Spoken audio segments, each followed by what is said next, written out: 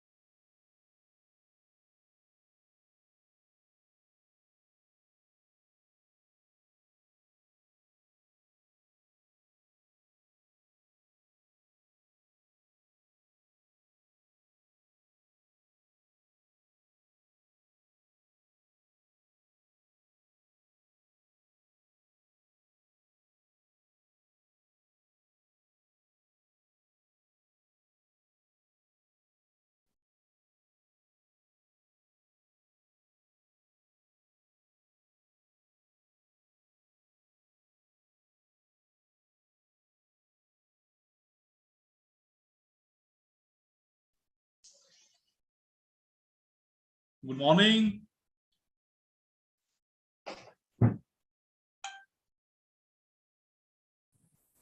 Good morning, Vagmariji.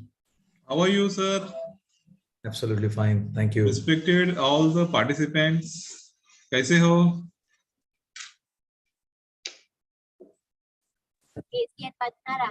Fine, sir. Thank you. How are you, sir? I'm very fine. Vagmani sir, we can't hear you. Sir आपका mic on करो और ज्यादा उसका आवाज बढ़ा दो sir.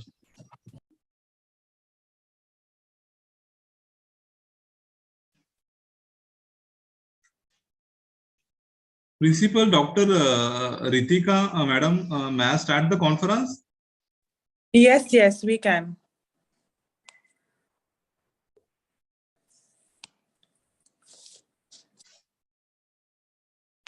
Respected Principal of Sinhgad College of Commerce, Chandiwali, Mumbai, may I start the conference? Yes, sir. Yes, please go ahead. Thank you. Thank you. Good morning, everybody. Dear resource person, participants of the conference, respected trustees, respected principal, Dr. Hemdev, madam, and all staff of Sinhgad College of Commerce, Chandivali, Mumbai, located at Chandivali, Mumbai, Maharashtra, India. Today, 27 February 2022, we have come together here for one-day international multidisciplinary conference on research methodology in social sciences, pure sciences, management, library sciences, commerce, home sciences, sports sciences, engineering, technology in higher education system in India. I would like to announce that here, Sinhgad College of Commerce, Chandivali, Mumbai, organized one-day international multidisciplinary conference have got the bigger success because of more than 223 plus participation have been taken the participated in this conference to getting the huge success of the today's conference. First, I would like to thank all participants for your love, trust, and participation for international conference of Sinhgad College, Chandivali, Mumbai, and Sri Vagmare Brothers, private event management company, limited, media and publicity partner in India and abroad. Approximately 23 abroad and 200 Indian researchers, scientists, professors, readers, vice chancellors, police commissioners of different states of India have been participation in our today's conference. Actually, PhD scholars, so many industrialists are actively participation in today's international conference. Actually, this conference is purely useful for the purpose of career advancement scheme, API, and for the fulfillment of the PhD research scholar for fulfillment of the UGC criteria of 2 national and 2 international conferences, paper presentation, reading and presentation research paper in publication. Respected principal, Hemdev madam, and entire team, teaching, non-teaching staff have trusted on our NGO for media and publicity partner, marketing of international event, today's international events,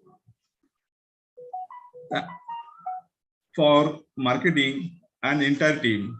Especially, I would like to thank the trustee and Saket Khan sir for giving the opportunity to make and conduct the international conference successful.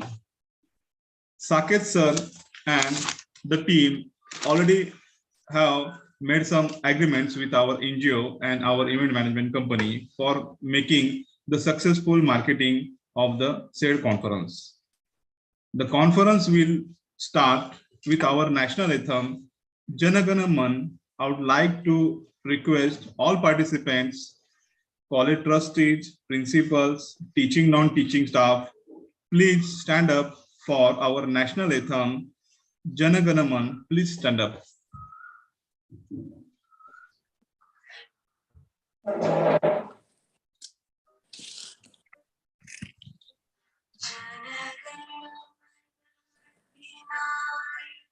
जय हे भारत भाग्य विधाता पंजाब सिंध गुजरात मराठा द्राविड़ उत्कल बंगा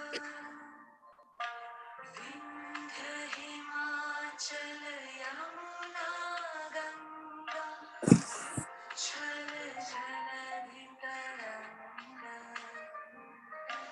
तब शुभ नामे जागे तब शुभ आशीष मांगे गाहे तब जय गाथा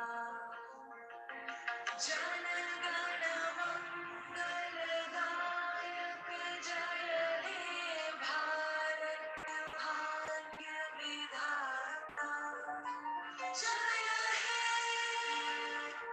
जय हे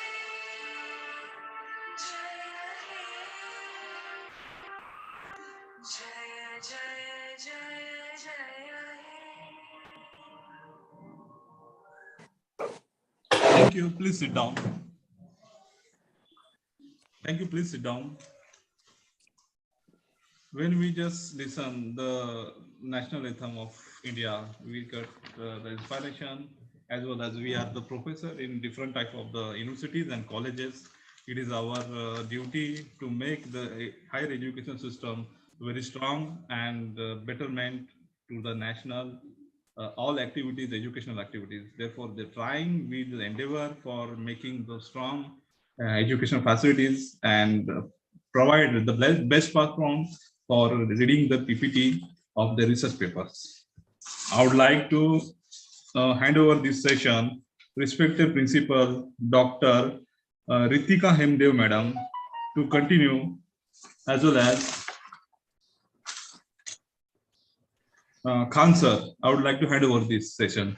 Khan sir, please continue, sir. Thank you so much, sir. Ritika ma'am, I think you can take a charge. Okay. Yeah. Good morning, dear dignitaries, participants, and resource people. It gives me immense pleasure to have you all here today. On behalf of the students, staff, and management of Sinhgad College of Commerce, I would like to welcome you all to this one-day international conference on research methodologies and all the trends in commerce, management, etc. It is indeed a very special day for us, as it is our first ever international conference. At first, a little about our institution. We are a part of the prestigious Sinhgad Institutes spread all over Maharashtra, and we have a presence to reckon with. We have 12 campuses, 7,000 plus employees, 85 institutions, and 70,000 plus students. Every institution is duly recognized by the required body, and we have a state-of-the-art infrastructure. We are a part of the Sri Yashwantrao Chauhan Shikshak Prasarak Mandal, which was established in the year 1985 with an objective of providing quality education in India. In the Mumbai campus, there are 6 institutions under our aegis. Sinhgad College of Commerce essentially was established in the year 2008 under the Mumbai University, and we are giving 2 undergrad courses, BCom and BMS. Now, why this conference? COVID has brought about a 360-degree change in all the arenas of our life, and I must say that all teachers have done a commendable job. We've adapted really well, and we've understood the term change is the only constant in the truest sense.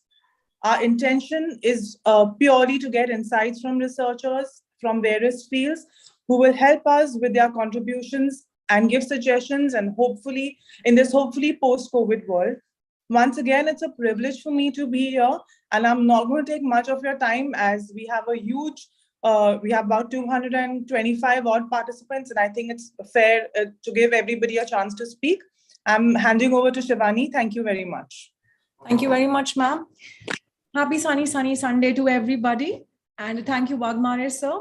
So to begin, I would like to introduce you to Dr. Abhijit Kelkar. Do we have Dr. Abhijit Kelkar with us amongst you?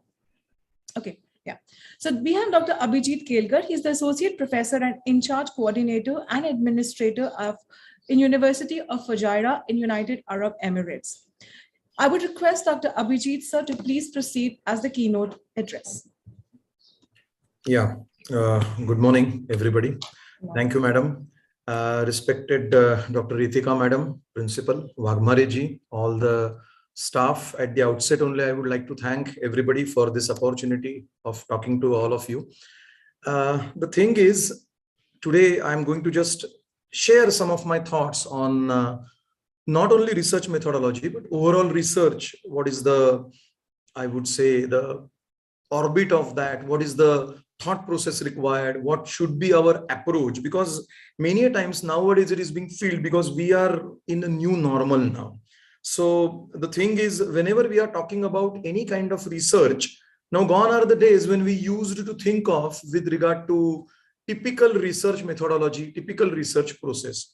Now, please try to understand, I'm not here saying that research methodology principles have changed or any technicalities of research methodology have changed, but the approach with which we should do the research has certainly changed. And the best reason I would find to give all of you is nothing but the new normal which we find in the form of COVID-19. So the teaching learning methodologies, teaching learning pedagogies, and so many changes have happened in this system, and that has forced us to think, how can we do the research with the given time and cost constraints? So gone are the days when we used to have a long research without having any limitation as such. But nowadays it's not so. Every minute, every unit of your currency which you are spending are pretty much important. And then we must think of with regard to how we are doing that, what we are actually achieving out of it, and what are we going to deliver at the end of the day. Because quantifiable deliverables, quantified, I would say, outcomes are the real need, I would say, is the real need of an hour. That output itself is a real need of an hour. Because I find many a times, many, thesis generally come for the review, or whenever we go for any kind of, process wherein some pre-PhD seminars are there or kind of thing, we are always in the hurry to get something. That is number one. And number two, we are bombarding ourselves with the many things which are really not required. So that is what I'm going to just comment on that, because here in our attendees all over the day, throughout the day, you all will be interacting with each other, and there are some research scholars who are currently pursuing PhD. There are already passed out PhDs. There are already the teaching faculty members, my colleagues or academicians as such.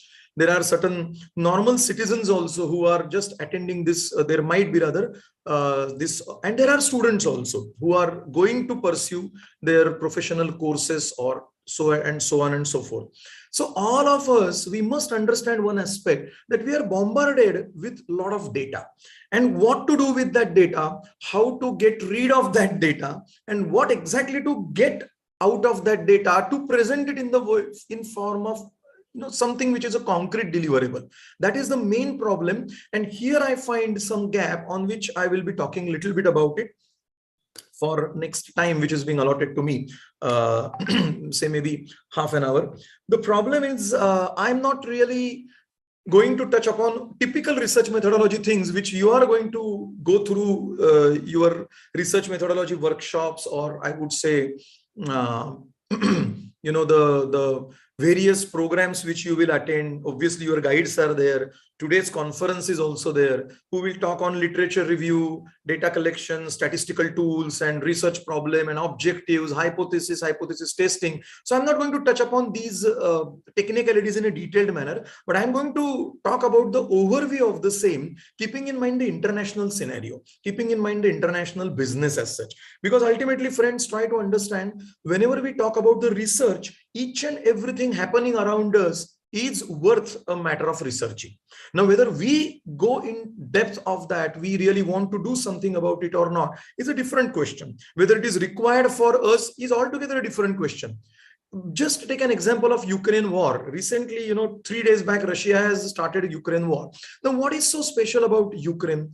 Till 1 year back, nobody was talking about Ukraine. Forget about 1 year back. Till 6 months back, nobody was talking about Ukraine. Suddenly, why Russia started talking about it and why Russia made issue out of this? Believe me, the root cause of that, because we have international business here, when we conduct the session, we are always supposed to have the practical oriented, whatever is going on in current affairs. And when I researched, I recently made some PPT with regard to why Ukraine matters. So in that, it was not a very in-depth, detailed research kind of thing, or too many statistical tools or too much secondary data, purely secondary data, but that too based on all newspapers, articles, and some kind of data. Wherever you find something relating to Russia and Ukraine, I have just gathered and found some gist out of it. A very raw level research, I would say, but which is sufficient enough for our students to understand why Ukraine, what is going on in between Ukraine. Why I'm sharing this with you is, friends, try to understand any small thing which is happening around us, how it arises the attention of ours, how we are going to look at it, what is our perspective, what is our perception of looking at it, and what are exactly we going to get out of it. Generally, most of the times, our researchers are doing everything for the sake of compliance, and there itself, it causes some kind of issues or flaws or lacunas whenever our research output is concerned. If you come towards the international universities or international accreditation bodies or international affiliated institutes or internationally acclaimed institutes or organizations, please try to understand one thing, that they don't bother about the research only, because that is something a minimum. It is a prerequisite for any academician, or even nowadays industry is also doing a lot of research. So collaborative research with the industry is also a need of an hour. So they are not looking merely at how much is the list of your research papers published, in how many conferences you have given the speech, what you have spoken, what you have researched, what is the deliverable outcome, what you have used. And that is perhaps something where the quantum doesn't play the role, quality plays the role. That is what I would like to bring your attention to. And with this, I would like to start the PPT, a small PPT. I will share it with you. The thing is, most of us are doing it for the sake of doing it, which is something which is not really advisable, because whenever I am being told that you have to do this and it's a tick mark, it's a compliance, then what happens? It doesn't happen wholeheartedly. I'm just going to tick mark. 10 research paper मुझे publish करने हैं क्या? 10 research paper मैंने publish कर दिए. क्या किया? I really don't know. How I did it, I really don't know. And what I have used, what I have, ultimately numbers got saturated in my name, but quality didn't get, as the real output. And that is what something I would appeal everybody. Here there are, I can see in the attendees, there are many academicians also. They will definitely agree with me, because they are also in their day-to-day life dealing with the students, research scholars. They themselves are doing the research. Nowadays, the focus, the emphasis, the perspectives of all the research sponsoring authorities or accreditation authorities have totally changed.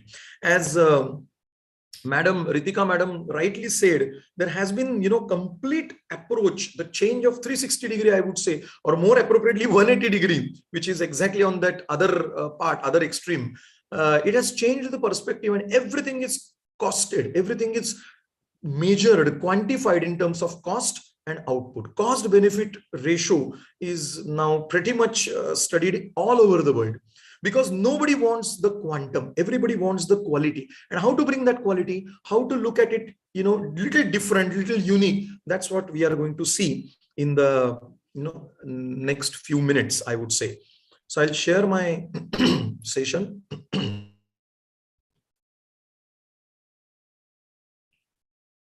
So I hope everybody can see that. Yes, Yeah, am we I can. Yes, clear? yes, yes, we can. Yes, Yeah. sir. Yeah, okay. Thank you. So this is today's conference. We are just going to have, the discussions throughout the day. See, please try to understand. I'm going to talk about it. Statistics is also something which is being bombarded on us like anything. Please mind well. In the beginning only, I'm telling you, even I use a lot of statistics, but I always feel that we are not statisticians. Please try to understand. Nobody of us is BSc statistics, MSc statistics, and PhD statistics. So we are not supposed to add on the value as one statistician would add. Obviously, that remains to be their specialization area. But needless to mention, we are supposed to make use of the best statistical tool. But at the same time, that proper equilibrium should be maintained, because I can see in many a times people are using unnecessarily the tool in order to show that I am using the statistical tool. My research paper doesn't become having a good weight unless and until I use a lot of statistical tools. Statistical tools are required based on your data, based on your data collection, based on your how you have analyzed or what is the requirement, whether it is parametric, non-parametric, all many factors are there. So not necessary that all the research papers should be bombarded with a lot of statistical tools. Needless to mention, having said that, on one side, that doesn't mean that we should always give the papers or produce the papers without statistical analysis. Statistical analysis is inevitable in our research. It increases certainly the reliability of your research paper, overall trustworthiness, overall validity, overall completeness of your research paper, no doubt about it. But for the sake of using the statistical analysis is not something which is welcome at this moment of time, because without understanding what I'm doing, if I do something, it is not going to give me the required output. That is what something which I would like to convey the message out of it. So this is the beginning with, we are on the way wherein there are so many lanes, so many ways going on. We really don't know where to go and how to go about it. So this is how we are going to look at it. So we are just thinking, it's a symbolic picture. We are all in such a situation, including me. Even though I have done my PhD, I am a researcher, trainer, academician, doesn't mean that I have got something else. There are n number of things which I am also exploring every day. I am also learning many things. I also come to know. So all of us are in the same journey, and we are just really don't know where are we leading to, where are we heading our journey to. Be a researcher by choice and not by force. Please try to understand. This is the real thing, by choice and not by force. What to do? अब क्या करना है यार, PhD तो कर रहा हूं, ये कोर्स वर्क का एक सर्टिफिकेट भी प्रोड्यूस करना है, हमको हर 6 मंथ को रिपोर्ट देना है, गाइड भी पीछे पड़ा है, और minimum required we have to complete, we have to finish all this things. So there is any line something, is it clearly visible? The PPT is visible? Yeah, we can. Yeah, can you see this red line? I don't know what is this. This is annotation, sir. Correct, but anyway, that was not coming anyway. This is something which is, even I also observed for the first time. It was not coming when I completed my presentation. But anyway, so coming back to the point, be a researcher by choice and not by the force. Please try to understand. Many of us become researcher by force. What to do now? It is not a compliance. It is by choice. It is our preference. It is in our interest, and it is for our value addition. So please keep it in mind. We come across many facts and figures in our professional and personal life. Many facts and figures around us. I always say to our students that economics, finance, and marketing will never leave you irrespective of your profession. You be the chartered accountant, lawyer, engineer, cost accountant, CMA, whatever field you belong to, architect, who whatever may be your profession, but economics, marketing, and finance will never leave you. You are all going to be in that profession, any of your preferred profession, with these 3 things only. So many things we come across, many facts and figures in our professional and personal life. Not all equally appeal to us when it comes to go in depth and find out something. Please try to understand. Many things come to us, we just listen to, and we just leave it. We just forget it, because each and everything which we come across cannot be researched, not possible for us. In a few cases, simply we think.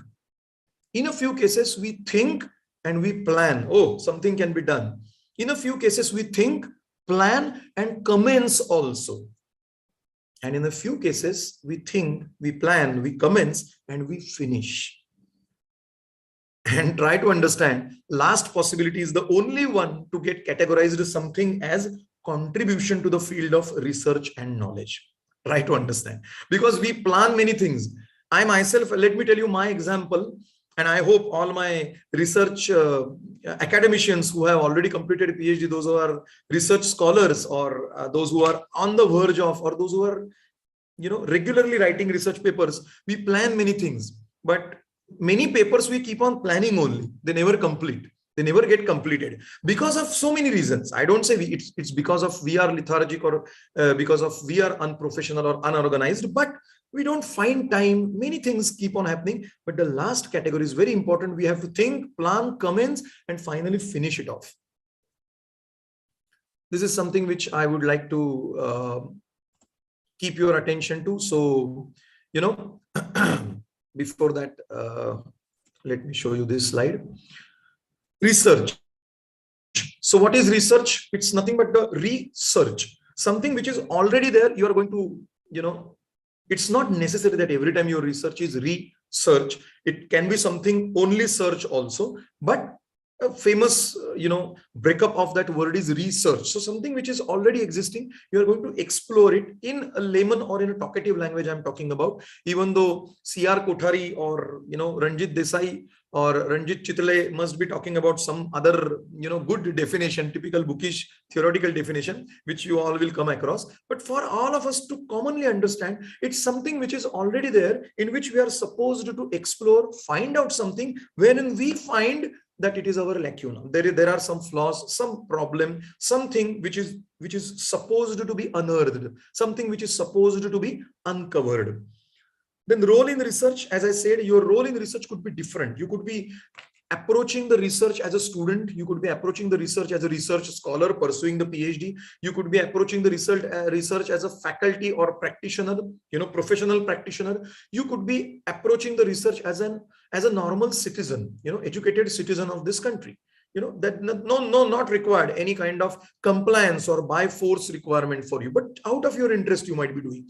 But based on your role in research, your rigor, your depth, your scope, and your methodology, everything has to change. What student is going to make the research is not something which an academician or a professional researcher is supposed to do, and so on and so forth. Connect with the practicability.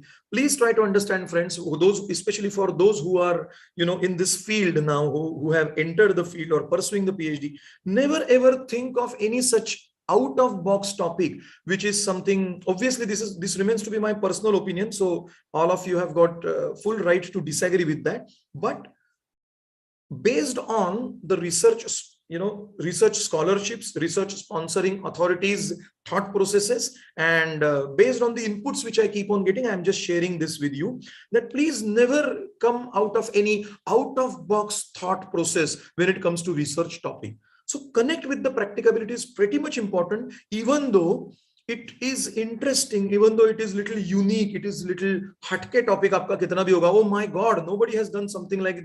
Is it really going to be needed? Is it going to be, something which is going to have some acceptance level, some adaptation, some welcoming approach by the industry or the stakeholders? Ultimately, whatever we are doing has to be accepted by somebody else. It has to be used by somebody else. Merely for our satisfaction, if we are doing, that is different issue. But main purpose of the research, that it should be connected with the practical oriented things. And that is the reason why connect with the practicability is very important thing. Please try to understand whatever you are doing has to have the connect with the practical oriented approach, practice. And for that, stakeholders inputs, stakeholders connect, constant touch with the stakeholders. Here, stakeholders means all internal as well as external. They could be, your stakeholders could change. Now, for the students, the stakeholders need not be outside or external stakeholders. They could be internal only. But for academicians, there could be different. The horizon is widened. So it could be industry, it could be government authorities, it could be banks, it could be your colleagues in the other colleges and institutions, or your own college and institutions. So many stakeholders are there wherein you can get the inputs, wherein you can have some kind of connect with the practicability. Last but not the least, cost and time constraints, very important aspect, because unless and until you have got cost and time constraints, it is not going to be helpful to you. Especially after COVID, when we can see the salary structure is affected, the admissions are affected, the income level of the stakeholders, mainly those who are, parents, is affected. The overall thought processes of the academicians, or I would say universities, have gone complete change, drastic change. हमें सिर्फ quantifiable outcome बताइए और इससे क्या होगा ये बताइए, कुछ नहीं होने वाला। हजारों लाखों रिसर्च पेपर्स आ रहे हैं, उसमें आपका और एक नहीं चाहिए. That is what the concept is. Even though your research paper may be very interesting, very value added and so on, but cost and time constraints, we have to keep it in mind, especially as a new normal post COVID. This is something where we can best fit with our there are so many thoughts in our mind, there are so many perceptions of ours, there are so many questions, queries, typically called research problems in front of us. Where to fit this in our brain is a main headache. Where it will fix that puzzle, that particular part, is a big problem. Now, knowledge creation and growth, there are 3 strategies for the research. As I said, I'm not going to talk too much about technicalities of the research, whereas I said data collection and literature review, and how many literature reviews you should have, references, API style, and so on. All these things you are going to come across as it is, because that will be typically theoretical session. Here I'm going to talk about practical oriented research, which will give you more acceptability, which will give your paper more acceptability. And last but not the least, welcoming approach by the stakeholders. So this is the strategy, 3 XYZ, 3 strategies are there. Number 1 is technically sound and feasible research. So whatever we are going to do as a research in any role, as a graduate student, or as merely as a academician, or a typically professional researcher, or a PhD pursuing candidate or research scholar, which we typically call, whatever it may be, it should be technically sound and feasible. So what is the strategy and action plans for that? Strategy should be equipped with the formats. Here I talk about formatting, referencing and literature review and introduction and concepts and abstracts and so on and so forth. Such kind of technicalities or typical formats given by the universities from time to time, it should be equipped with the format. That is minimum required strategy which you should have. That is something which is not something which is your achievement, but it is something which is a minimum required thing. Then use of statistical tools. As I said, it is one of the strategies. Many of the researchers think that if they bombard the statistical tools to a large extent, they are going to have more value addition for their research paper. And as I said, nowadays, the assessors also have started telling in their reviews that unless until it is required, don't use that statistical tool. Don't try to increase the value of your research paper by unnecessarily including many statistical tools. Whichever is required, you have to use it invariably. But use of statistical tools is a prerequisite, is a minimum required strategy. But to what extent, how, when, that is something which is in your hands. Possible and feasible scope. Obviously, the scope is something which should not be beyond control. And what is the action plan? Rigorous study of the research methodology, coursework, formats and steps, careful selection of the research area, recognition of the project as well as the university from where you are doing your research, who is the sponsoring authority, to whom it is addressed to. Is it exclusively for the particular stakeholder who is sponsoring that, or it is in general for the society? What is supposed to be your deliverable outcome? What are you supposed to do after your research? All these entire, I would say plan of action should be ready. Otherwise, the typical KRA, key result areas of your project or research become vague, haywire, open-ended, and that doesn't suffice the purpose. For the sake of doing something, we produce something, but actual outcome of that we hardly come to know. So this is technically sound and feasible. The second is practical oriented. The strategy is the choice of topic and area. So please take care, whatever choice of your topic and area you are doing, it should be pretty much in your scope. It should be pretty much it should be commensurating with the, I would say, the real requirement. Because if you choose something which is not really required by somebody else, merely because it is a unique topic, it may not be welcomed by the stakeholders, at least nowadays, because there has been a lot of, I would say, shrinking. There has been a lot of shrinking of the budgets, and research budget is also not an exception for any sponsoring authority. So choice of the topic and area is very important. Then connect with your career and professional KRAs. Many times it is being found that HR persons, I strongly believe that cross-functionality, point number 3, cross-functionality is pretty much required, but your area of specialization should not be forgotten at all. Cross-functionality here, I mean to say, we are not supposed to divide ourselves into watertight compartments. I belong to finance, I belong to HRM, I belong to operations, I belong to marketing, I belong to IT. So I'm going to talk about that only. Not required.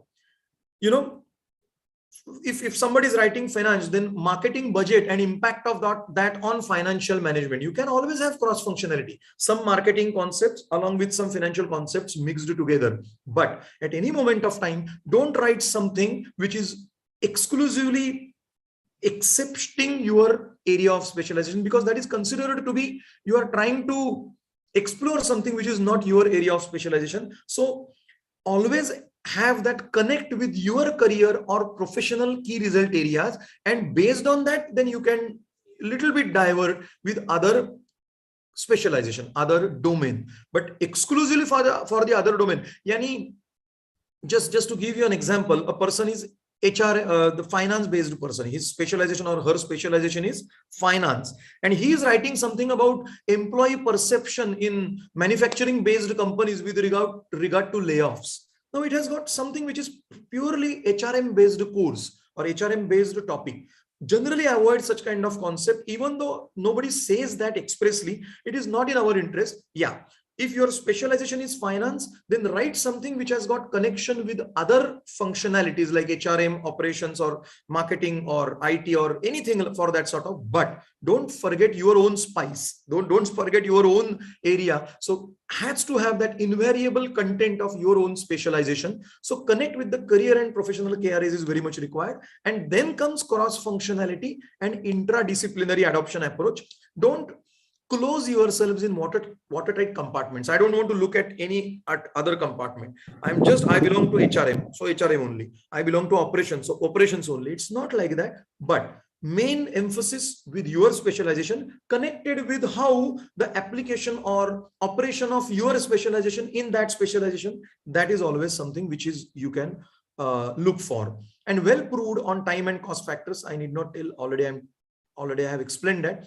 Connect with the internal and external stakeholders, research gap area, sponsorship from the industry, creativity and innovativeness. In that gap area is very much required, because something which is filling the gap is welcomed by the industry. Otherwise, it is not going to give you any kind of support from the stakeholders. Sponsorship from because the major hurdle in our research is nowadays, because of the cost constraints, we are in search of good sponsoring authorities, and sponsoring authorities always find something which is filling the gap which they have, what they are looking for, and this project is going to satisfy that. Definitely we are there to support you. But something which is already thousands are there, yours is one more addition, they are not going to even think of it. And creativity and innovativeness, here I would like to give you, Thomas Alva Edison's example. Innovativeness is marketability, and marketability of our own research is in our hands. And what do we mean by marketability? Doesn't mean that we have to hit our own drums, but the output should speak, the quality should speak, the contents should speak. Thomas Alva Edison, we all know that he is the inventor of electricity or bulb. But believe me, 17 persons before Thomas Alva Edison had invented electricity. But ultimately, because Thomas Alva Edison took, I think, that patent in 1879 or 1888. I may be wrong. I'm sorry, not sure about the year. But around 1879, 1880, when he filed for that patent, about electricity. Many years before that, Sir Winfred Davy had invented before him many, and not only Sir Winfred Davy, many were there. As I said, 17 persons are there who had invented electricity before Edison. But today we know electricity bulb, Edison. We have fitted our, this particular fact. Why this is so? Because Edison was not only creative, but he was innovative. So obviously Edison in those times went to New York municipality, and New York municipality, he went and he said that, I have invented something, and how it can be useful to you during the night time when there is a total dark. We can, my invention is of good use to you. And in those times, for one particular road, for one particular lane, maybe for a few hundred meters only it could be there, may not be for the main road, but he got the contract from New York municipality to lighten the, to use his bulbs to lighten the, and then New York municipality published some data about it. This is something based on internet, secondary exploration, data exploration only. I'm sharing it with you. And New York municipality had published the data. See, our streets are lightened now. So if you are going in the night time, there is no now candle available. The streets are with the bulbs, and so on and so forth. So Edison knew how to be innovative. So creativity, content, quality, but backed by marketability. And marketability will come only when you have concrete deliverables, something which is appealing to the stakeholders, something which is establishing a connect between them and your research, and last but not the least, finding out the gap. And last strategy is refinements and consistency in refinements. Very important concept. Most of us are having that approach that I have published Scopus indexed, ABC, care list, and UGC approved. All these typical tags when we have for our research papers, we think that it is the end of our research. Not required henceforth, because Scopus index मेरे 4 publications हो गए हैं, हमारे college ने तो 2 ही बोले हैं, तो I have completed 4. So that's it. I'm eligible for, as a post of vice chancellor only now I am eligible. Don't take it word to word, but this is a joke. What I'm trying to say, jokes apart, but that's what we start thinking. Refinements are pretty much important. Foreign researchers, if you ask me, believe me, one particular concept, if you really try to establish the trend of their research papers, maybe in Harvard or in international universities, maybe American universities, German universities, the researchers are pretty much important. In vast, they are doing many things. French researchers are also there, because we have in our database many, we just refer to them. This Association of Accreditation Council for Business Schools, American ACBSP one, we are the member of that. So we come across many kind of research papers, they share it with us. One particular research paper, second version published, third version published, fourth version published. How many of us do that? So please keep it in mind, that kind of approach is pretty much required nowadays, that don't stop at one particular paper. Once it gets published and compliance tick mark is there, have the second version of that research paper. We are the own criticizer of our own research paper, and that is something which is required. So the strategy is further widening of the scope, excel in one rather than exploring many. There are many things which we would like to explore at the same time, not required. Our own particular area, go in depth, and you will find sky is the limit in that. Be completely chatur initially, even though rancho is an ideal, but rather dream coming true. Many of us get fascinated by rancho, I'm just looking the time because I would like to finish on time. So rancho is something which is our, वो दिखने में बहुत अच्छा लगता है Aamir Khan in 3 Idiots. Rancho is a genius. How many of us are genius people? Let me tell you, honestly speaking, if we ask the question, how many of us are going to invent something in the field in which we are working? Are we that genius? Are we to that extent inventing something to the world at large and, filing for the patents of the patents, Let us first try to understand that we be experts or getting excelled in our own area. Thereafter, we might be in a position to become rancho. But finally, chatur only, mug it up. Doesn't mean that I'm saying just mug it up and finish it off. But in our area, if we are not going to add something, whatever is already existing, just grasp it, put it in your own words and publish it to the world at large. That would be finding a connect between the gap and the gap filling to a large extent, rather than being inventor, or I would say genius or scientist, or many of us are willing to, but Is it that simple? So better to start with be a chatur initially, even though rancho is an ideal but rare dream coming true. So I don't say that we won't be rancho, but be a chatur initially. Chatur has to be there in our chatur element is there in our, this is, I hope you are getting what I'm trying to say. An action plan is consistent versions and add-ons, multifaceted research model for the covered topic, multifaceted research. As I said, it should have complete cross-functionality approach, but at the same time, main emphasis should be on your main approach. Then acceptability feature, obviously, unless and until you have got acceptance, nothing is going to work. What will make your research good? Validity, reliability. Here I'm not talking about any Cronbach alpha or something which is, reliability test and so on. No, not really. Confidence intervals, and this is typically technically you will come to know, or you might have come to know by now, those who are in the last stage of their PhD and so on. Here I'm talking about validity of your entire research output. It should be valid, it should be concrete, it should be well proved. Nobody could be able to challenge that because it is done rigorously. Reliability, unless and until it has got acceptability, it won't be reliable. Rather, if it is reliable, then only it will have acceptability. It is interrelated concept. Replicability, many of the people will copy you, but it has to have that original content. Rigor has to be there, consistent application, and last but not the least, trustworthiness. This is in general, I would like to get you the research, these things, literature view, theoretical formulation of the research problem, design. Research design will contain all these methodologies and so on, data collection, analysis, interpretation, this is overall this thing. Now, research knowledge and international perspective is very important thing. Coming to the, international scenarios. Now in GCC, especially Gulf Cooperation Council, GCC, OPEC, oil producing and exporting countries, then Organization of Islamic Countries. Many organizations are there, many cartels are there, many unions are there who are trying to dominate the market. Basically, this is all going to have the impact of market dominance on the basis of your strategy. Now, Sustainable Development Goals, SDGs, have been given by UN to many nations, and UN has said recently that United Arab Emirates is going to achieve something by 2025 only. They are pretty much fast when it comes to adaptation as well as fulfillment of that Sustainable Development Goals. And why this is so? Shift from oil-based GDP to non-oil-based GDP. Believe me, in 70s, when all these Gulf countries got the oil-based economy, before 70s, they were not having any such kind of revenue. But when they came to know that in 70s that, okay, we have got oil, now we can explore that, sell it to the world at large. They didn't enjoy only, they developed it like anything. And they are now aware how smartly they are thinking, strategically they are thinking. Almost all the GCC countries, Saudi Arabia has got personal income tax. Oman is going to introduce the personal income tax next year onward. That's what they say. At least they have said that. VAT, everybody has implemented already. Dubai, there is a VAT of 5%. Oman, there is a VAT of 5%. In Oman, there is a corporate tax of 12%. In Dubai, they are not Dubai, sorry, United Arab Emirates. That is, Dubai is just one emirate of that.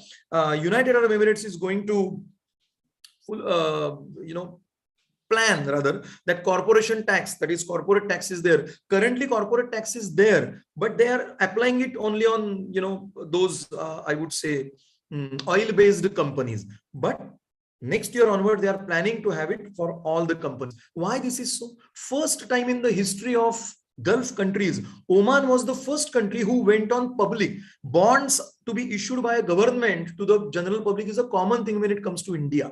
But these countries never had that idea कि government को borrow करना चाहिए, government को borrow करने की जरूरत ही नहीं है. We are getting so many funds, so much of the funds from our oil base. But now they are thinking pretty much strategically. A lot of research is being put, and believe me, their strategic shift didn't come out of pocket or out of one night thinking. एक दिन बैठे थे और चलो कल से strategy बदल देंगे. They made a lot of research. They sponsored heavy research budgets, and from those researchers, the output came, and then they shifted their thought process. So you can understand what is the power impact of a good research. Even government can think its strategic management positioning also.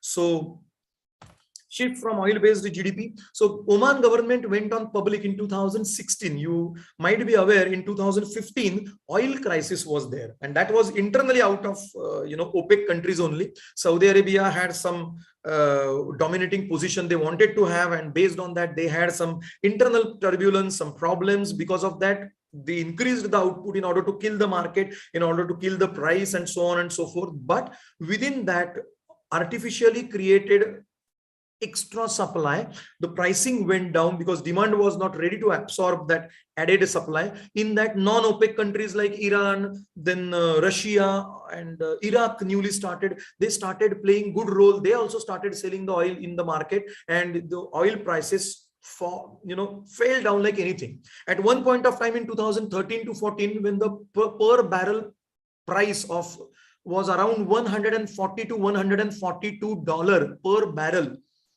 that price came in 2015 to 29 to 30 dollar per barrel. You can imagine 142 dollar se 30 dollar tak aa gaya. Not an easy task for these guys to manage the show, because the entire, where they, at that particular point of time, 70%, 65%, 69% was the GDP percentage of oil. Oil-based GDP only was there. Majority was oil-based.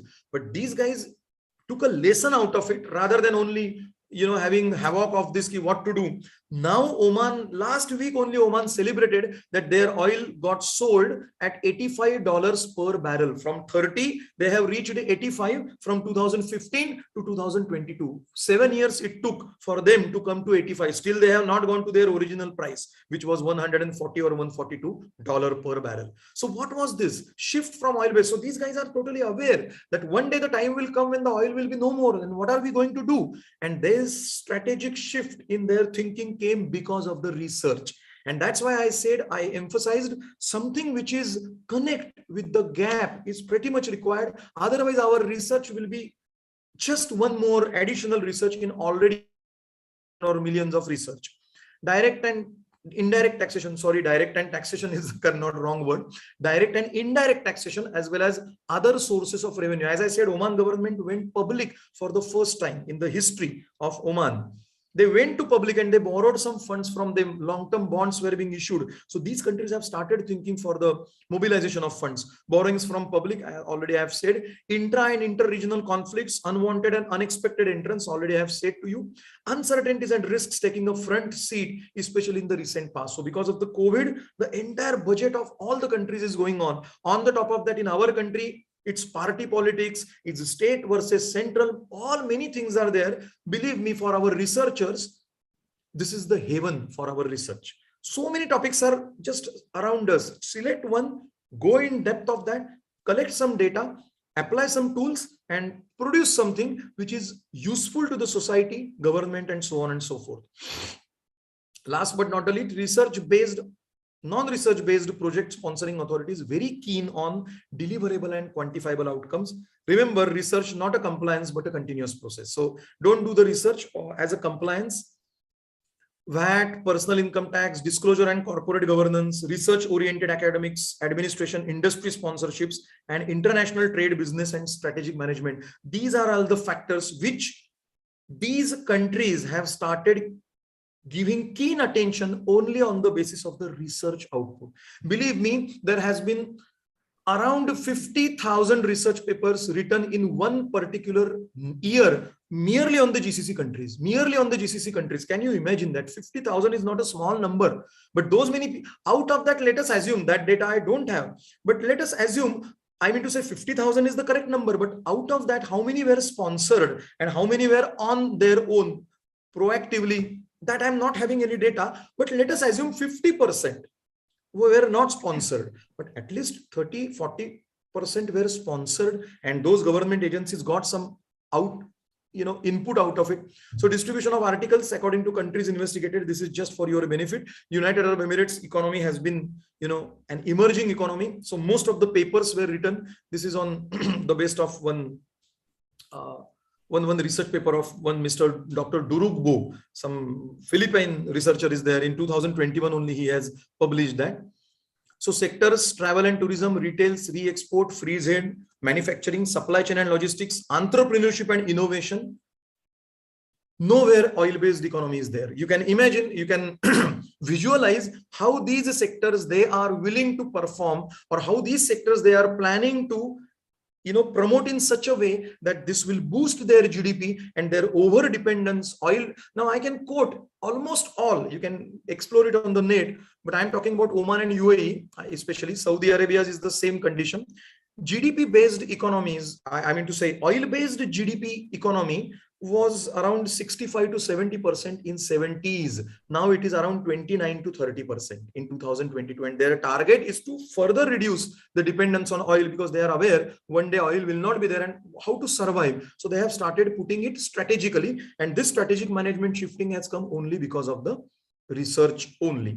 So researchers have a great role to play. You can always go ahead with the international research also. Nobody stops you. Not necessarily only in Indian context we can have. The arrow should hit the correct circle. We are putting many arrows, but it should not be by chance. It should not be by fluke. It should be by choice. Focus on real and perceived importance, creativity, marketability, smart and efficient research rather than quantum. Quality plays a role. All these things already I have spoken about. Constant touch with the stakeholders, a real prerequisite. So please don't think out of box for the sake of making your project or research unique, but it has to have that uniqueness naturally. Cross-functionality, not a feature. Statistics as a supplementary tool, maybe ANOVA, ANCOVA, cluster analysis, logistics regression, many things you have, MATLAB, R, Excel, SPSS, whatever tool you use, but it should have some quantifiable outcome. Think carefully whether research is for statistics or statistics is for the research. That is what something, and this is something which I would like to tell you, research and knowledge journey, all of us have started, including me, including all of you, all our academicians, all our, those who are in the field of research, all of us, we have started research and knowledge journey. Where do we stand? A time to think. And where are we leading to? A time to think. Because international or national, our perspective has to change as per the requirement. Our vision, our thought process, our thinking has to come out of box, not for the sake of coming, but to the tune, it has got connection with the real gap, the real problem. So apart from minimum required things of statistical analysis, research methodology, tools, formatting, and prerequisites like minimum publishings and research methodology workshops and so on and so forth, the main emphasis should be constant touch with the stakeholders, gap finding, trying to fulfill the gap, concrete deliverable quantifiable outcome of your research connected with the stakeholders, trying to maximize the sponsorship from the research so that once you get the funds, your area of thinking is widened, and then you will have ample funds to do something. You can do many things, you can do wonders. Because of the cost, it should not get affected. Because of the cost, the quality should not get affected.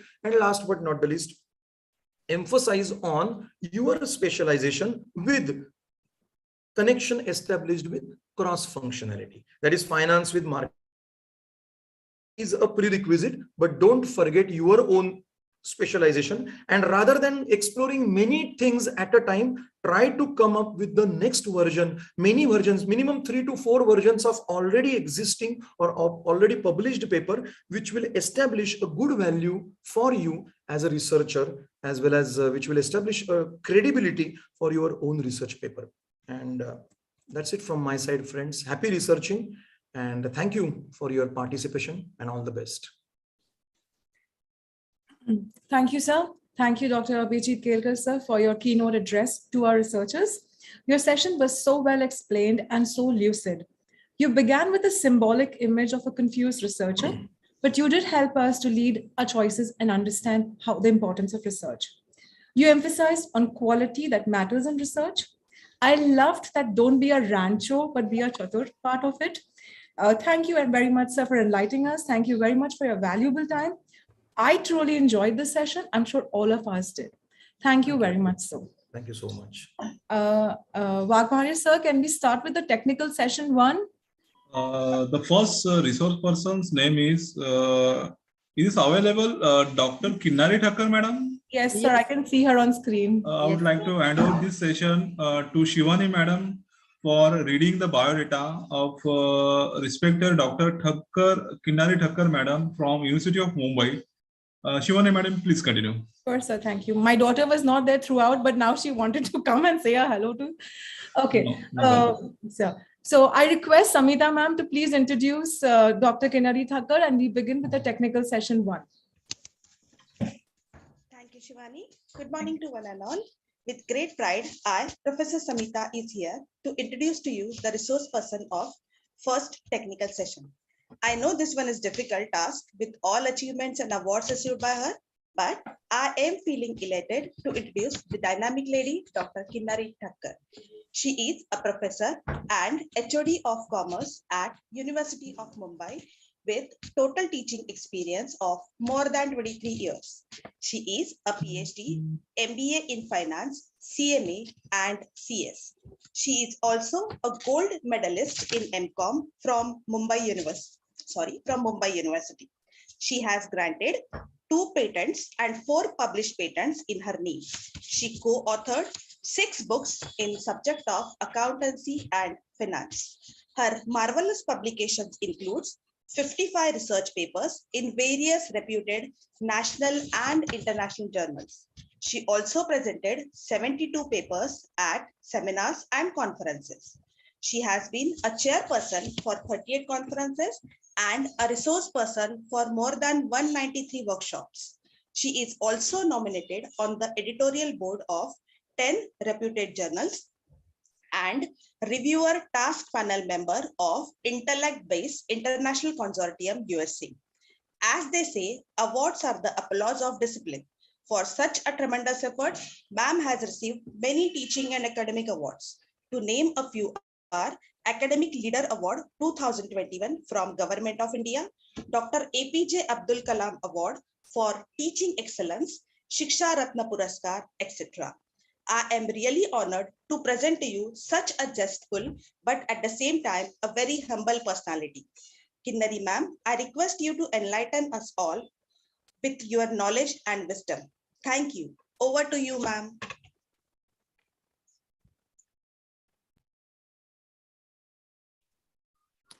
Thank you so much for this introduction. Good morning, madam. Good morning, sir. So I think I should just directly start, sir, with the session. Please continue with your PPT. Yes. Okay.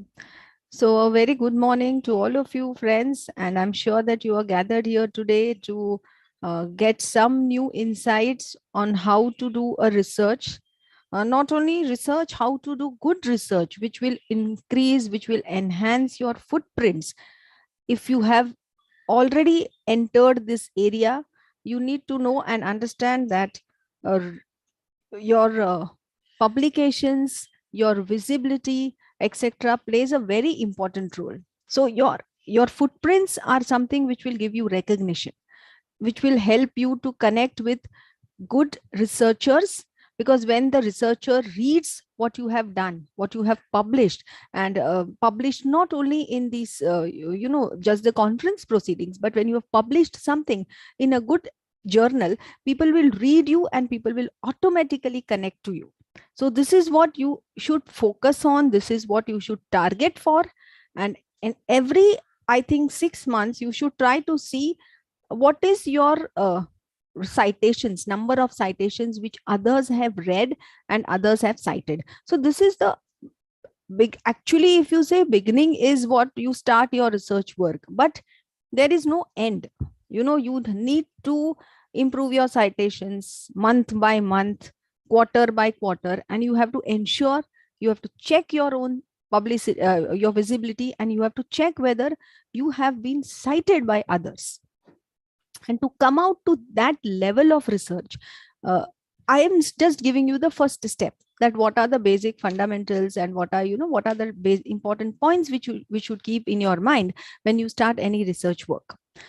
So I actually was listening to Abhijit sir also in his keynote speech, and he was citing some statistics about number of publications which are coming up year after year, and the number of the sponsorship, public the the research which is for after getting sponsorship, this all plays a very important for you. This all information, knowledge which you get, it plays a very important role in understanding also that not you are not supposed to do the research always on your own.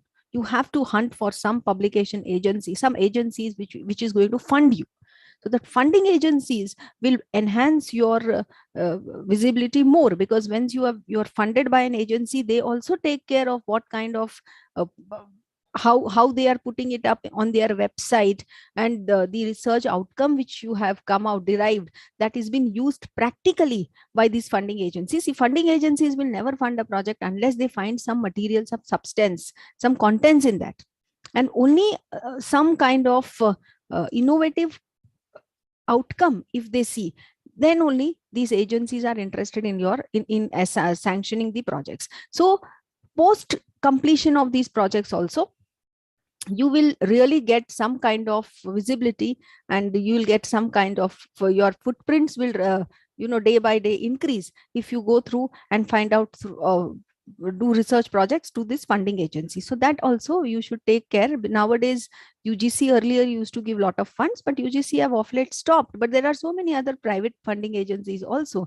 especially under the pretext of corporate social responsibility, under the garb of corporate social responsibility. There are so many funding agencies which are planning to sponsor for research. So on your own, you have to just sit and identify who are those, and then try to ensure that the work which you are doing is just not a library, it's just not a book which will go to the library on a shelf, but it is actually being useful and being utilized by for any solving any issue, any problem which is a practical or practically oriented problem. So this is what we have to keep in mind when you start doing your work.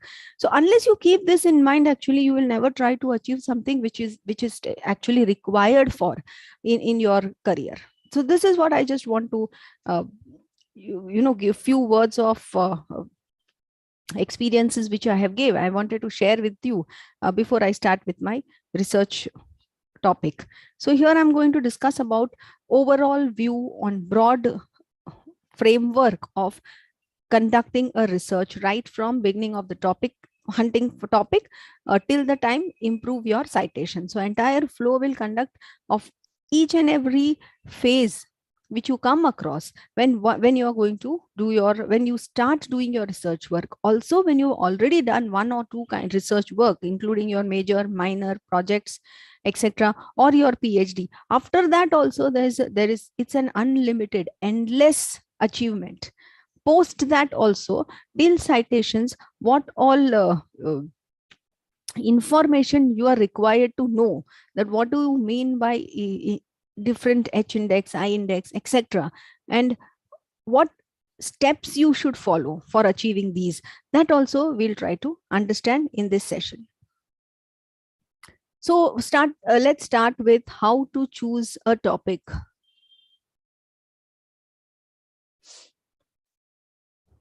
Is my screen visible? I don't know whether I have shared it or no. No, ma'am. Not, I have not shared it only. 1 minute. Huh? Yeah. Yeah, now I have shared it. Yes, ma'am, visible. Yeah, I'll just do slideshow. Yes, ma'am. So first we'll start with how to choose a topic. And in how to choose a topic, the first and foremost requirement is a topic which interests you. Unless you like the topic, actually nothing will help you.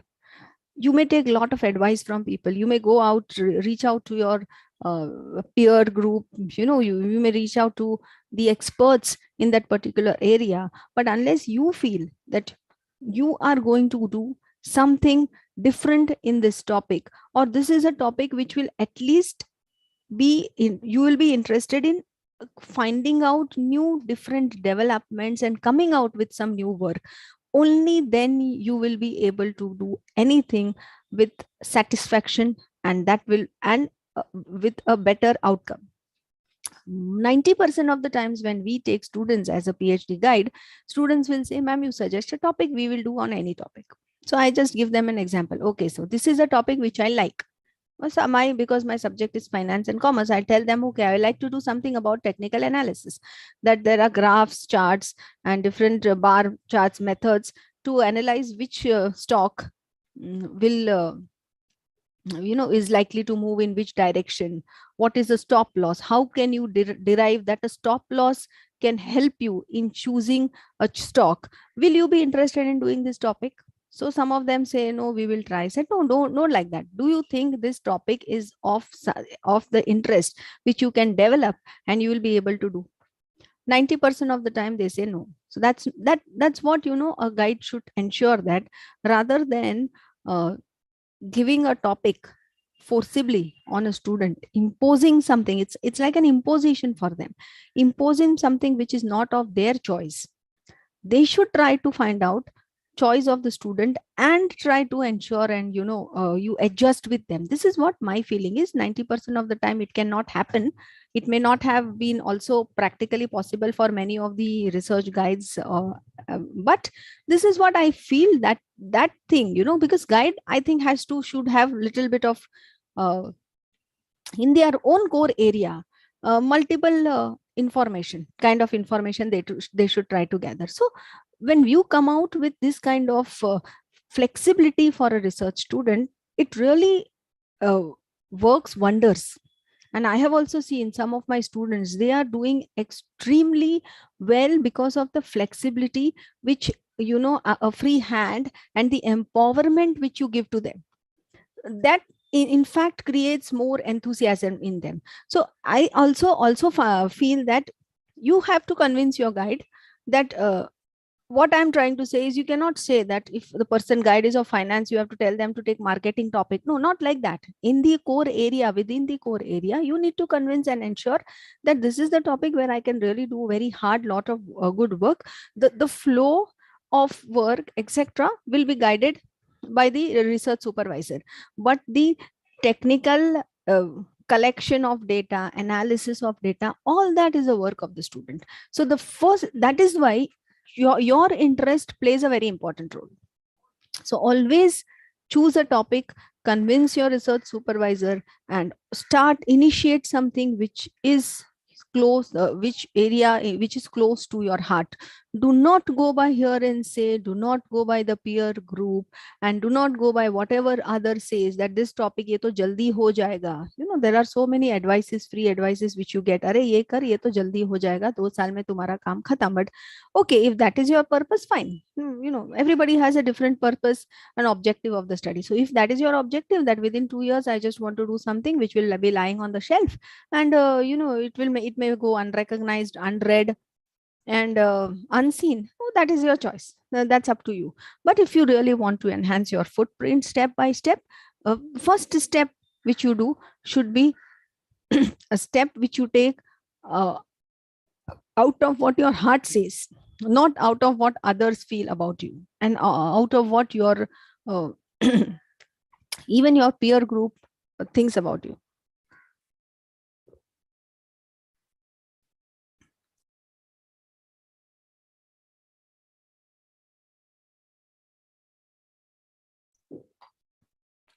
So choose a topic which interests. This word and sentence, if you read, it's very, very a common line. Everybody says like that, but it is very practical and you have to do that. Then your attitude towards the topic may determine the amount of effort and enthusiasm you put in your research. Focus on a limited aspect. When I say limited aspect, there are different levels of research work. There are different what you call as stages in which you are doing research work, and when you have to choose a limited aspect. For example, if you are doing any research for the first time, that is the first PhD, if you are taking up the first research project, minor research project, or a PhD registration first time, that time you are a infant. Okay, that time you are a baby. You've not done anything else previously, unless you may have just presented some papers in a conference and maybe written some conference papers. So first time when you do, you ensure that you are not doing something which is an unlimited work, which seems endless, which seems never ending for you. That is why focus on a limited aspect. For the first time, you ensure that you plan it accordingly, where within 2 or 3 years, you are able to manage, complete, and put a full stop, not even a comma and continuation. You full stop to your research work. So search that when you prepare a title only, your title also should be such that it will give you a clarity that what work is being done by the researcher. So you have to focus on a limited aspect. Limited aspect means limited in terms of geographical. If you are doing something like economy, some suppose some yojana, if you see nowadays so many yojanas like has been there, introduced by the government. Suppose if you want to do Atmanirbhar Bharat, okay, the latest some few months back which is come. Do not say Atmanirbhar Bharat and we say I want to identify the implementation of the Atmanirbhar Bharat status in the entire nation. If you say entire nation, it's going to be an endless study. So when you focus on a limited aspect. So these are the parameters of Atmanirbhar Bharat. You want to identify or you want to do a study to understand whether the Atmanirbhar Bharat parameters have been achieved, say for example in Maharashtra state, or maybe one or two important regions of Maharashtra, say Konkan region or any other region. So that is called as a limited aspect. If you say that I want to ensure that Atmanirbhar Bharat implementation, how successful it is in the whole Indian economy, I think that will be and never ending work, which you will be stuck up after 2 or 3 years and you will be frustrated. I say you will be frustrated with your own topic. So do not go with that area or geographical area or number of years where you feel frustrated with your own work. These small points, practical points, and you need to be pay very attention. Now even a topic like you say post demonetization and demonetization, if you want to choose some topic, you do 5 years of pre and 5 years of post, or post maybe a bit, I think it was in some 2000 I don't remember the year, 17 16 to little blank I'm feeling. So something in between, I think it was there 16, I guess 2016, yeah. So 2016, say 17, 18, 19, 20, 22, 21, 22. So 5 years. So you say 5 years post and 5 years pre, that comparison. Do not go unless you are a history teacher or a history subject. Do not go, I want to study trends since the 1947, after the Indian economy has gained independence. That you can do in a major research project which has been funded by an agency, if you really want to come out with some broad model conclusions and like this. When you are doing in the first research for the first time, do not go by so many years, choose number of years. So this is what I'm trying to say, limited. You limit it by number of years, limit it geographically, and then you will be confident enough that yes, I'm capable and I am striving hard to complete my work. So this is what you have to ensure when you choose a topic. Limited aspects. Select a topic, a subject which you can manage. Avoid subjects that are too technical, learn and specialization. This is again, unless it is a funding agency project which you are doing, do not try to go in delve into too much of technical where you find that data collection will be having a huge amount of expenditure. Something very technical, something very, very in depth, if you want to collect information. And if you think that that is becoming very costly affair for you, then you choose these kind of topics only when you have a proper funding agency where they are giving you money in lakhs, 10 lakhs, etc. Otherwise, you do something which you can manage it within your own financial resources, because finally that is also very important for you as a researcher. If you are an independent researcher not being supported financially with from any other agencies or universities, then you have to take care of your own self. So choosing a topic always is not same. The stages when you choose the environment within which you are choosing, everything is not always the same. So you have to take a call from your own side that, okay, now this is my PhD work. So if I have to independently sponsor my own PhD work, I should also ensure that I have limited resources in terms of money, in terms of time, actually, because 3 years is the minimum, the maximum time within which you have to complete. So in terms of time, every resources you have to analyze, and accordingly, you have to select your area, your topic. At the same time, it's not a work which is just going to on the shelf. So at the same time, you have to ensure that the topic should be a topic which has at least life of some years. Like after a few years, you should not think that, you know, this topic is becoming redundant and nobody will be interested in referring that. So that point also you have to keep in mind. So actually thinking a research topic is not something very easy and comfortable and you know, convenient, as you must be thinking that, oh, this ये topic मिला, हमने थोड़ा सा किया, बाकी लोगों का देखा, data use किया and खत्म कर दिया. But that is a research which is not of a high quality research.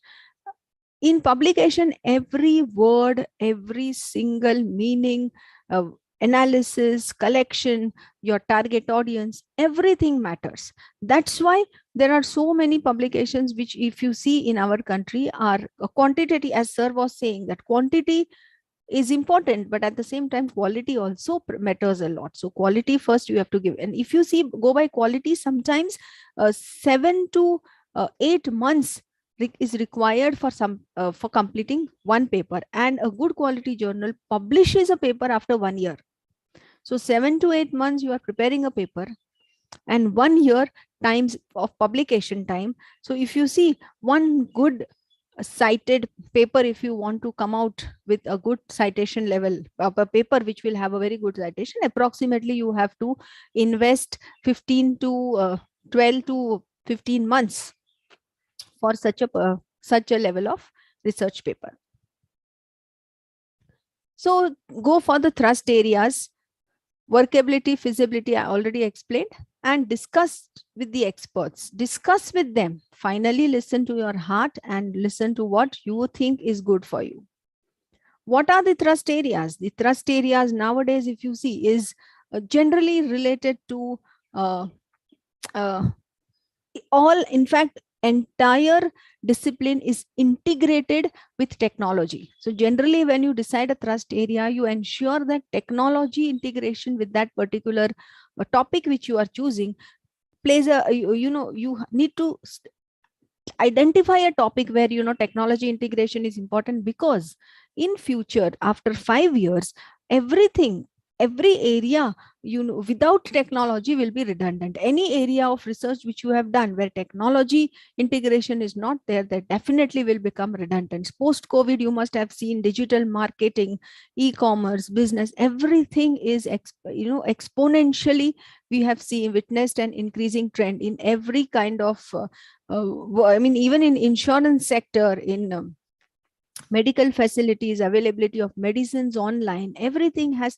integrated with technology. So topics also, you should try to ensure that something which has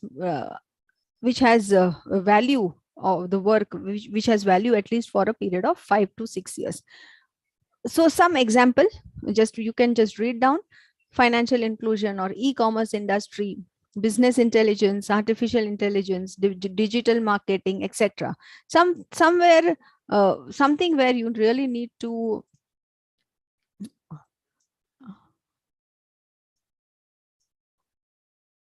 okay, so let me at least try to tell you now that how you are going to choose a title. When you're going to choose a title, what should the title how should the title be framed? Once you choose a title, it should ensure that the title summarizes the main idea of your study. Everything which you write should be summarizing the main idea of your study. It should be concise, informative, and should be able to convey the purpose of the research.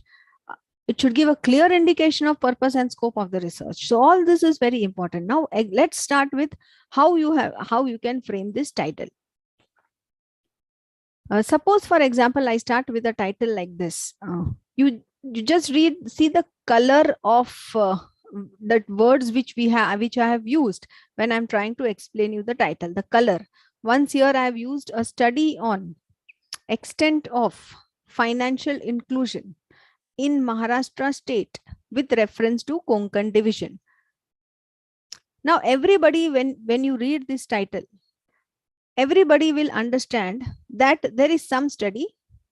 There is a study, something which is related to Maharashtra state, and specific focus is given to Konkan division. So this blue color, if you see, extent of financial inclusion. Out of the 50 participants who is listening here, all the participants, if I tell them to read, and all the participants, I tell them that you try to explain what do you mean by what you have understood by reading the title. So they will say that you are studying the extent on. Now, what is this extent? Every 50 participant will have a separate, different interpretation of the word extent. Everybody sitting here, nobody will have the same interpretation of extent. Everybody will understand that there's some financial inclusion. Okay, everybody knows financial inclusion means what? Financial inclusion, whether there is a financial, whether the population is financially included. But okay, financial included also means what? Financially included means whether they have banking facilities, whether they are using banking facilities, whether they have the knowledge of financial knowledge of investment avenues available, whether they invest in the avenues which are available, etc. All these information is information related to financial inclusion. But 10 different information, 15 different points, parameters are there of financial inclusion. Will everybody have the same interpretation of the financial inclusion parameters?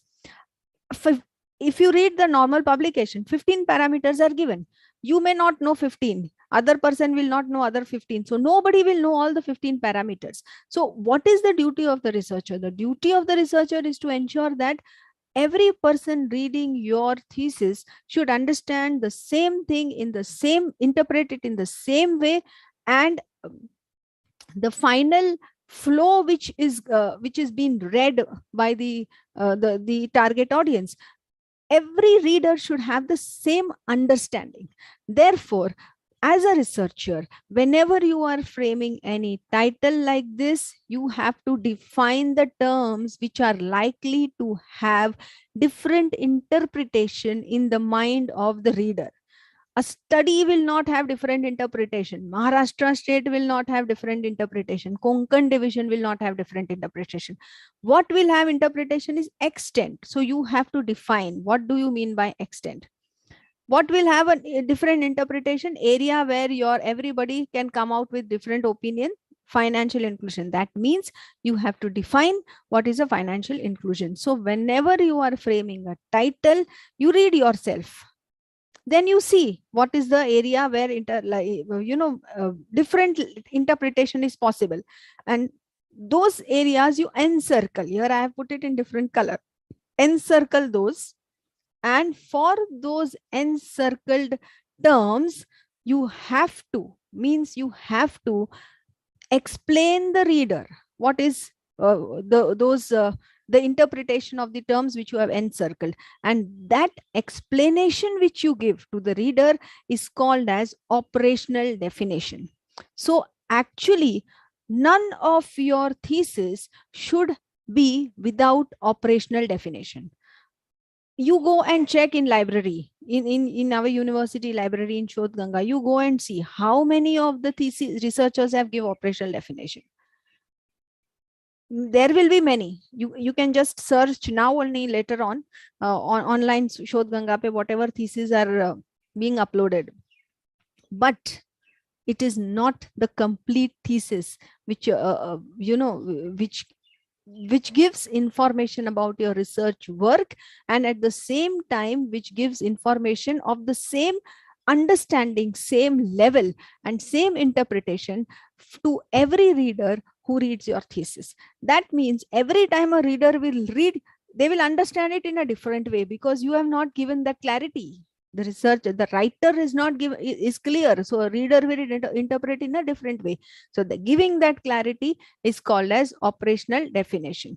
So operational definition, actually, there's a lot of a different session. I think 20-25 minutes we can only focus on operational definition, but today we are just doing an overview. So I will start with the first content structure of a research work. So what is a structure of the research paper? You have to write introduction of the research work, brief profile, review of literature, problem of the study, objectives of the study, hypothesis, methodology, limitations, significance, chapter scheme, and references. All the research work which you are doing, research paper, PhD thesis, and minor research, major research projects.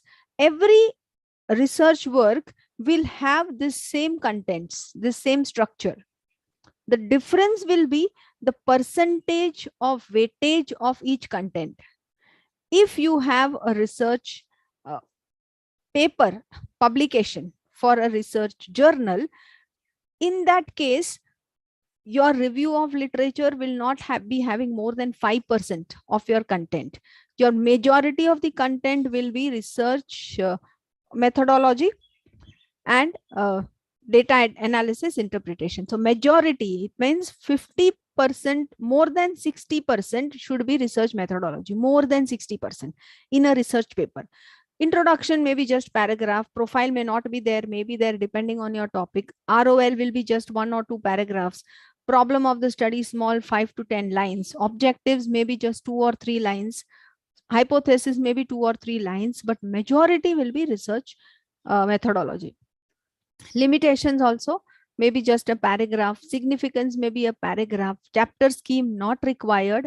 And last 1 page may be for references. So this is a proportionate, the weightage of the structure. If your project, you have a minor project, major project and a PhD thesis. If you have a major project and PhD thesis, then review of literature will become almost 7 to 10% of your research work, because that will lead you towards research gap.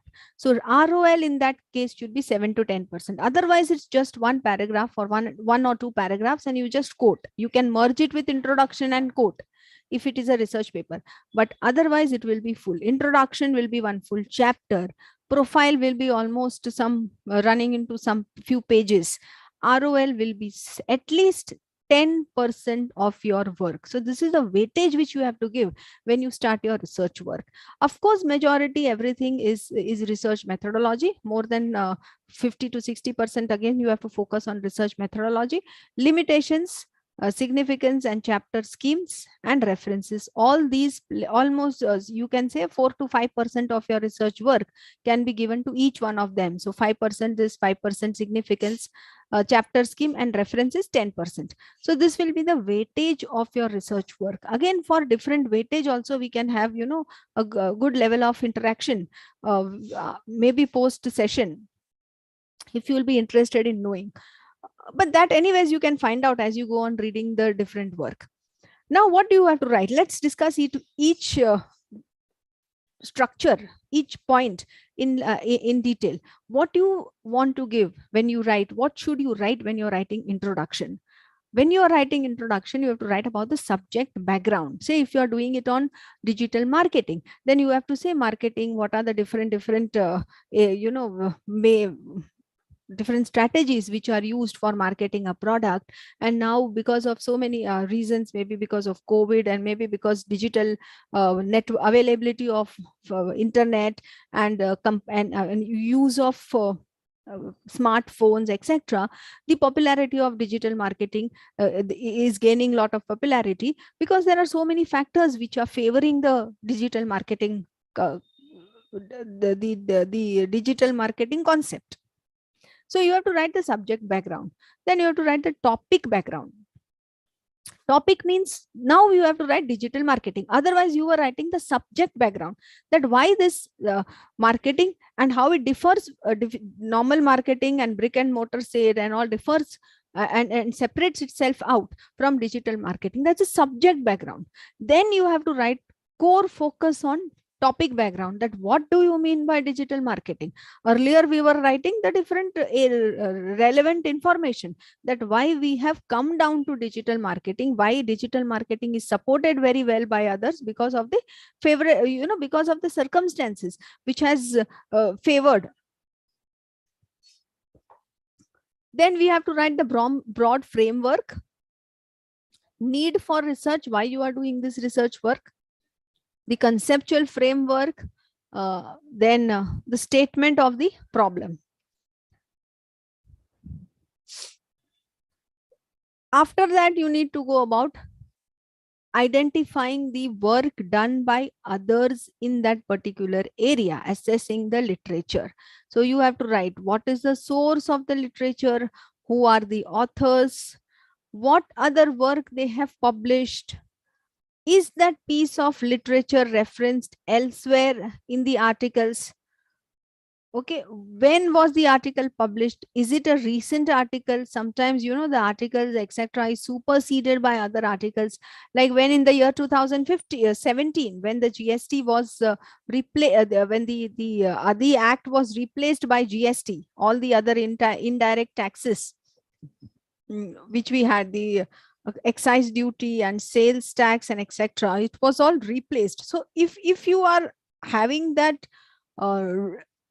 level of reading, you have read lot of recent works, and if you realize that now sooner or later this entire act is going to repeal and maybe replaced by some other acts, that you have to keep yourself upgraded, and you have to keep yourself well informed about these circumstances which may have a impact on your topic which you have chosen. Like we also had so many research students, because my core is actually accounting and finance. We had students who had come in 2016 15 16. They were going to do some topic on customs duty and excise duty, etc. But when we keep on reading that this government is likely to change the act, the possibility of repealing the entire act is quite high. You should restrict your research students to step into this area where after 2 years, had somebody taken that topic of excise duty in the year 2016 and completed in the year 2019, what would be the purpose of doing this research work? Absolute waste of their 3 years.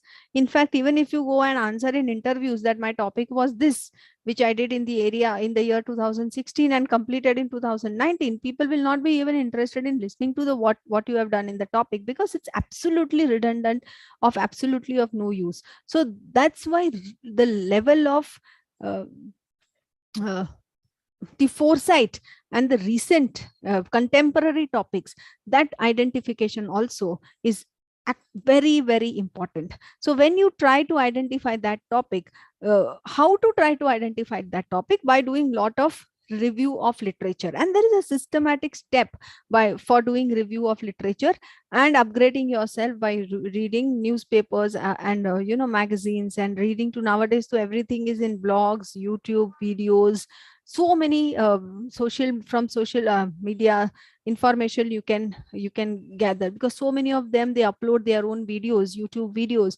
on this channels, various channels.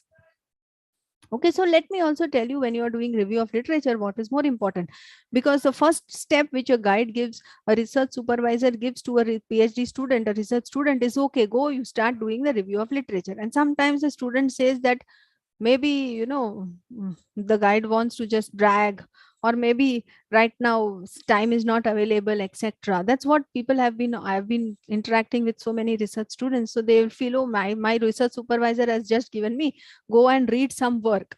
So they think that it's just bragging, or maybe delaying something. It's not like that. It's not like that. Remember, do not underestimate your research supervisors.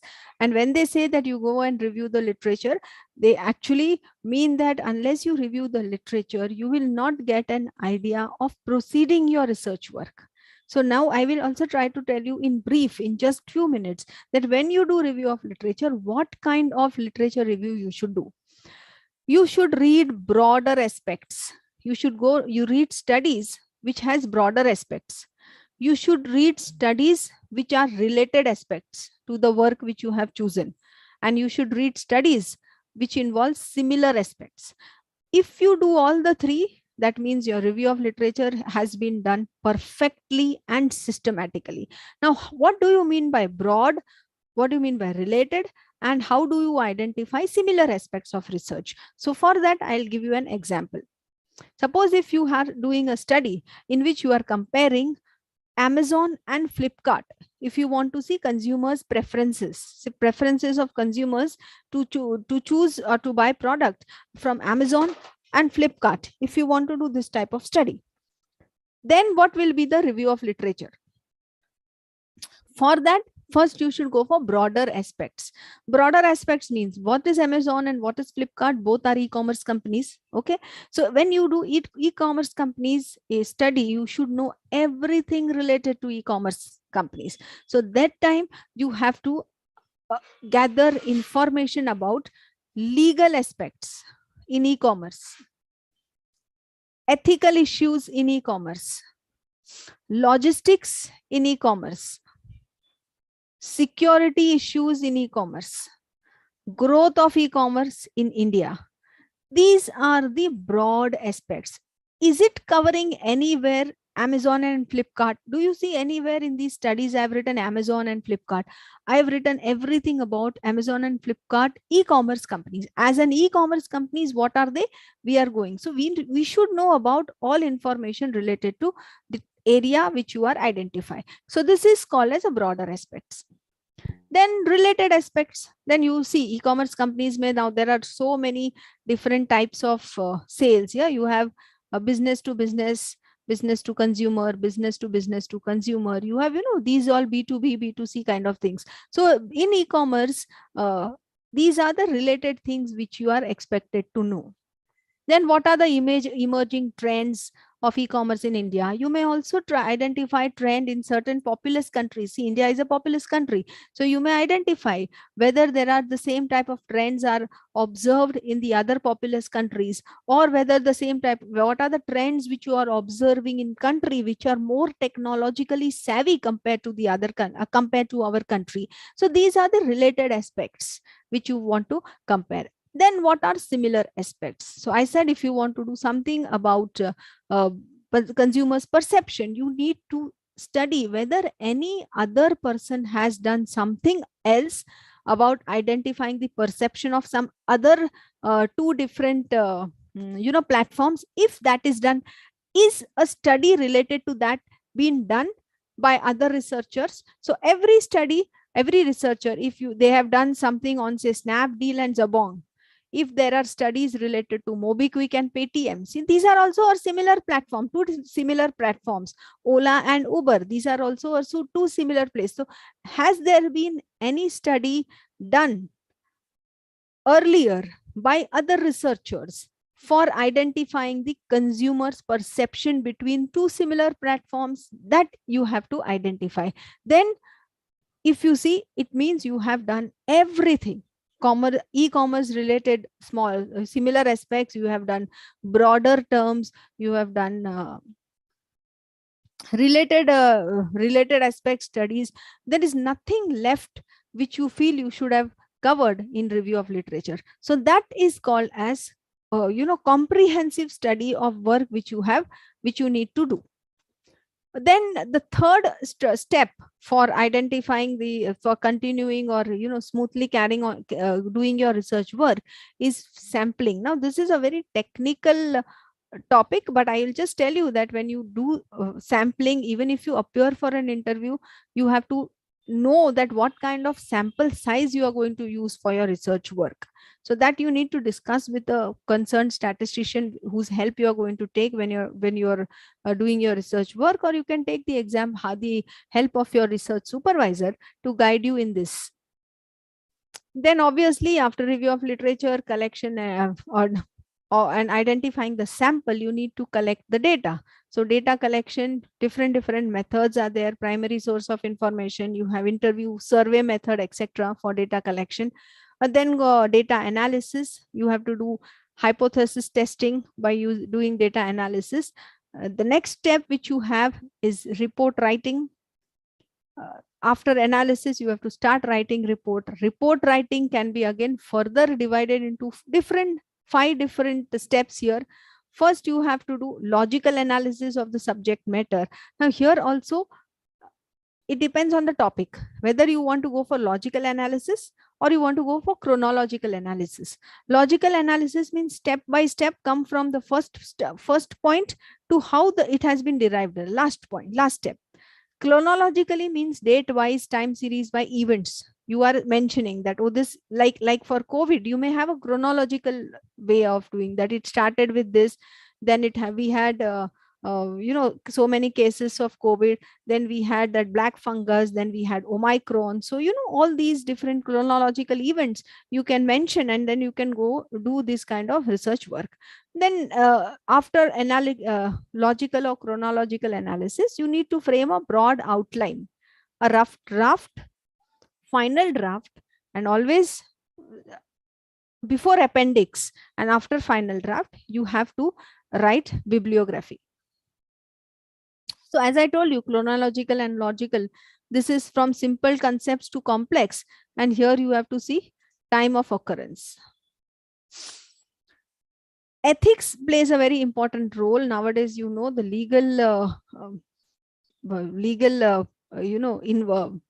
the legality involved in you writing about somebody's work and not mentioning or not citing the other researcher, plagiarism, which we all popularly call as, without having your research thesis report, without doing the plagiarism check done, I think none of the universities, none of the funding agencies are accepting the project. So you have to get it done by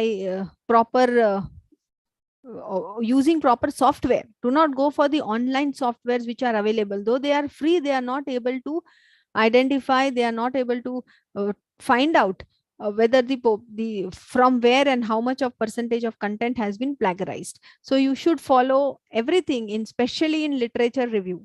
Now another a question again comes up is, when you're writing a literature review, it is automatically coming into a plagiarized, our plagiarism report.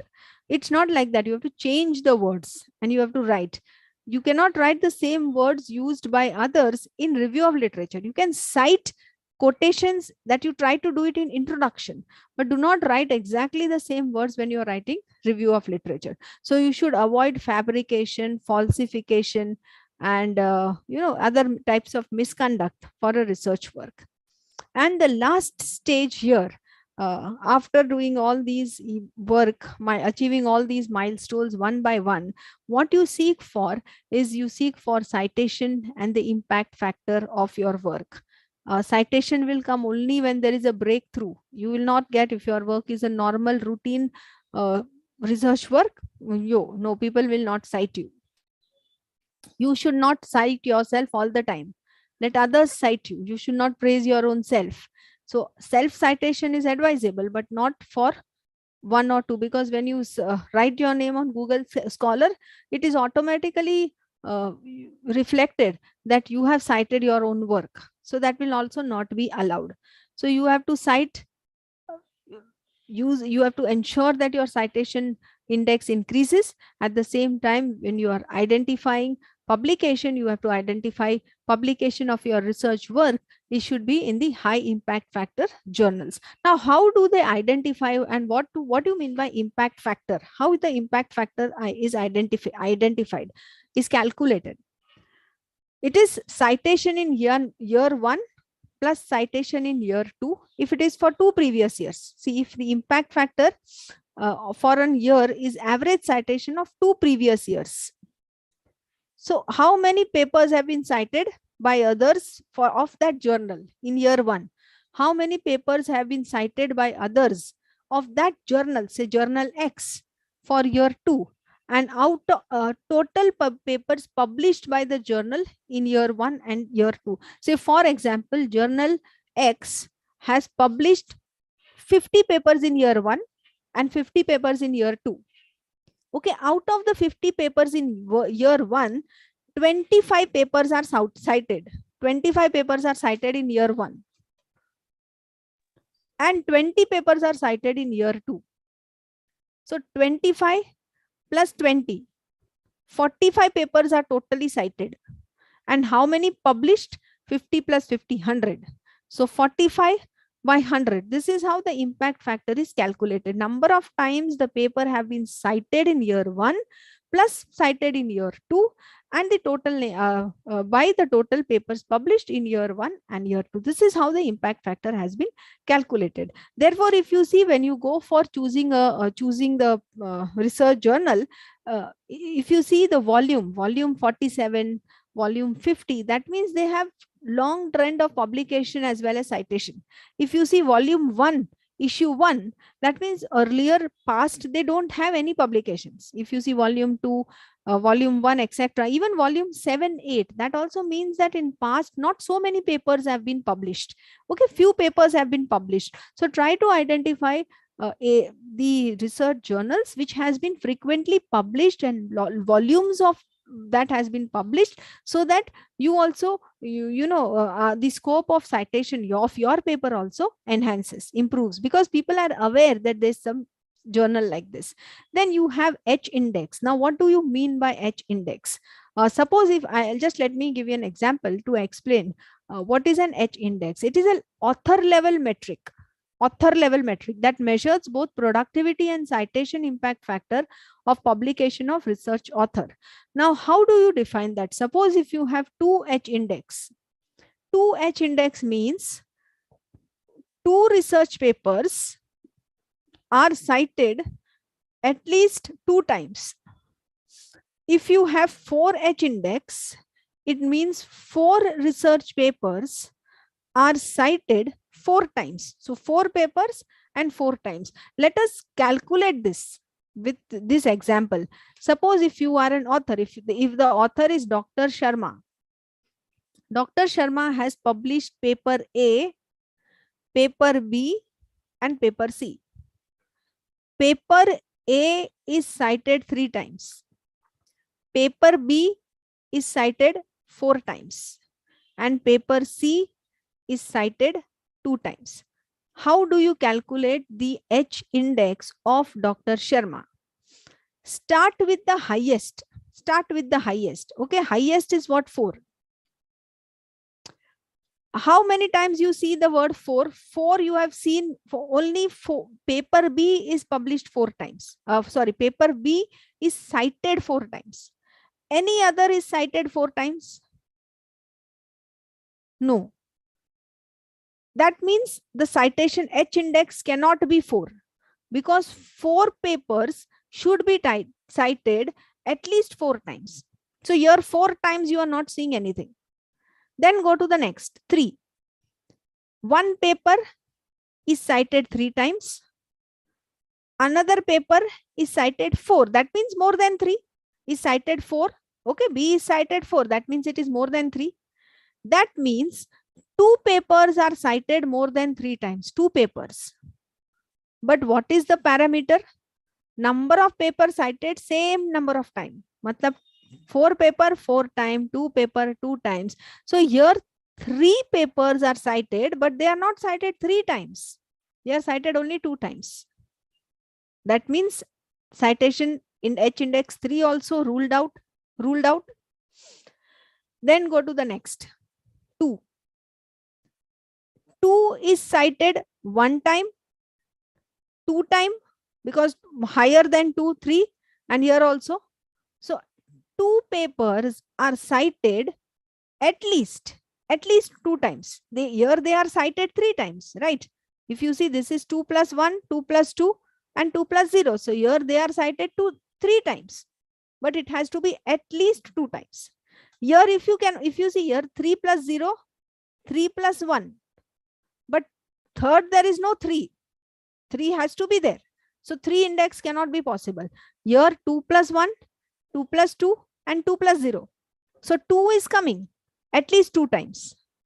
That means your H index is 2. This is how your H index is calculated. So the more the number of citations of different papers you increase, your footprint and your visibility is going to increase in that level. Exactly similar kind you can calculate for I index. I10 index is to gauge the productivity of the author. It is an extension of H index. I index में क्या है? The publication with at least 10 times. 10 times. So anything above 10 you can take. See, this is about 10. This is about 10. This is not about 10. And this is about 10. So 10 times each paper is 3 papers are 10 times. One paper 10 times above, another paper 10 times above, third paper 10 times above. So 3 papers are about 10. That means 3 H index. Sorry, this is not H, I10. By mistake, I have written here H. 3 I10 index. So this is how you have to calculate. You can calculate. Of course, Google Scholar does it automatically for your own self, but you should know at least. Your knowledge is very important. What is the meaning of impact factor? How you calculate? We say everything, but we should also know the basics of calculation. So this is what I thought I should explain you about the footprints, enhancing your footprints of the research work. And we can now have the session open for question answers. And I think I've completed dot on time allotted to me. Yes, ma'am. Dear participation, do you have some question regarding Kinari Thakkar Madam lecture? Dear participants, do you having some query, some question regarding Thakkar Madam lecture?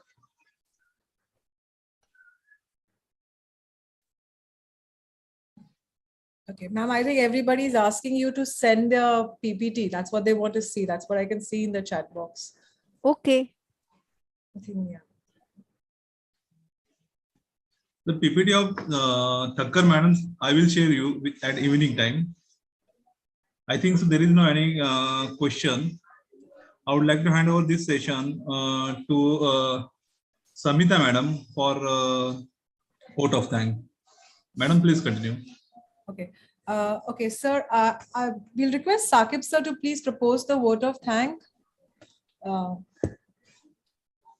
Saqib sir? Yeah, I'm here. Hanji.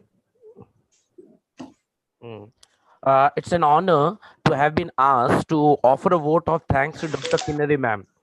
Thank you, ma'am, for your valuable time. You help us to choose the topic, the research topic. You simplified the thrust areas and selection of the title. Thank you for enlightening us with the basics of the research. You not only simplified the research for us, but motivated us to do more research. Thank you, ma'am. Thank you once again. Thank you so much for your valuable time, ma'am. Thank you. Thank you, madam. Your outstanding lecture, as usual, your deliver so many from your bottom of your heart. Your informative lecture. The Thank next session, thank you, ma'am. The next session of respected Dr. Janice Fernandez from London, Southampton University. Janice, ma'am, are you available?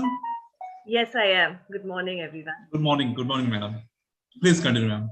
Okay. The biodata reading of Janice Fernandez will be done by the Sinhgad Khan sir. Sinhgad Khan sir, please continue.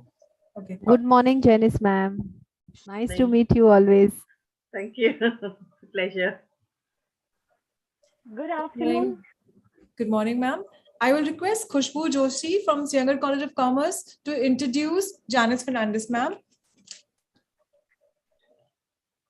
Good afternoon, everyone. We have with us Dr. Janice Fernandez.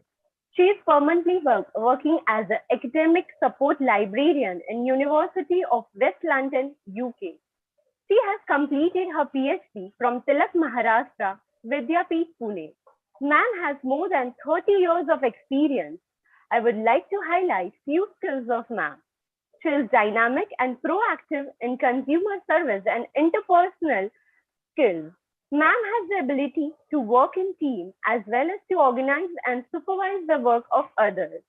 Excellent written and oral communication skills, etc.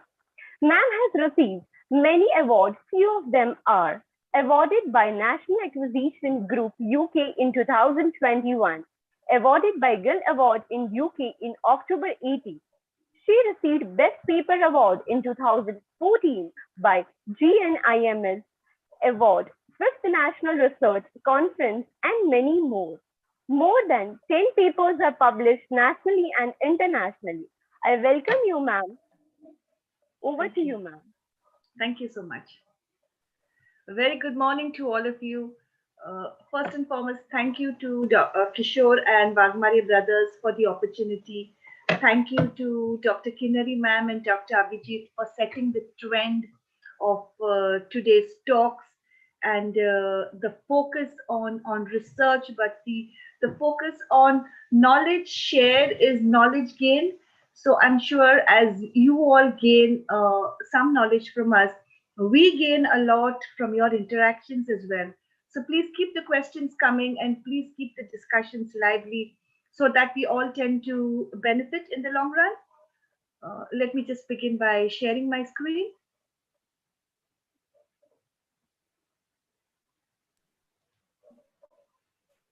It is Can you all see allowed my to. screen? Yeah, it is allowed to share. Please share your screen. Yeah, thank you, thank you. Can you all see my screen?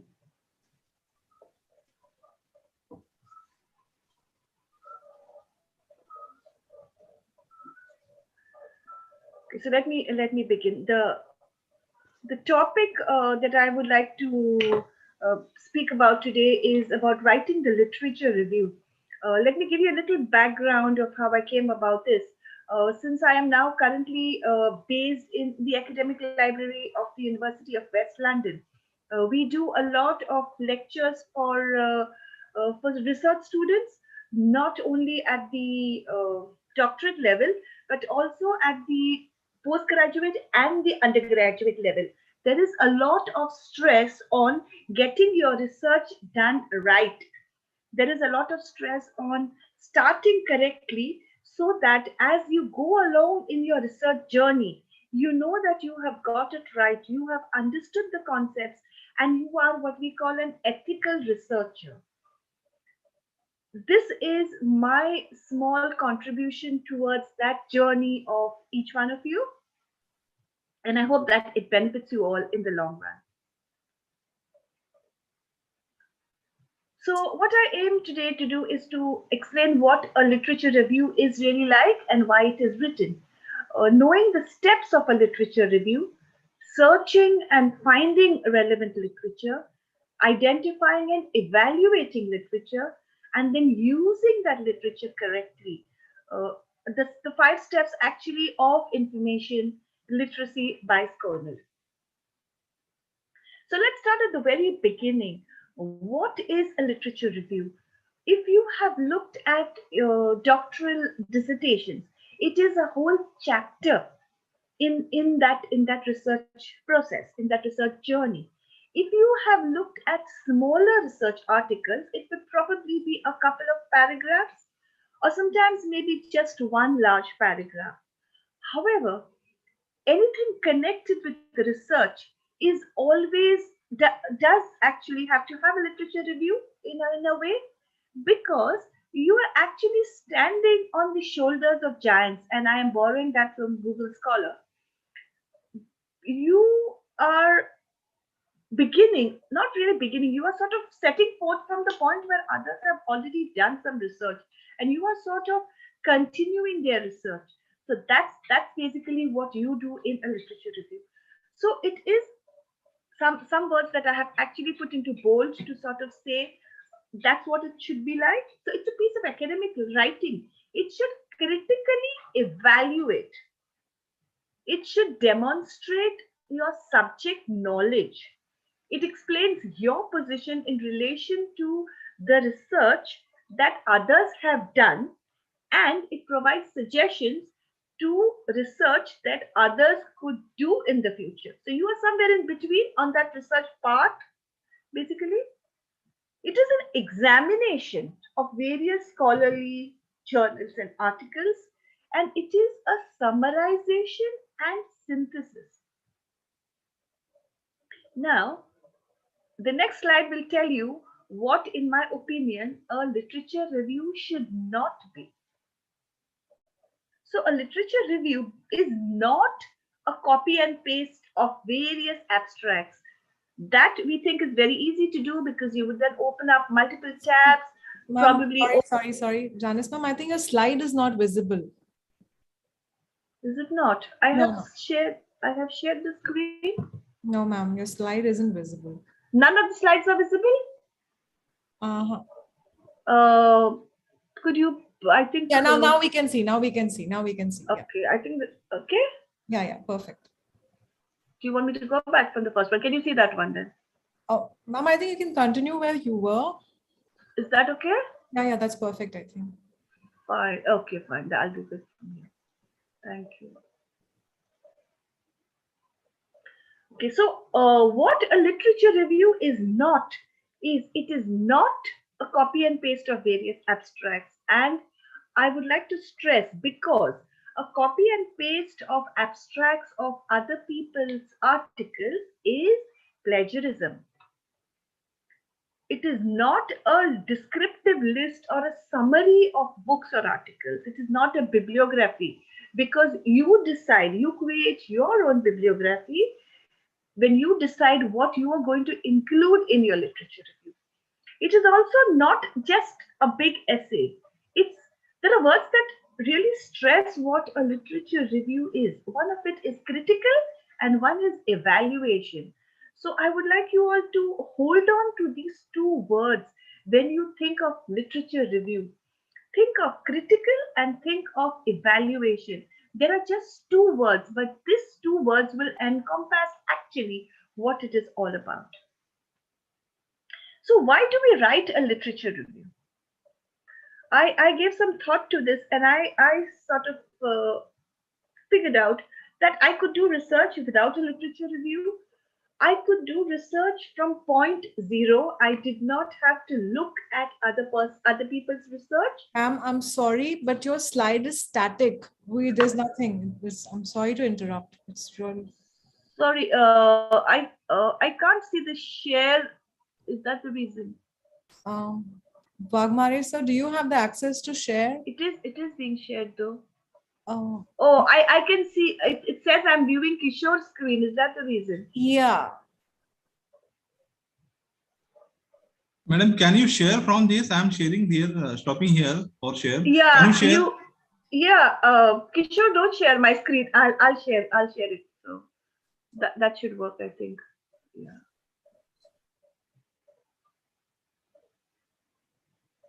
May I help something? No, I'll just go about it. Just a minute.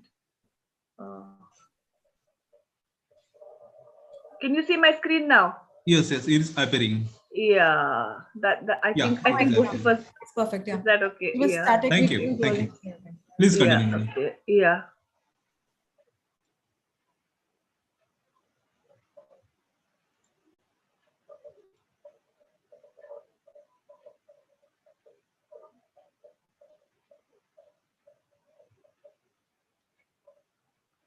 Is that okay? Yes, ma'am. Yeah, you can all see my screen. Yeah, perfect. Yeah, perfect. Okay, nothing.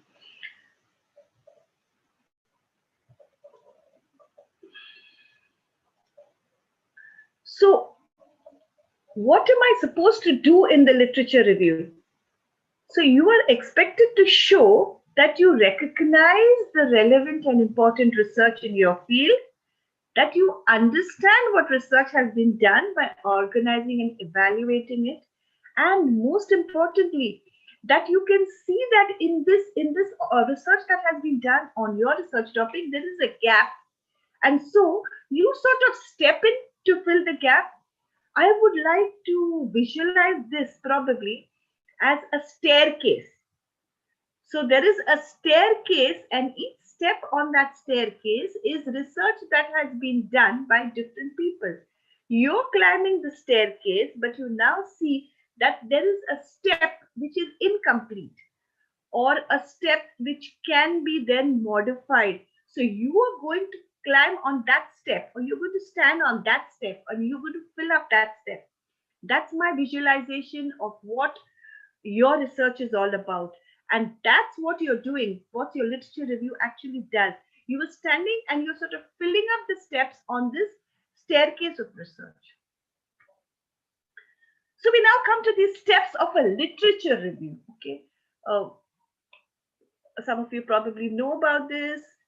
Most of you probably have a very good idea. Some maybe not a very good idea, but let's just go through this whole process. So you start by selecting a topic. You would then define the search terms. You would search and evaluate resources. You would survey the literature. You would write down each analysis, and then you would write down the complete literature review. This process in a small research article might take a couple of days.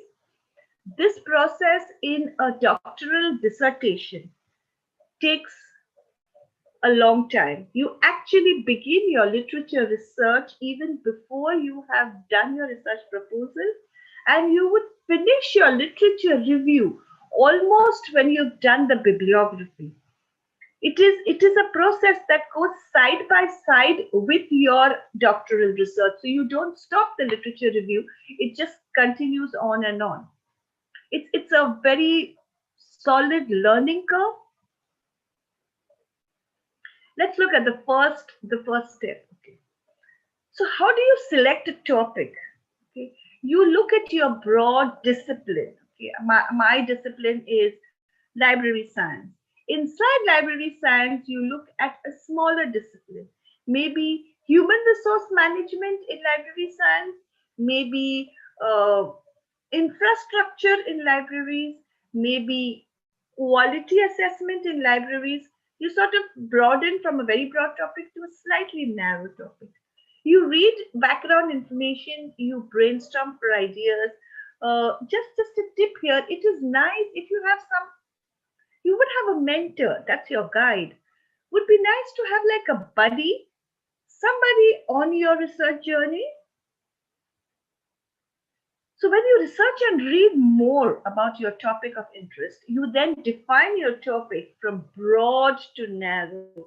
So if I am then doing library and information science, and then I'm doing human resource management in libraries, and then maybe I'm coming down to some sort of an induction for new librarians.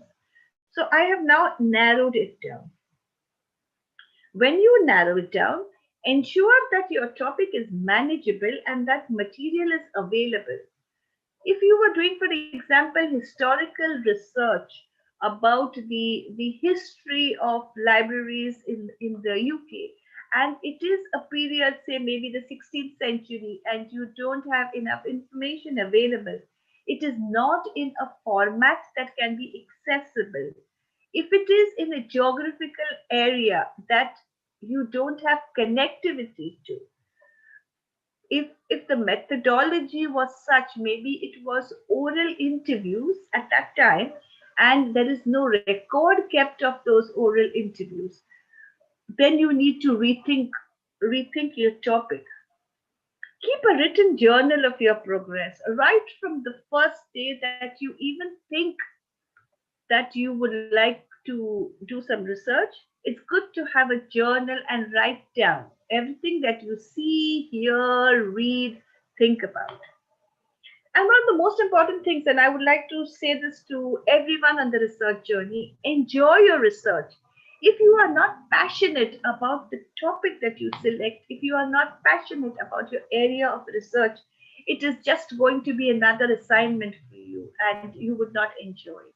If you are passionate about it, it stays with you. The next step in the literature review would be to define the search terms. And the reason that you define your search terms is because you are then going to find more information based on these search terms. It is very important to decide what you are going to search and what you're going to limit yourself to at this point. So you make a list of useful keywords and phrases as you read. So if I was then searching from library and information science to human resource management in libraries to induction for new librarians, I would then look at some sort of useful keywords, maybe some sort of tasks or what you do or how you learn, or what you need to know, various documents to be filled, something of that sort. And then I would look for various organizations which have these procedures in place. And then I would start looking for search terms based on this. You also need to consider synonyms, relationships, and delimiters. For example, of course, your geographical range, as I spoke about, or if you have a time period like a date, and you then establish a pattern of search terms. So as you go along, you would find some sort of a link. So you probably go from library, say maybe to academic libraries, to you might narrow it down to a college library or a school library, and then you would go into it. We always wonder how many search terms. It's up to you to decide. It's it is up to you to maybe take many search terms and then narrow it down to few. It's up to you to maybe take a smaller and then find the other way around. I always advise researchers that your first point of research is your library catalog. In the university where you have registered for your research, or in the university or library that you work in, because this information is available to you. This is the first door that you need to open. And I think as researchers, I am also guilty of this. We sort of look at large organizations and we keep stressing that we need to go there and look at their information. Definitely, you need to do. But why don't you start at home first? Start with your own library catalog. The other thing is that your library catalog also provides options for open access. You have DOAJ, the Directory of Open Access Journals. You have DOARB, the Directory of Open Access Books. You have Google Scholar, which is really good peer-reviewed academic research articles. You can then go on to other paid resources that other organizations might have, like ProQuest or JSTOR or EBSCO. As far as possible, try and look for primary sources. So there will basically is primary, secondary, and tertiary literature. Try and look for primary sources.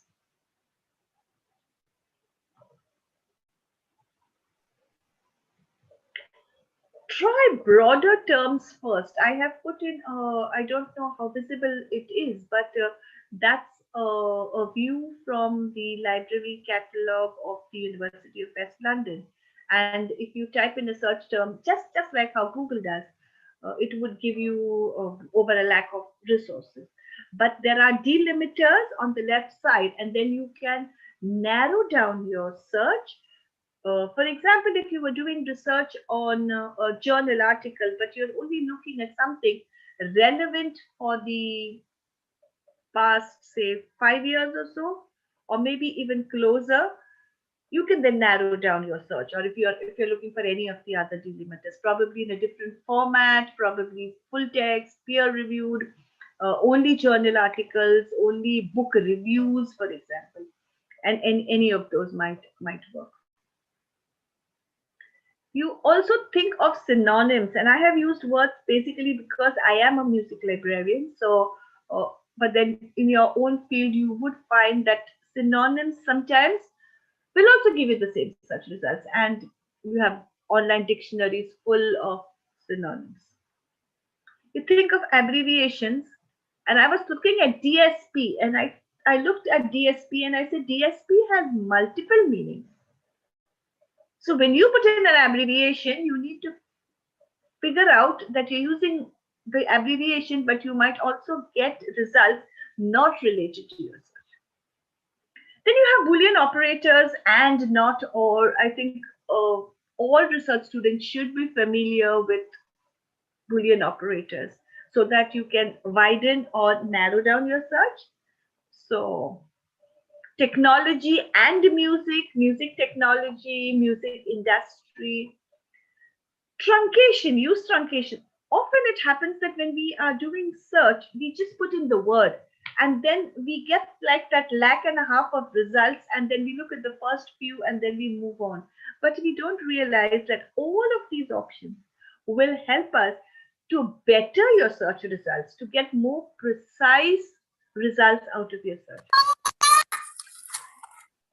So if you are using truncation like star, or if you are using quotation marks, you can put it together as one word. And my classic example is music industry, because if you were saying music industry without the quotation marks, it would throw up all results where the word industry is related, but you're not looking for industry, you're just looking for music industry.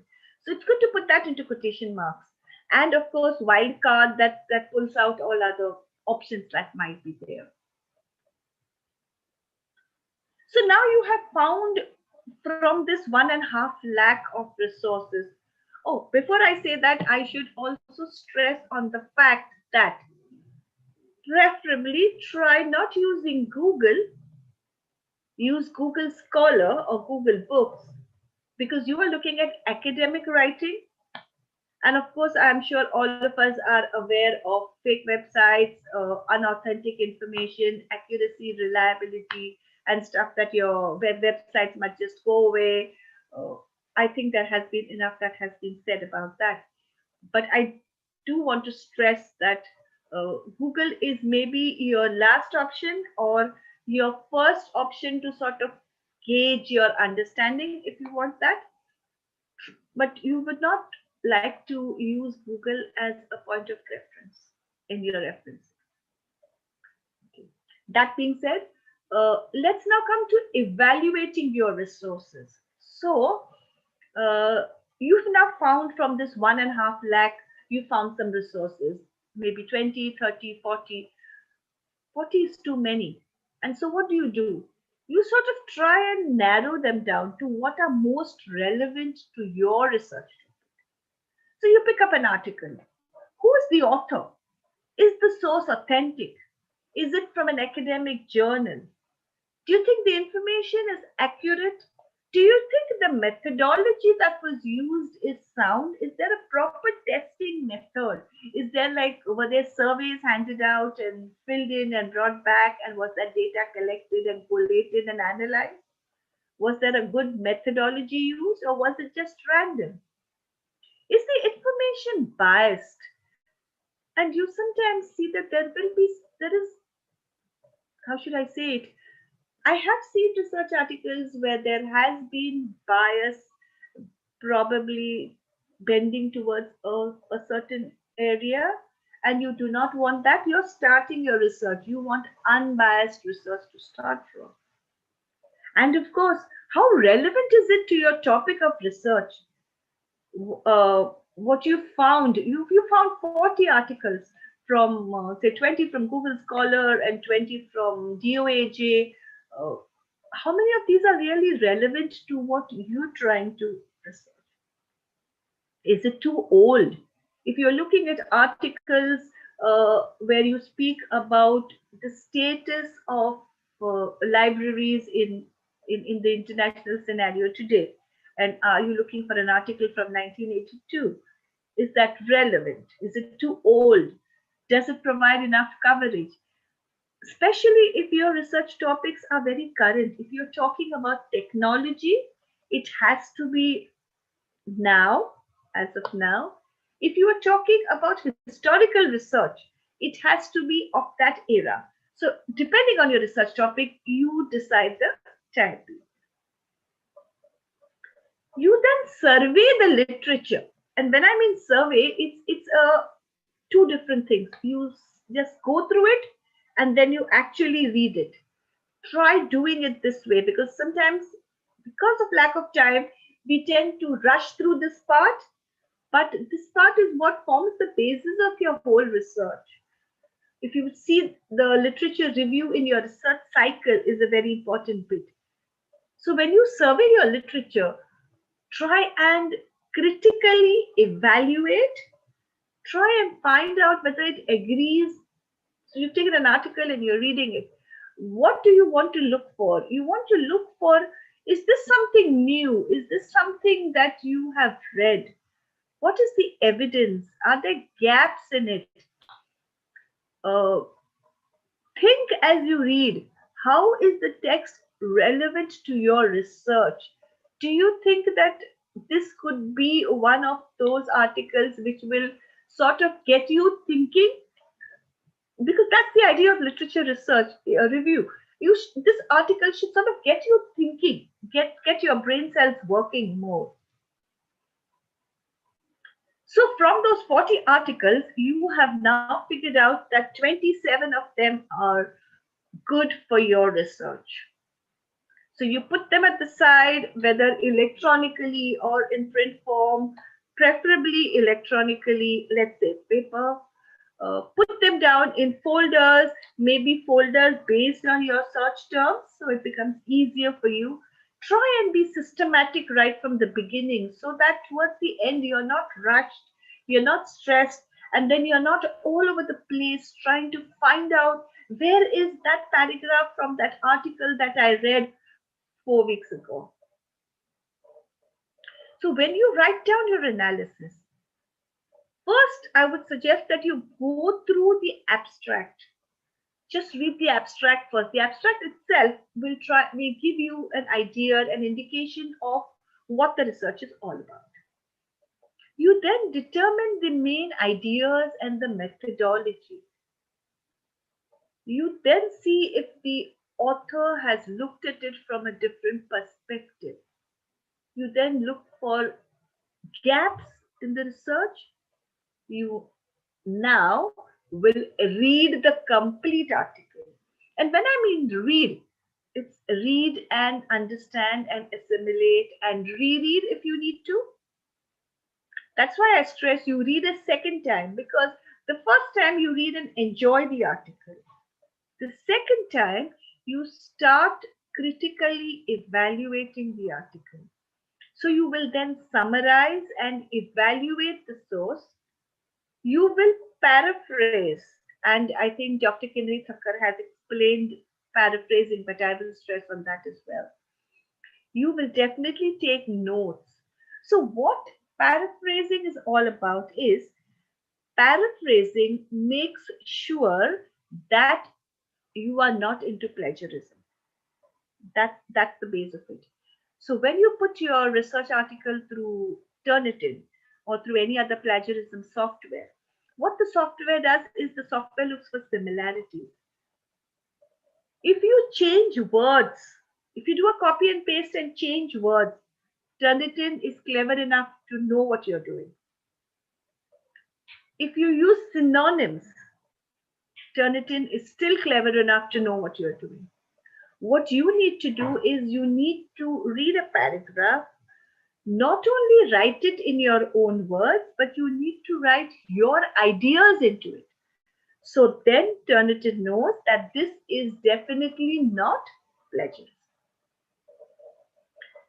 Take notes at every stage, and that's my personal experience and my very strong advice to each researcher. Take notes at every stage. Our brain can only assimilate and keep that much information. If you look at the hard disk of the brain, after a while, some of it has evaporated after a while, and then I think the stress sets in because you're sort of struggling to try to remember what you read, where you read it, what was the source, and I wonder whether I can get that back. It's a good idea to keep notes right from the beginning. And of course, citations.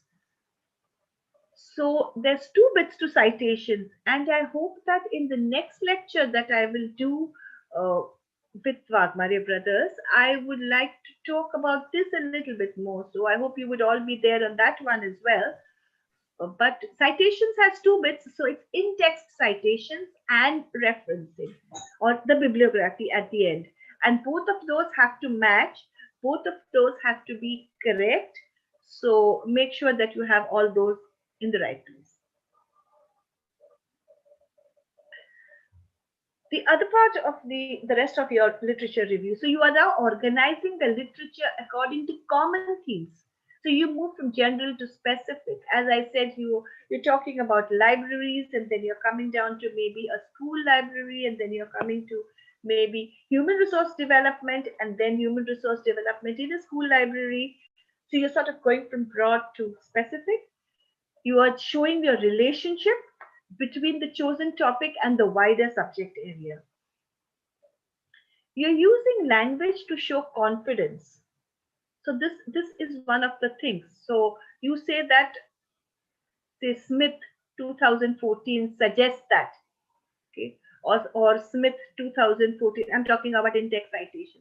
Smith 2014 suggests that there is a strong relationship between motivation and better performance.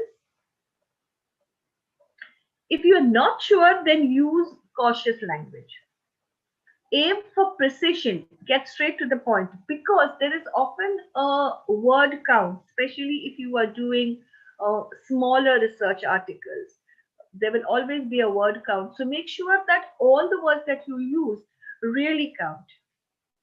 Use a mix of long and short sentences. So it's a report, so you have to be impersonal. It has to be from the point of view of writing in third person. And use your own voice to comment on the literature. So when you comment on it from the point of view of a third person, but use your own bits into it. So that makes that research your own.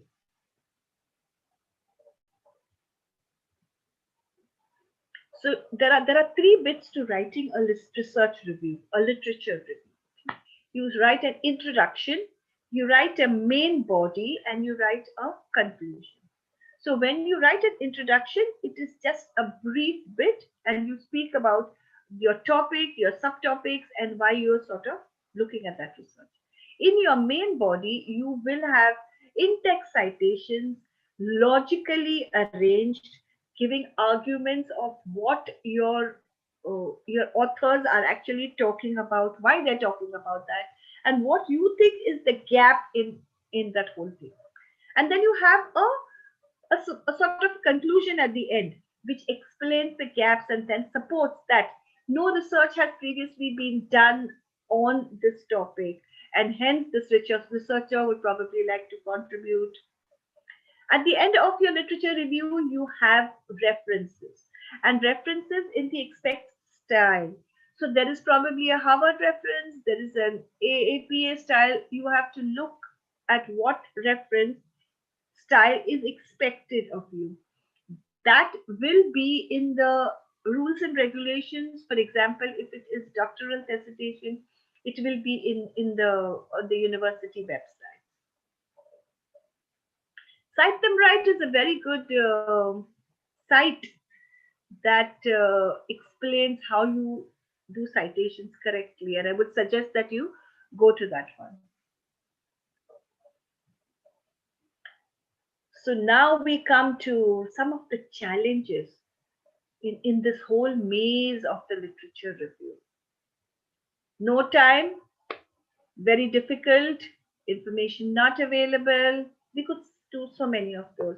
But yes, sometimes the information is not available, and the information which is available may not be free. There might be a bias in selection. For example, you might just look at journal articles, you might not look at grey literature or government reports. It is difficult to evaluate resources, because then that's your own thinking cap that you need to put on, your own understanding of it. There might be a lack of direction, guidance, and understanding. Along with a mentor, I always like to have a buddy, somebody who sort of pushes you on to complete your research within the deadline. It's good to have a buddy. Some people think that they have no time to do the literature review. Some people might think it's a waste of time.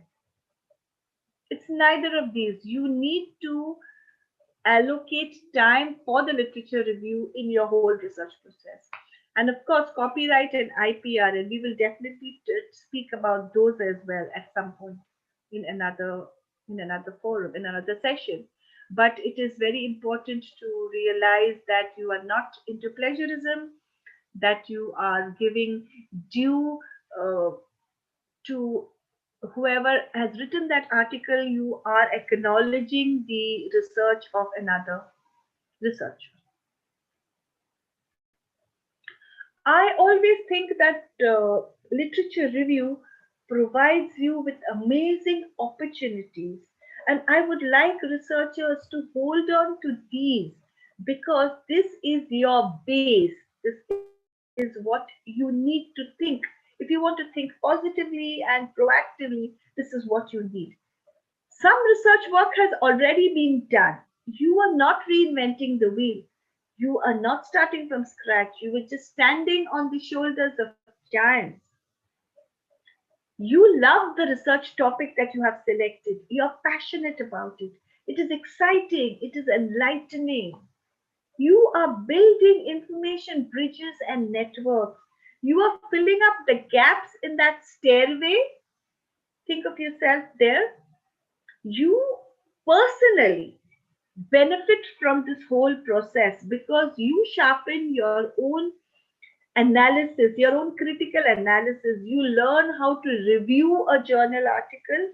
You learn how to think in different ways, and you better your writing skills because you now write like an academic. So you are focused, determined, clear, and from all those notes that you make and keep the journal that you keep as you go along your progress, you are systematic. In my own personal experience, I think after I completed my doctorate, I turned out to be a better person. I realized it myself because I was now more planned, more systematic, more taking down notes. It sort of changes your way of life. So look at research not just as submitting an article and being done with. No, look at research as changing something within you. Look at research as one more step on your personal journey. That's a little bit of how a reference list should be like, but I would definitely focus on that another time. You need to use uh, maybe an APS style or a Harvard style, and you need to uh, do it exactly as the style suggests.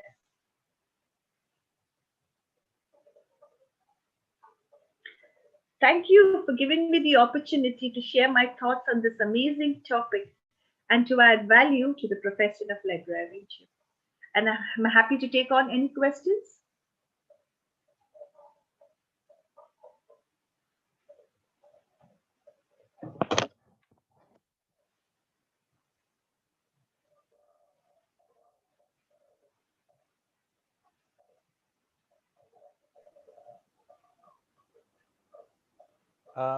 I can't see any question, ma'am.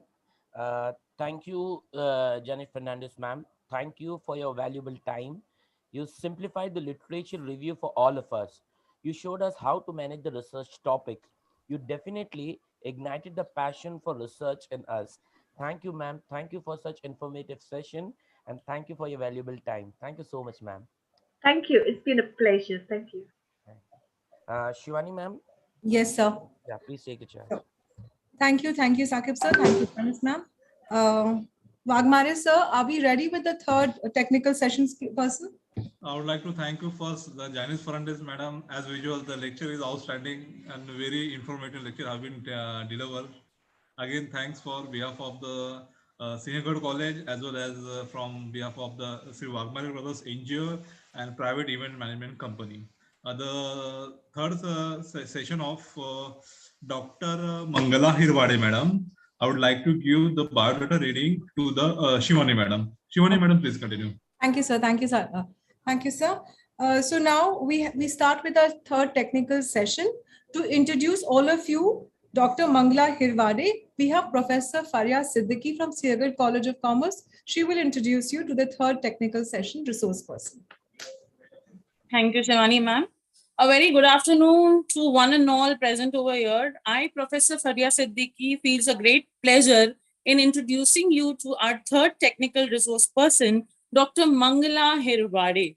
Ma'am is a PhD in library science and has an experience of 27 years. She's presently working as an associate professor in Department of Library and Information Science, RTM Nagpur University. She has worked at Shivaji Science College, Nagpur as a librarian for 6 years and also at a patent information system Nagpur for 11 years. Ma'am has presented papers at USA 2009, South Africa 2011, and Sri Lanka 2010 and 2011.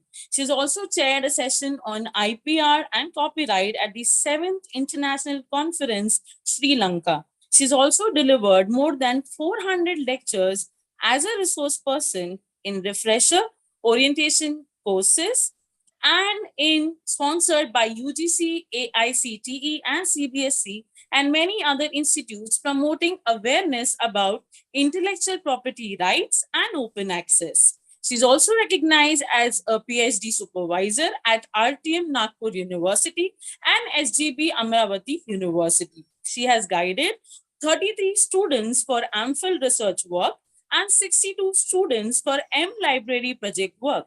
She is also a member of Board of Studies of RTM Nagpur University, SGB Amravati University, and Gondwana University.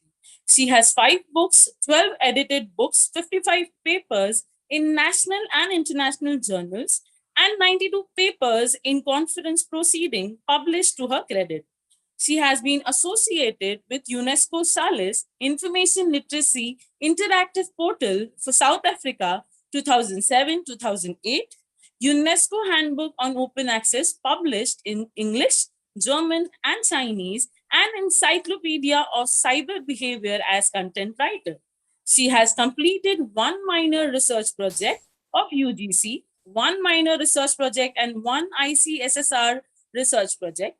She is a recipient of 2011 Emerald Indian LIS Research Fund Awards UK, PV Varghese Best Paper Award 2002, ILA New Delhi National Level, Grand Mitra Puraskar 2010, Shiksha Ratan Puraskar Best Paper Award at NAC sponsored National Conference at Sinhgad College, Nagpur. She is also associated with 4 national journals as editorial board member.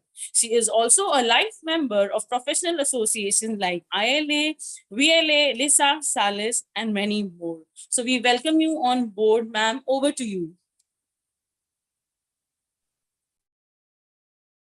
Thank you so much. Good morning, good madam. Good, Good afternoon, sorry, good madam. afternoon. Welcome, ma'am. Yeah, thank you, sir. First of all, I would like to thank the organizers for giving me this opportunity. And today I'm going to talk on a very important topic from research point of view, and that is actually fundamentals of intellectual property rights. Okay. In today's talk, I'm just giving you some idea about various facets of intellectual property rights. And see, research is a very important part of academia. And of course, when you invent anything, there should be legal protection for that, isn't it? So I'm going to talk on fundamentals and various facets of intellectual property rights today. I would just like to share the screen.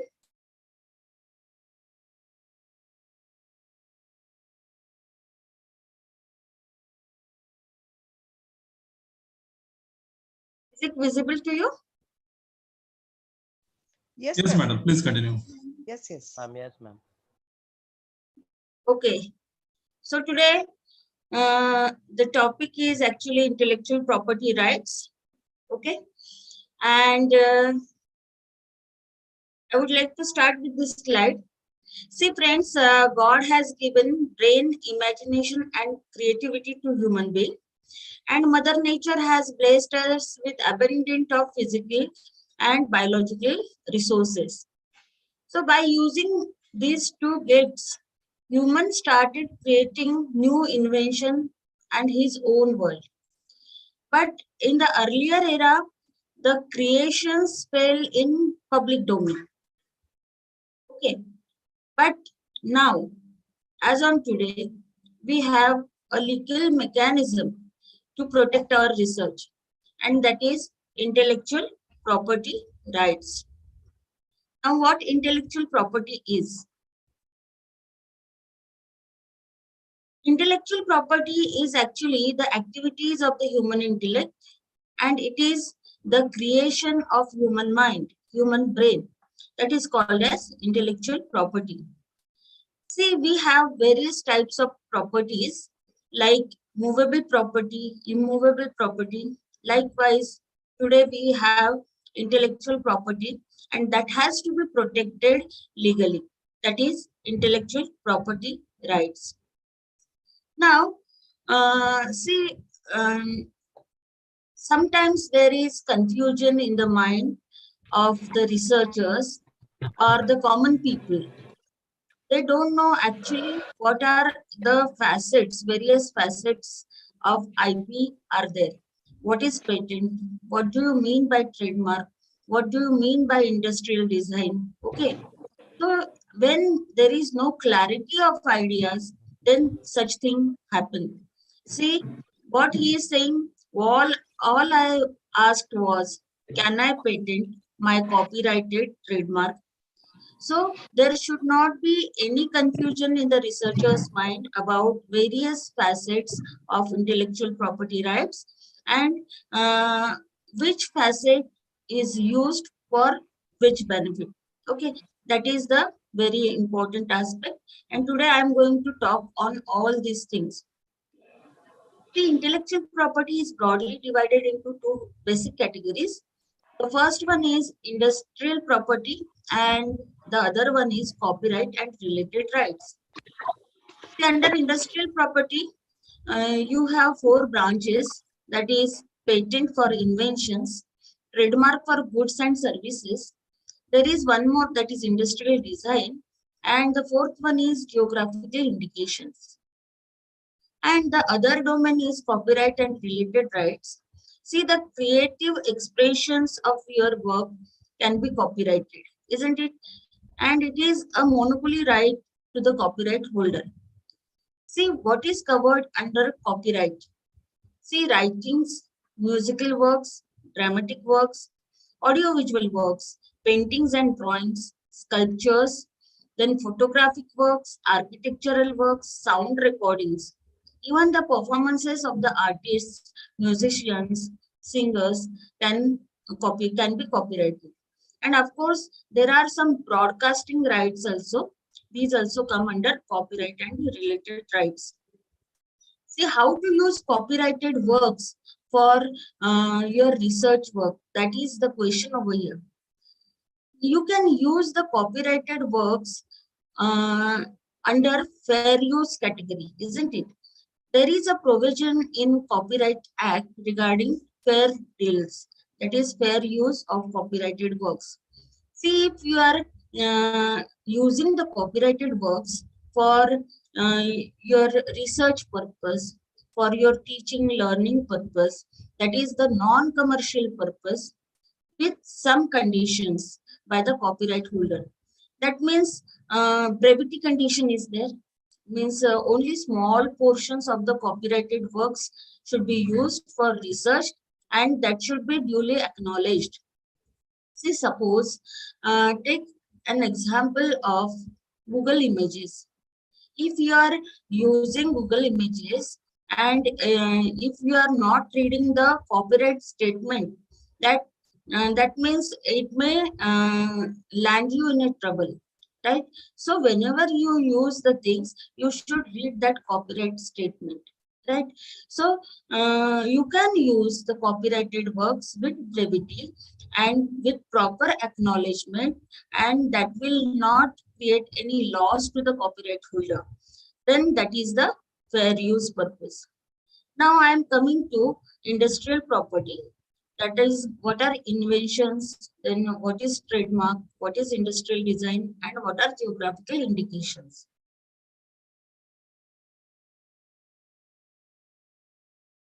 There are some other factors also which are associated with this intellectual property rights, like protection of life forms, traditional knowledge, domain names, digital copyright, integrated circuits, and plant varieties and farmers' rights. Now, friends, see, when property is there, then there will be ownership. Okay, so property is there, there will be ownership, right? When it is intellectual property, then it becomes IPR. When you have an idea and you express it in a tangible medium, then it becomes the matter of copyright. Then if you have the idea, you have innovation and invention, you can claim for a patent. If you have an idea and it gives you the alarm about the identity and quality of the product, then that can be the trademark. And when you have the idea and there is a special appearance, attractive appearance of the commodity, that can be protected under industrial design. And suppose if you do not want to disclose your invention, you want to keep it confidential. In IPR terminology, it is called as trade secrets. Now we will see, this is a simple picture of a bike, isn't it? Now we will see how this single commodity is protected under intellectual property rights from various directions. You can see this is the shape of the seat, isn't it? It can be the matter of industrial design. You can also see there will be a booklet or manual along with this bike when you purchase, that can be copyrighted. Then the actually technology used in this bike, that is the patentable matter. And of course, this is got the market value, that is the brand name, that is called as trademark. So in this way, a single commodity can be protected under IPRs from several directions. And of course, you all are familiar with this brand of cold drink, that is Coca-Cola. And they have not taken any patent for Coca-Cola because they do not want to disclose their formula. Then likewise, you can see this is pressure cooker and it has got patent rights, designs, copyright and trademarks. Likewise, Nikon is there, the trademark, and attractive and appealing look of this camera can be the matter of industrial design, and actually the technology functioning of the camera can be patented. Now, similar way, when you search the patent databases with the keyword television, then you will get n number of patents, isn't it? That is the technology advancement. As far as India is concerned, this IPR department comes under Ministry of Commerce and Industry and Department of Promotion of Industry and Internal Trade. And CG, that is Controller General, is the head of the organization. See, this industrial property, it comes under Ministry of Industry, but copyright registrations under Ministry of Human Resources Development. As far as India is concerned, you can see this is the official homepage of IPR office, and here from these links you can get the details. And I'm from Nagpur, and it's a proud thing for us Nagpurians that we have got RGNII PM in our city, that is Rajiv Gandhi National Institute of Intellectual Property Management. It is the institute of international level, and they impart advanced training programs in IPR regime. And from this public search, you can access all the databases regarding IPRs from this particular link as far as India is concerned. Now, this is a statistics to give a rough idea how the applications for patent, design, trademark, and GI and copyright are increasing day by day. Okay, that means the people are getting more aware about these IPR concepts nowadays. Now, we will see one by one. What is patent? Patent is a grant of exclusive right provided by government to the patentee in exchange of his invention for a limited period of time for making, using, selling, importing products, or process of producing the products, or authorizing others to do so. This is actually the basic definition for a patent. So it is an exclusive right given by the government to the patentee for a limited period of time, and that term of patent is 20 years. Okay, and every year you will have to renew that patent. If you fail to renew that patent, then the patent will come under public domain. Anybody can use your invention without your permission. Okay, so this is important about the basic thing about the patent. Okay, so patent gives you the right to exclude others from making, using, selling, offering for sale, or importing the claimed invention for 20 years. Now, as far as India is concerned, there are 4 offices of patent registrations: Chennai, Delhi, Mumbai, and Calcutta.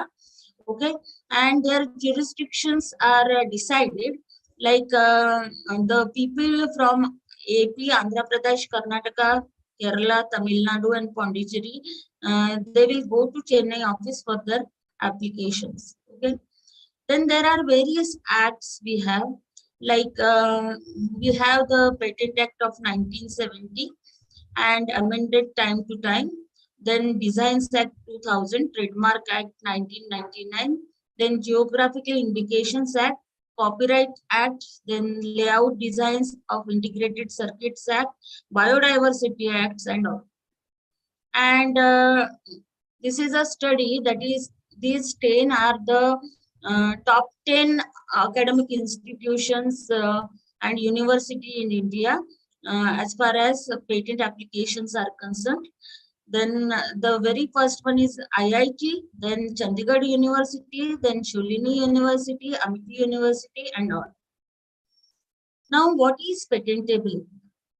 Okay, a patent is granted for an invention. See, invention is very important. There is a difference between invention and discovery, right? So a patent is granted for an invention which may be related to any process or product. There can be a process patent or a product patent.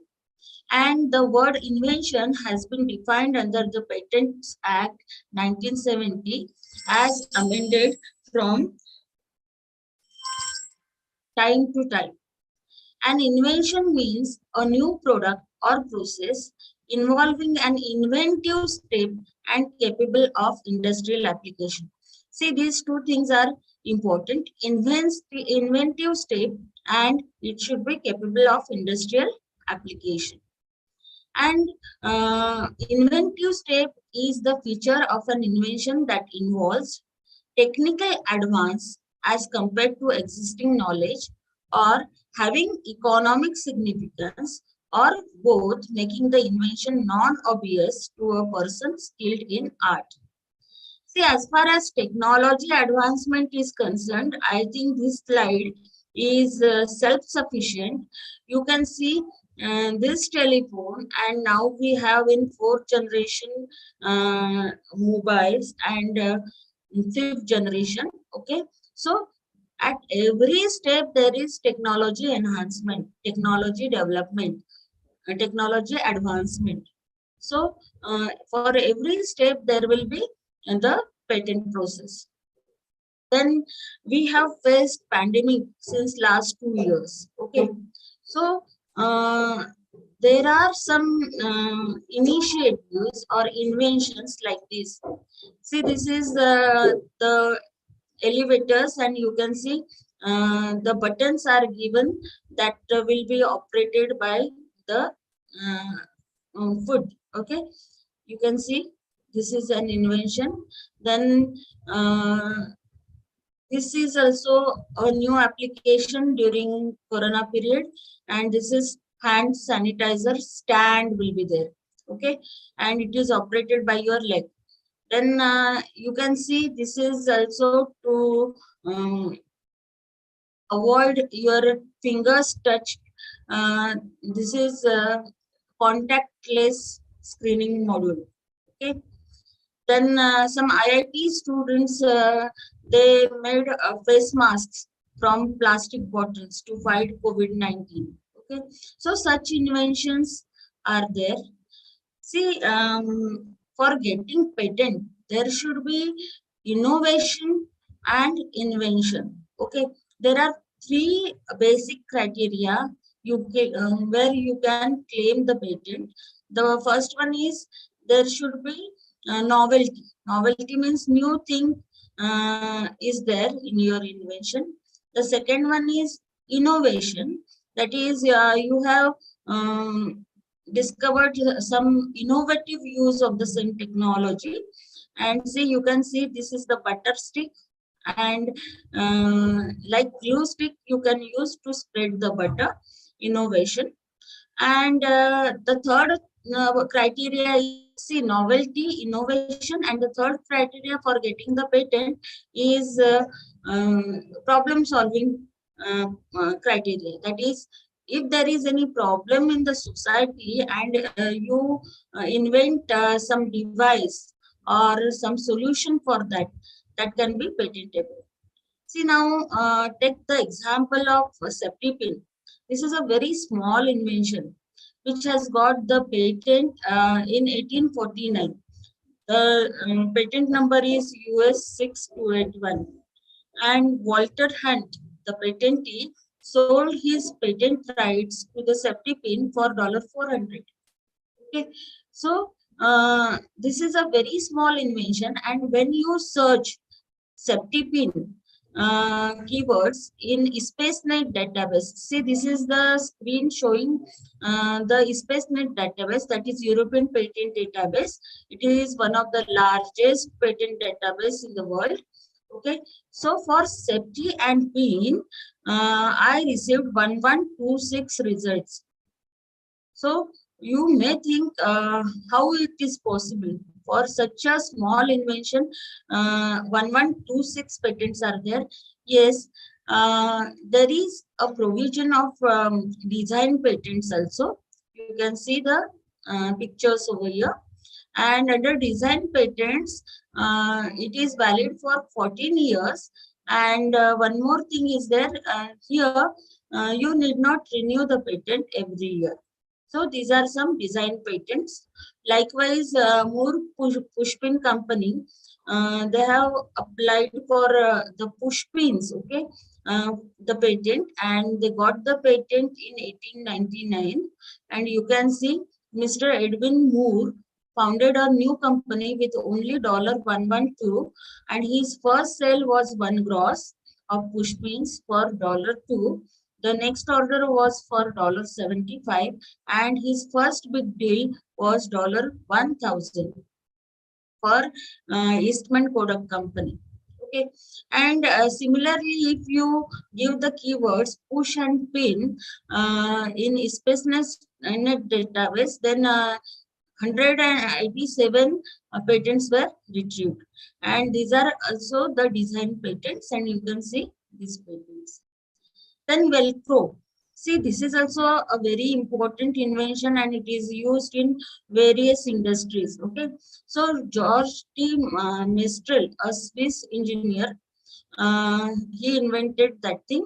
See, this is one of the fruit, you can see, and he analyzed that thing, and he invented this Velcro, and he got the patent also for that particular invention. Now, the third criteria for getting patent is problem solution approach, and I will show you a simple example, and you will come to know how you can claim for patents. See, this is bicycle stand, isn't it? But there is an invention regarding this, and this is vertical bicycle stand. So here, 50% of the space in market area is saved over here. So that is actually the problem solving approach. Then our pharmaceutical industries are also doing research on time release tablet. Okay, so this is also a very useful invention. Then when you search the patent databases, you will get some funny patents also, right? See, this is mustache guard. It was awarded, granted patent in 1876. Okay, You can see this is also animal ear protectors. See, these are patents. Then there is portable bath capsule. Okay. Then you can see one more, that is beer brilla. You can see it is self-explanatory. Then this is junior gel. It has got US patent. Okay. To use, simply place the baby on his back, secure the torso barrier, and strap in those cute little fluttering feet. Now take your time, relax. Junior isn't going anywhere.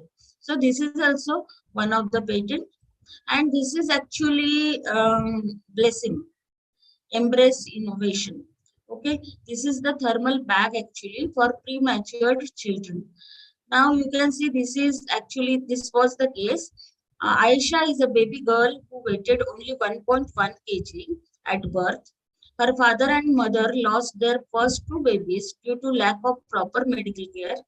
They saved every single penny they had so that their third child could be born in a city hospital. And it was a 4-hour walk from their village. So Aisha had a very low chance of survival and was kept in an incubator under observation for 10 days. However, as her parents' savings ran out, it was not possible to extend her stay in NICU. And it was at that point that Aisha was placed in Embrace infant warmer for thermal support. After about a month, she gained sufficient weight and was able to go to home with her parents. So such kind of inventions are really blessings to mankind. See, this is one of the patent from US, the systems and methods to regulate body temperature. Okay. Now, I'll skip this. What cannot be patented? Okay. So, those which are not inventions, and second one is invention relating to atomic energy cannot be patentable. See, there are some definitions given for non-patentability. That is the clause number 3A of the Act says that an invention which is frivolous, that is not obvious, or which claims anything obviously contrary to the well-established natural laws. Okay, so that cannot be patented. Then method of theft injuring human beings and methods of adulteration of food cannot be patented. Then third C says that the mere discovery of a scientific principle or the formulation or discovery of any living thing or non-living substance occurring in nature cannot be patented. C equals to MC square. This formula, it can be copyrighted, but it does not come under patent. Then salt esters, ethers, metabolites, polymorphs, isomers, mixtures of isomers are not patentable. Then you can see a substance obtained by mere admixture of components, that is aggregation of properties. Then process for producing such substance cannot be patented. Then mere arrangement and rearrangement and duplication of known devices cannot be patented. And of course, treatment of human beings and animals on the earth, may it be medicinal, surgical, curative, then diagnostic, therapeutic, cannot be patented. Then, of course, algorithms, then mathematical or business methods, computer programs, they come under copyright. Okay, so they are excluded from patenting. And of course, this is also the matter of copyright, that is literary, dramatic works, musical, cinematography, television products, drawings, paintings, multimedia. So these all come under copyright protections. So these are excluded from patenting. Then schemes, rules, methods of playing games, teaching methods, these are also not patented. Then a presentation of information, of course, this is also the matter of copyright, so excluded from patenting. Then topography of integrated circuits, it has got a different branch, integrated circuits, and inventions which are related to atomic energy and you have the government secrecy directions, then this cannot be patented. Okay. Now, the plants and animals in whole or a part on the earth cannot be patented. And of course, traditional knowledge that we all know from generations to generations that haldi has got an antiseptic property. Okay. And then this is amla. It is also very good for health. Then neem is also there. So it is our traditional knowledge and it is already disclosed knowledge, and this is not fulfilling the criteria of novelty. Okay. So it is excluded from patenting. Then methods of agriculture and methods of horticulture are also excluded from patenting. Then you can see, as far as India is concerned, the trend of getting patent applications is increased. Okay. Then when you file a patent application, it will go through various stages. That is, it will be published. Then you will have to request for the examination of patent. Meanwhile, after publishing, if you get some queries or oppositions, then you need to overcome all those oppositions. Okay. And if there is a negative decision in hearing, then it may be refused at the filing stage itself. Then you have to request for examination. Then first examination report up you will get. Then there are also some oppositions over here at this stage also. Then you have to file the response, you have to answer those queries, and then you will be getting the patent grant. So it is a lengthy process. And you must know about WIPO, that is World Intellectual Property Organization. This is the homepage for WIPO, you can see. And this is an international organization, and it is doing substantial work in the IPR regimes, international level. They are also providing you some open access intellectual property databases, like you can see here, patent scope is there. And see, this is the page of patent scope, and you can make the searches. See here, I have given the key term COVID-19 and I received this many patents from patent scope. Okay, you can see the patents on COVID-19. It is also, you can see on the screen, this is the homepage of US PTO, that is United States Patent and Trademark Office.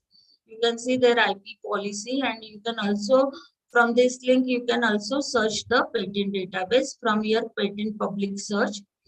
And there is one more facet regarding this IPR, that is plant varieties and farmers' rights.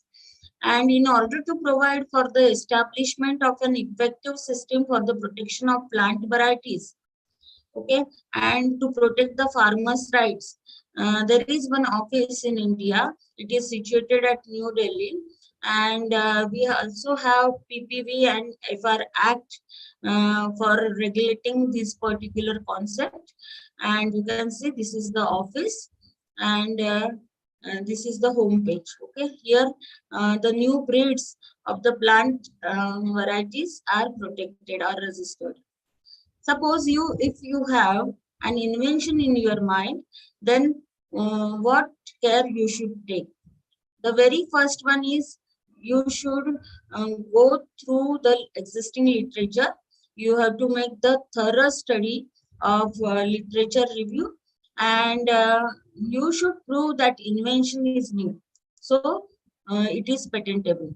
So the very basic thing is you must assure yourself that you have invented something new.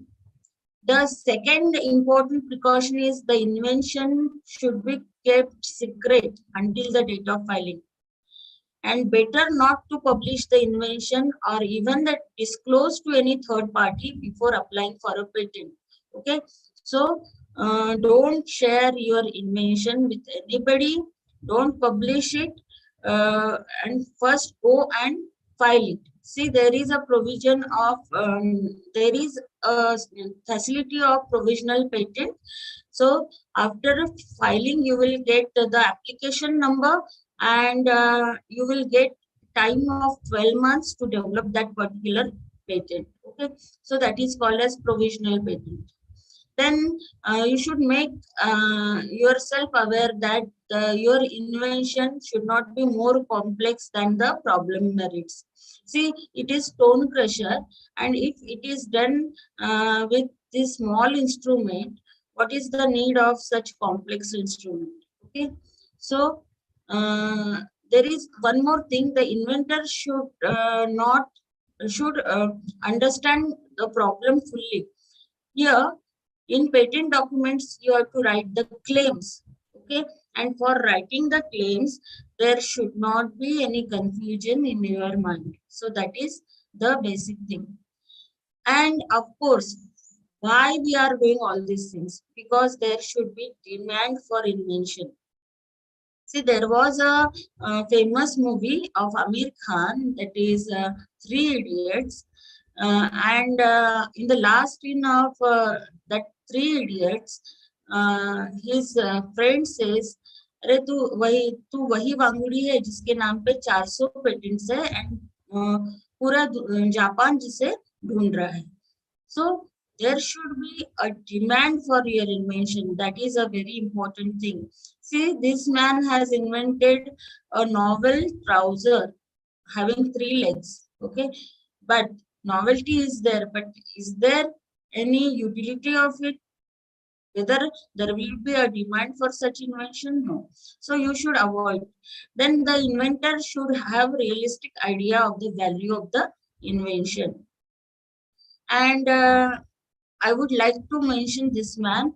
He is Dr. Mashelkar, ex-CEO of CSIR, and he has given a valuable contribution in IPR field in India.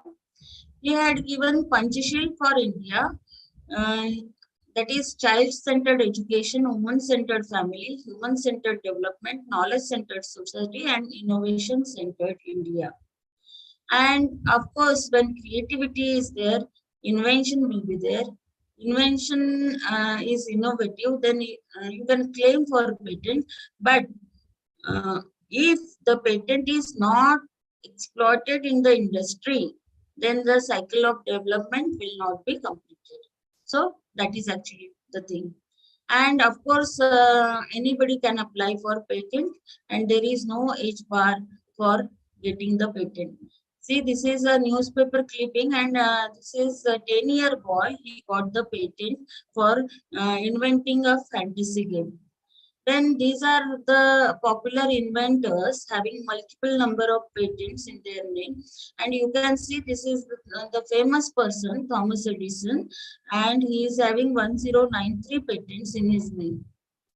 Okay. And see how the patents are granted. See, this is a small thing. What it is? It is actually a sealing tag for bread packets, you know.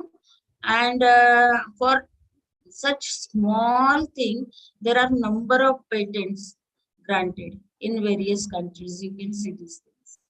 And this is also president's patent because it is in the name of Abraham Lincoln. Then you can see this man is getting the award, receiving the award of best patent in India. Okay, and these are all certifications are there. And this award is given by NRDC New Delhi. And this is a big moment for him. And his invention was, he was working in a chemical factory, and he has invented a pillar closure for these chemical gallons. Okay, so that was his invention. And of course, this is the image of an eye, and that too cat eye. And as you all know, it shines in dark. Okay, So that was the inspiration for a scientist, and he invented this cat eyes. It is also a blessing who travel in the night, right? Then, as far as patent is concerned, first come first basis serving is there. So you should not miss the boat. If you have invention in your mind, go to the patent office and first file the patent. Okay. So these are some databases you can search. These are open access databases. You will be getting full text free patents over here. And this is ExpressNet, that is European patent database. And see, I have searched it for the keywords tablet computer. Okay, and I retrieved 2081 results for that. And these are the results you can see. This is advanced search option, and these are the patents received. See, patent is a technical document, and the first part is bibliographic data. Here, all the details are given for bibliographic data. Then abstract will be there. Then full specification will be there. And then last part will be the claim. That means which monopoly rights you want to demand for that particular invention. And of course, figures will also be there. So this is the example of US patent. You can see these are the drawings. This is the complete specification. And these are the claims. See, 1, 2, 3, 4, 5, 6. So multiple claims and they have given in this patent. Every country has their own national patent database, national patent office. And of course, we also have, and from this public search link, when you click on these links, you will be directed to the full text databases. See, this is Patent Register of India, and you can see this is Indian patent document. And this is advanced search option, and you can see for computer keyword 4723 patents are retrieved over here. See, this is bibliographic data, then complete specification and application status will be displayed over here in this way. Okay, this is the complete specification. And of course, these are of all forms and journals. Actually, the patent application is first published in patent journal, and these are all the issues which are available to you free of cost. You can read this. These are forms and fees for patents, and this is history given. And then e-filing of patent application is possible. And this is the database, that is InPass. And you can see these are searching options. This is Indian patent retrieved, and likewise you can see the details. Okay, complete specification, and these are the claims 1, 2, 3, 4, 5, 6. Now, what is industrial design? This is the second one. The design means the appearance of the commodity. So the expression design means only the feature of shape, configuration, pattern, or ornament applied to any article by any industrial process or means, manual, mechanical, or chemical, and separate or combined, which in finished article appeals to the eye. And of course, the term of design is 10 years, and on request, extension of 5 years, that is 15 years protection will be given for a design. So the examples, when we talk about industrial design, there are some popular examples you can see. See, these are the various brands of cold drinks, and you can observe a peculiar thing that the shape of the bottle is different for each and every brand. This is the peculiar thing. Then consumer products like wallets, then clocks, then pens, toothbrush. These are also protected under. Pharmaceutical products are also protected under industrial design. Then textiles, jewelry, these are also protected. Then you can see simple example of toothbrush. You will get n number of designs, right? Now, this is actually the design database of India, and you can search that particular database. Now I am coming to the third industrial property, that is trademark. What trademark is? Trademark has got market value, and that is why it is the most uh, popular intellectual property. Then what trademark is? Trademark is a visual symbol in the form of a word, a device, or label applied to articles of commerce as distinguished from similar goods or manufactured uh, or dealt in by others. Okay, so trademark is either a logo or sign. Okay, there are common examples of trademark. These are using letters and words like thumbs up, Epson, Bata, Godrej. See Godrej. This G is like that only. Okay, cursive. Then there are combination trademarks. That means there will be graphics, then words, letters, silicon graphics, Sun, Java, digital. And sometimes there are some taglines attached with the trademark, and that is also the part of the trademark. The popular taglines I would like to show you, that is life is good, it is for LG. Then isse sasta aur acha kahin nahi, it is Big Bazaar. Then connecting people, it was Nokia. Then the world's local bank is HSBC. Then acha lagta hai, it is Club HP. Then it's all about Imagineering, it is L&T. Then Jao To Jano Truly Asia, it is Malaysia Tourism. Then Test B, Health B, it is Maggi Noodles. So these are the actually punchlines we also call. Okay, isko laga dala to life jingalala, it is Tata Sky. Then Thanda matlab Coca Cola, pure for sure. These are popular taglines. I am loving it. Okay. Then some trademarks, they also use pictures, like MSN Butterfly, Apple's Automator. Okay, this is Apple Computers, the very popular trademark. Okay, there are some sound trademarks also. Okay. It is a non-conventional trademark, and sound is used to perform the trademark function of uniquely identifying the commercial origin of product or services. Okay. Then sound marks are like trademarks only. All the criteria of trademarks are applicable. And this is a very peculiar trademark and example of sound mark, that is Windows opening sound, isn't it? We all are familiar with this. So it is, these are some popular trademarks of news channels, Aaj Tak, then Star News, NDTV and all. And see what is the importance of trademark in our life. Suppose if you are going by rail, yes, and suppose I'm offering you this mineral water bottle, will you purchase it? You will not take this because there is no label over here.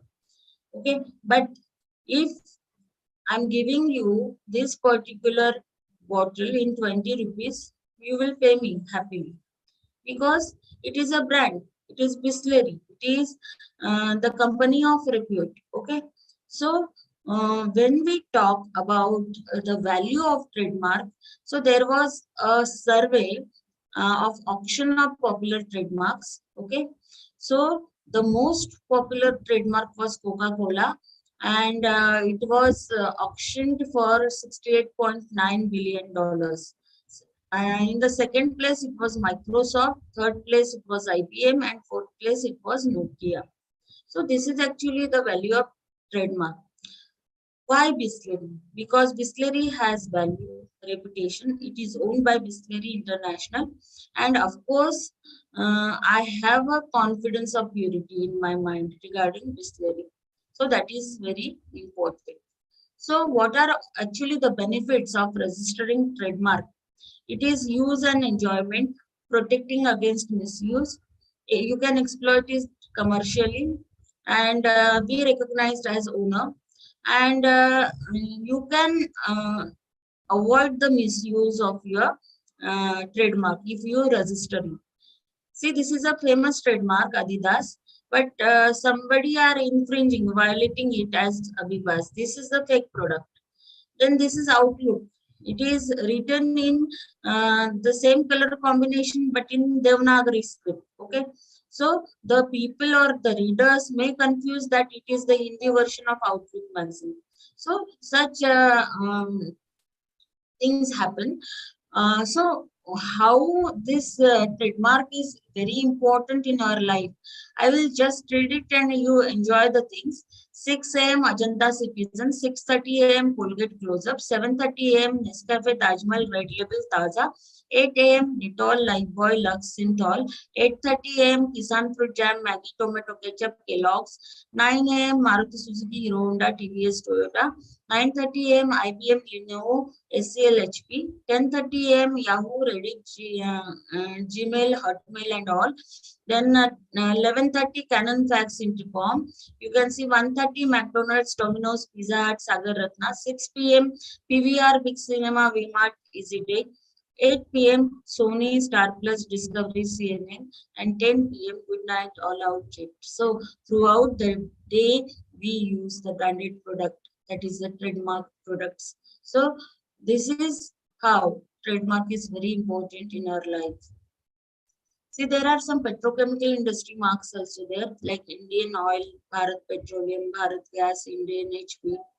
Okay, so there are some types, basic types of trademarks, like service marks. See, DTDC is a courier service. They are providing you the service, not the things. Okay, so it is called as service marks. The conditions are same as the things. Then this is ISI. It is certification mark regarding quality, and these are well-known marks like Mercedes. Okay. Actually, service marks means the services given by hotels, Taj Hotel, Ubera Hotel, their marks will be service marks. Then what is the term of trademark? See, basically trademark is given for 10 years, but after every 5 years, you can renew this IP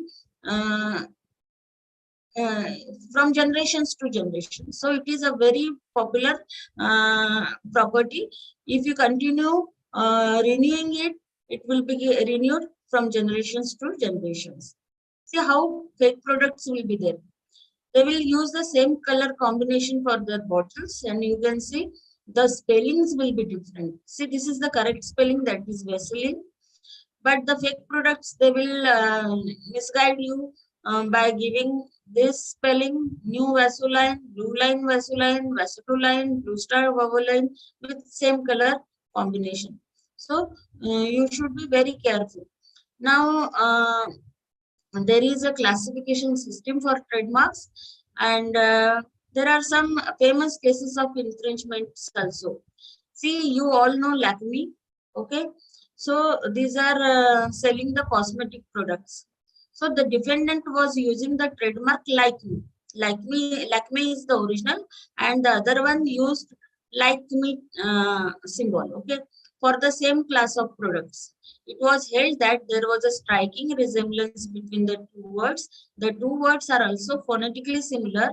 There is every possibility of deception and confusion being caused in the minds of prospective buyers, and the injunction was made permanent. There was one more famous case of infringement, that is regarding dental cream Colgate.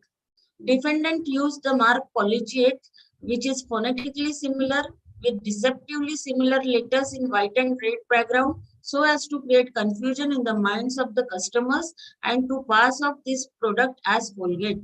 And hence the mark was restrained through injunction. And see, this is the page of trademark, and you can see these are the jurisdictions of TMR offices: Mumbai, Ahmedabad, Calcutta, New Delhi, and Chennai.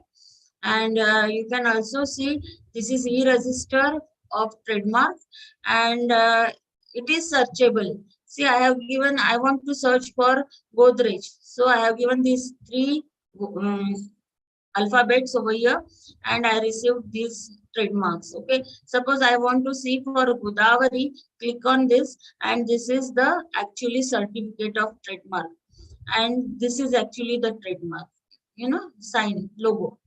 And this is for Apple, and you can search all these things. And there is one more Madrid Express database of trademarks, which is maintained by World Intellectual Property Organization, and it is open access, and you can search for that. See here, I have given Microsoft folder name, okay, and you can see there are 85 trademarks registered by Microsoft, okay, in international database. And you can see this is a popular trademark we all are familiar with of Microsoft. Now I am coming to the fourth facet of industrial property, that is geographical indications. Okay. See, when the product is famous with their geographical location, it comes under geographical indication, and it tells the buyers that a product is produced in a particular place and has certain desirable characteristics that are only found in that particular place. For example, Nagpuri Santra, Kolhapuri Chappal, Agre ka Pitha, Basmati rice, Darjeeling tea, and etc. Okay. So geographical indications may be used to promote regional or national enterprises. So this is Darjeeling tea from West Bengal, Nagpuri Santra, Chanderi Sari, Kolhapuri Chappal. These are all the examples. Solapur Chadar from Maharashtra, Himachal Pradesh Kulu shawl. Then under good agricultural goods, rice, Basmati, Nellore, wheat, Punjab and Madhya Pradesh. Fruits, Kurk orange, Alfonso mango. Then Nagpur orange. Then you can see under textiles, Kanchipuram sari, Kota Doria, then Pochampalli cat. This is Kota Doria. This is Chandari sari. This is Mysore silk, Kanjivaram sari. This is Solapur chadar, Kulu shawl. And under footsteps, you can see it is Bikaneri bhujia, Andhra pickles, Lonavala chikki, Agra petha, and Swiss chocolates. It is Nanjana banana. It is Kangra tea. It is Darjeeling tea. Friends, this had a international level controversy, and this is actually our first GI. India's first GI is Darjeeling tea. This is Mysore agarbatti, Mysore sandal soap. This is special mirror, that is Aranmula Kannadi. Then Channapatana is a small village near Chennai, and toys are very famous of Channapatana. Then you can see rosewood inlay of Mysore is there. Then Coimbatore wet grinder, and this is the Laddu Prasad of Tirupati. This has also got GI. And under wines and spirits, you can see Goan Fenny, Champagne, Scotland whiskey. These are all known by their geographical regions. There is only one office in India to regulate this, which is situated at Chennai. And this is actually the homepage for GI. And you can see from here, you will get the registered GIs. These are all the list of registered GIs. Okay. These come under different categories. Actually, these are registered GIs statistics. These are some agricultural GIs like Pallakadan Matta rice, Mysore betel leaf of Karnataka, Malabar pepper of Kerala, then jasmine from Mysore, Udupi and Hadagali jasmine, then Allepalli green cardamom, then Kurg green cardamom of Karnataka. In Naga Mircha is there from Nagaland. And as far as mango is concerned, Lakshmana Bhog from West Bengal, Khirsapati from Himsakar, West Bengal, Fazli from Malda, West Bengal, and this is Dasheri from UP. Okay. And recently, Alfonso mango of Ratnagiri has also got a place in GIs of India. This is Puneri Pagdi. This is Bhusawal Kela, Nagpur Santra, Mahabaleshwar Strawberry, Yeola Paithani. Then this is Lonavala Chikki, and this is Kolhapuri Saz, and this is Nashik grapes. Okay. So whenever they receive the application for the registration of geographical indication, it is published in geographical indication journals, and the oppositions are invited. Okay. Then these are, you can see some of the registered GIs from India. Okay, you can take a look to this, and you can see these are all registered. And see, this is Mysore silk, and this is actually the GI stamp. It is GI 11, and this is all the documentation.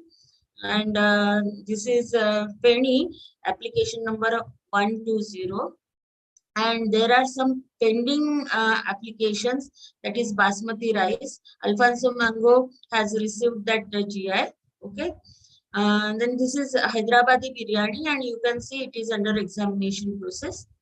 And friends, this is the last part of my talk today, and I would like to tell you something about traditional knowledge. See, our India is very rich and in heritage and culture. Okay, and we have some ancient scriptures. We have 4 Vedas, 108 Upanishads, 2 epics, then Bhagavad Gita and other religious things, then Brahma Sutras, 18 Puranas, Manusmriti, Kautilya Shastra and Smritis. We have all these documented things, ancient scriptures. And the whole world has 26 agroclimatic zones, and India alone has 16 agroclimatic zones. So India is very rich as far as culture and heritage and blessings of the nature is concerned. And our Botanical Survey of India and Zoological Survey of India has recorded over 47,000 species of plants and 81,000 species of animals. So we have a rich traditional knowledge, but the problems associated with traditional knowledge, that is, these are not documented properly. Its origin is very difficult to trace. Then knowledge source, often a person. Sometimes what happens, a person knows some tricks, but he do not share it with others. Okay. Then difficult to particularize. Okay, so these are all problems which are associated with our traditional knowledge. And our medicinal field is very important over here. And we have got Ayush, that is, we have Ayurveda, Yoga, Unani, Siddha, and homeopathy, right? And our Ayurveda is very rich. And you can see, along with traditional knowledge, there is one word associated with it, that is biopiracy. That is, some of the developed countries were actually taking this traditional knowledge and getting it protected in patent forms in their country. That is actually the stealing of biomedical knowledge from traditional and indigenous communities and individuals. That is biopiracy. And you can see in 2002, 80% of 4896 references to individual plant-based medicinal patents in USA related to just 7 medicinal plants of Indian origin. But 2004, it became 15,000. And in 2005, the number had grown to 35,000. So that was the rate of biopiracy in India. So there was one famous case of Haldi biopiracy case. And we all know from generations to generations that Haldi has got antiseptic value, right? So in 1995, 2 expatriate Indians at University of Mississippi Medical Center, Suman K. Das and Harihar Kohli, were granted a US patent. The number is 5401504 on the use of turmeric in wound healing. Use of turmeric in wound healing. They got the patent. And this patent was challenged by CSIR, and they argued that turmeric has been used for thousands of years for healing wounds and rashes, and therefore its medicinal use was not a novel invention. Okay, novelty is not there. And their claim was supported by documentary evidences of traditional knowledge, including ancient Sanskrit text and a paper published in 1953. Okay, and US Patent Office revoked this patent in 1997. So 32 evidences they produced in the court, and I have 2 evidences of that. See, this is actually the prior art for turmeric in Urdu. This is written in the year 1879. Okay, And this is one more, you can see. So these two were the evidences in these 32 evidences which was produced to the court. And the translation of this is haldi powder cures jaundice, anti-inflammatory, and here it is written wound healing, means it is written in 1879 and patent was granted in 1995. So how it fulfills the criteria of novelty? Then this is second, haldi eye ointment, liver affections, analgesic, antiseptic, wound healing. It is also written in 1867. The patent was granted in 1995. So this is actually the things which revoked the patent of turmeric. See here, claims 1 to 6 are cancelled. The patent was revoked. Okay. Same with Kilta case. Then Neem case, the same biopiracy was there. So to curb these biopiracy issues, India has developed a traditional knowledge digital library, that is TKDL, and India was the first of its kind to develop and disclose the traditional knowledge of India. Okay, and this library is maintained by CSIR, NISCARE. Okay, and you can see what they did to develop this library. They have taken classic books from every pathy, from Ayurveda 75 books, Unani 10 books, Siddha 50 books, Yoga 13 books, and they have given those books to the experts and asked them to make an entry wherever there is a mention of medicinal plant. Okay, so the scientists, they made this many entries and these are disclosed in TKDL. And the communication was sent to every patent office of the world that before examining the patent application, you should review this particular TKDL. If the mention is there, then you cannot grant the patent for medicinal plant, because this is our disclosed traditional knowledge. So that was the act to curb this biopiracy. This is actually TKDL, and you can search. I have searched it for malaria and I received this many entries for the that is which medicinal plant is used in treating malaria, right? So this has played, TKDL has played a great role to curb this biopiracy. And you can see here, you can see a number of patents were revoked.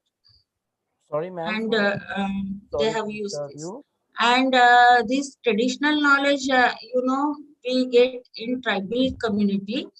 Okay, so this is all given. It is 8,000 medicinal plant species are there, and you can see different species are used in various pathies. You can see these statistics over here.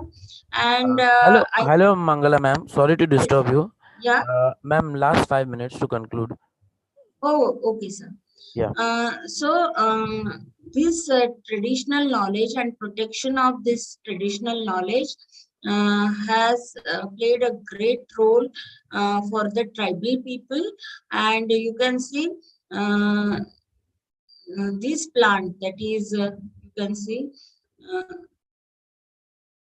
this, that plant which was discovered by a scientist of Jammu and Kashmir, and that was a traditional knowledge of Kani tribe. And this product was there, Jivani.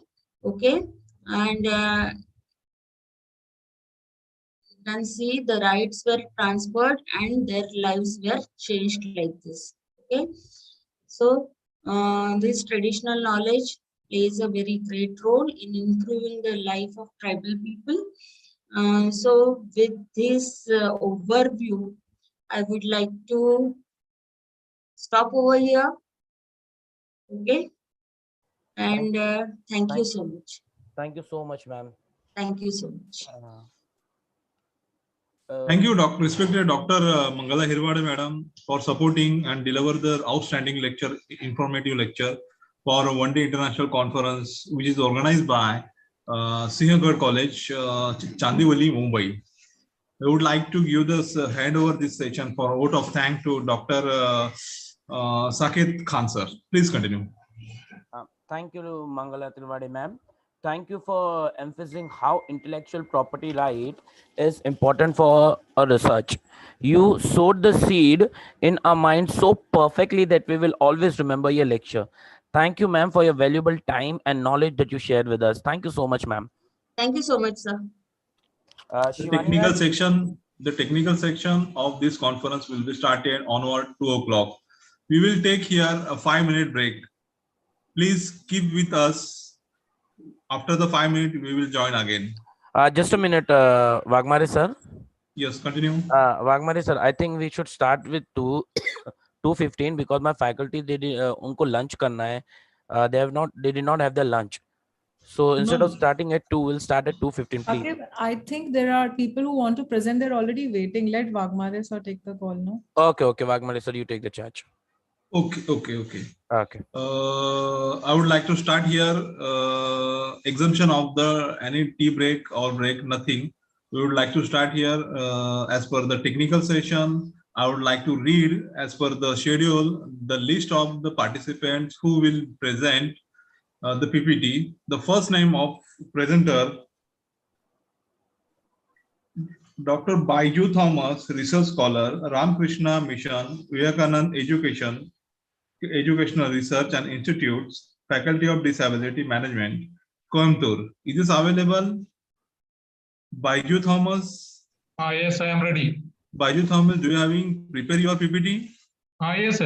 Ready. Kindly unmute yourself. Kindly start your video. Do not hide your video. Your face should be all the respected participants. I would like to request you, as per the University Grants Commission, the face of the participants and the research scholars should be visualized in the Zoom meeting. Therefore, it will be better to keep the help while during your vivas. Therefore, your face should be appear at the front of your Zoom during delivering your PPT. Thank you.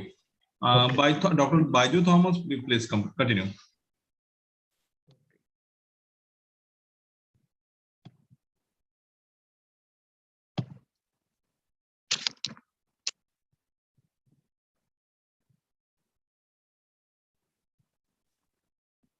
May I help something? Okay. Please continue. 1 minute.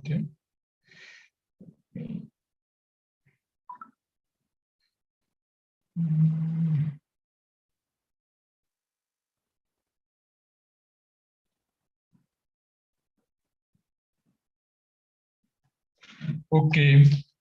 Good afternoon to all of you. I am Baiju Thomas, a research scholar from Ramakrishna Mission Vivekananda Education Institute, Coimbatore. My paper title is Using Multiple Sensory Instruction Approach for Students with Special Education Needs to Provide Various Learning Opportunities in Inclusive Classroom Setting. Introduction. We are exposed to a lot of many and multiple sensory societies. As an outcome, we believe that appropriate steps should be taken to guarantee that multisensory instruction strategies are thoroughly and effectively utilized in inclusive classroom and substantially influence learning procedures among students with special education needs. Humans are much more likely to maintain information that is presented to us in a way that motivates all of us, our sensations. The whole brain learning paradigm relies on multisensory activities because they are expose children to different sensory inputs, visual, auditory, and aids, and help students better understand what they are learning.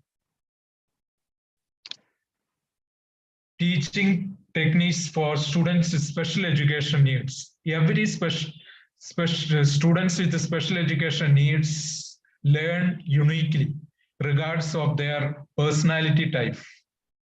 It is the teacher's responsibility to offer a wide variety of activities and input and practices opportunity for students with varying learning styles.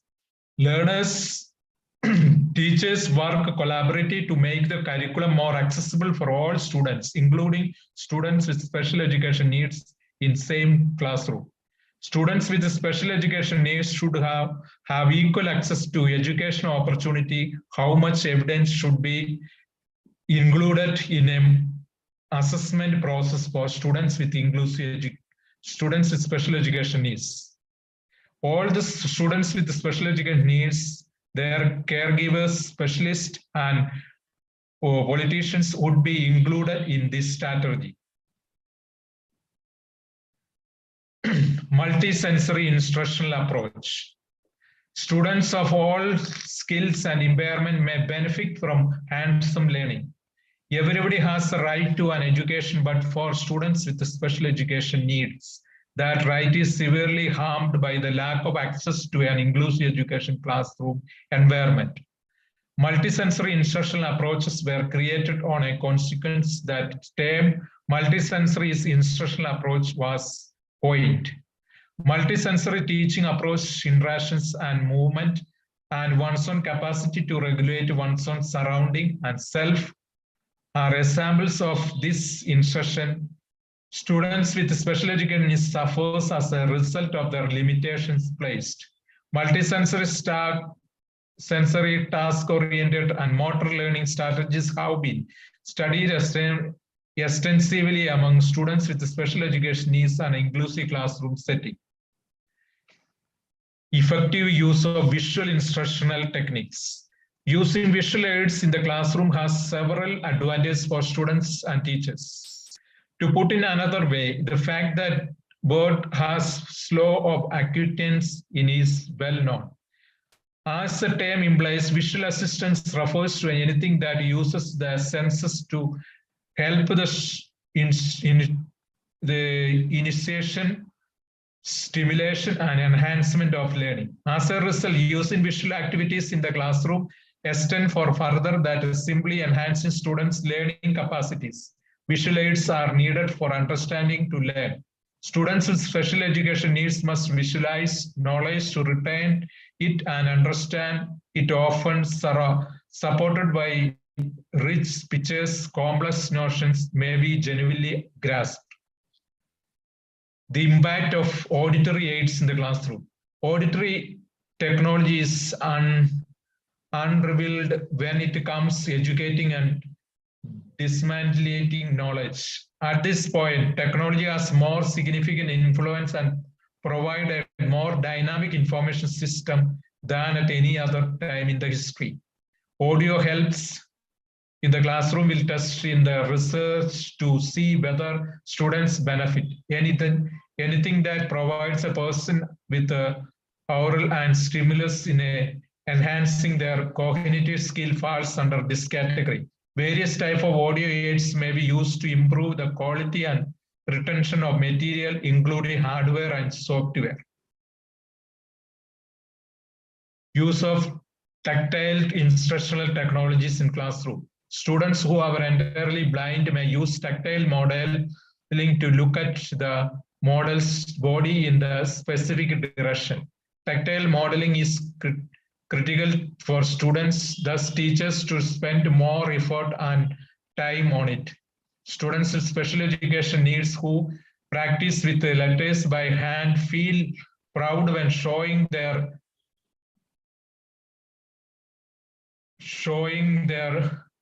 pen strip. Students may use sandpaper to construct their fingers to understand better how to teach.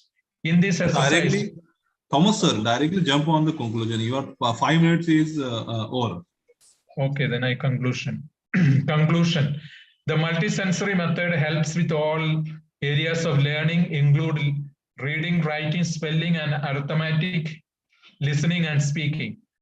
Learning to recognize words become easier for students with special education is when they know the topic they like the most at school. The purpose of this study was to determine whether or not students with special education needs in the classroom using standard materials were more engaging and motivated accordingly.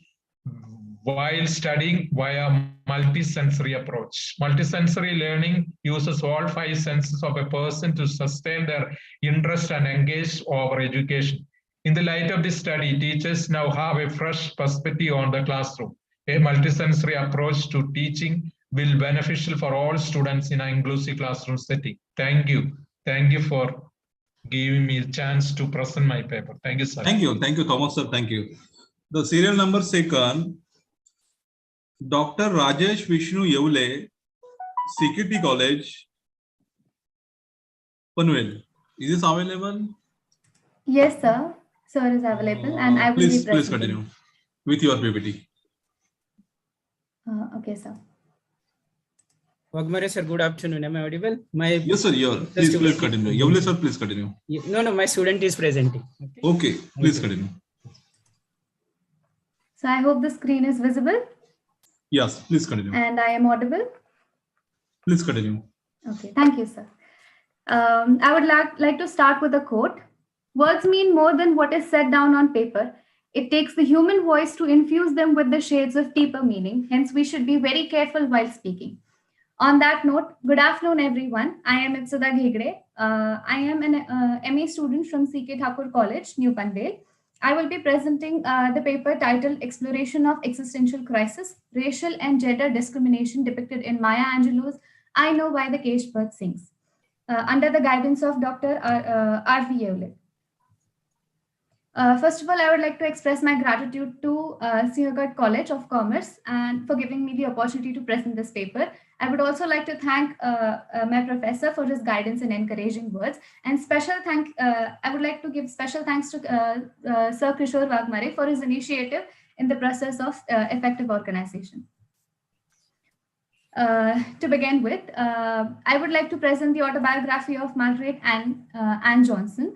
Under her pen name is Maya Angelou. So she was one of the most respected African American women, and she was not just any woman, but she also had multiple roles. She was a poet, she was a film producer, an actress, civil rights, etc.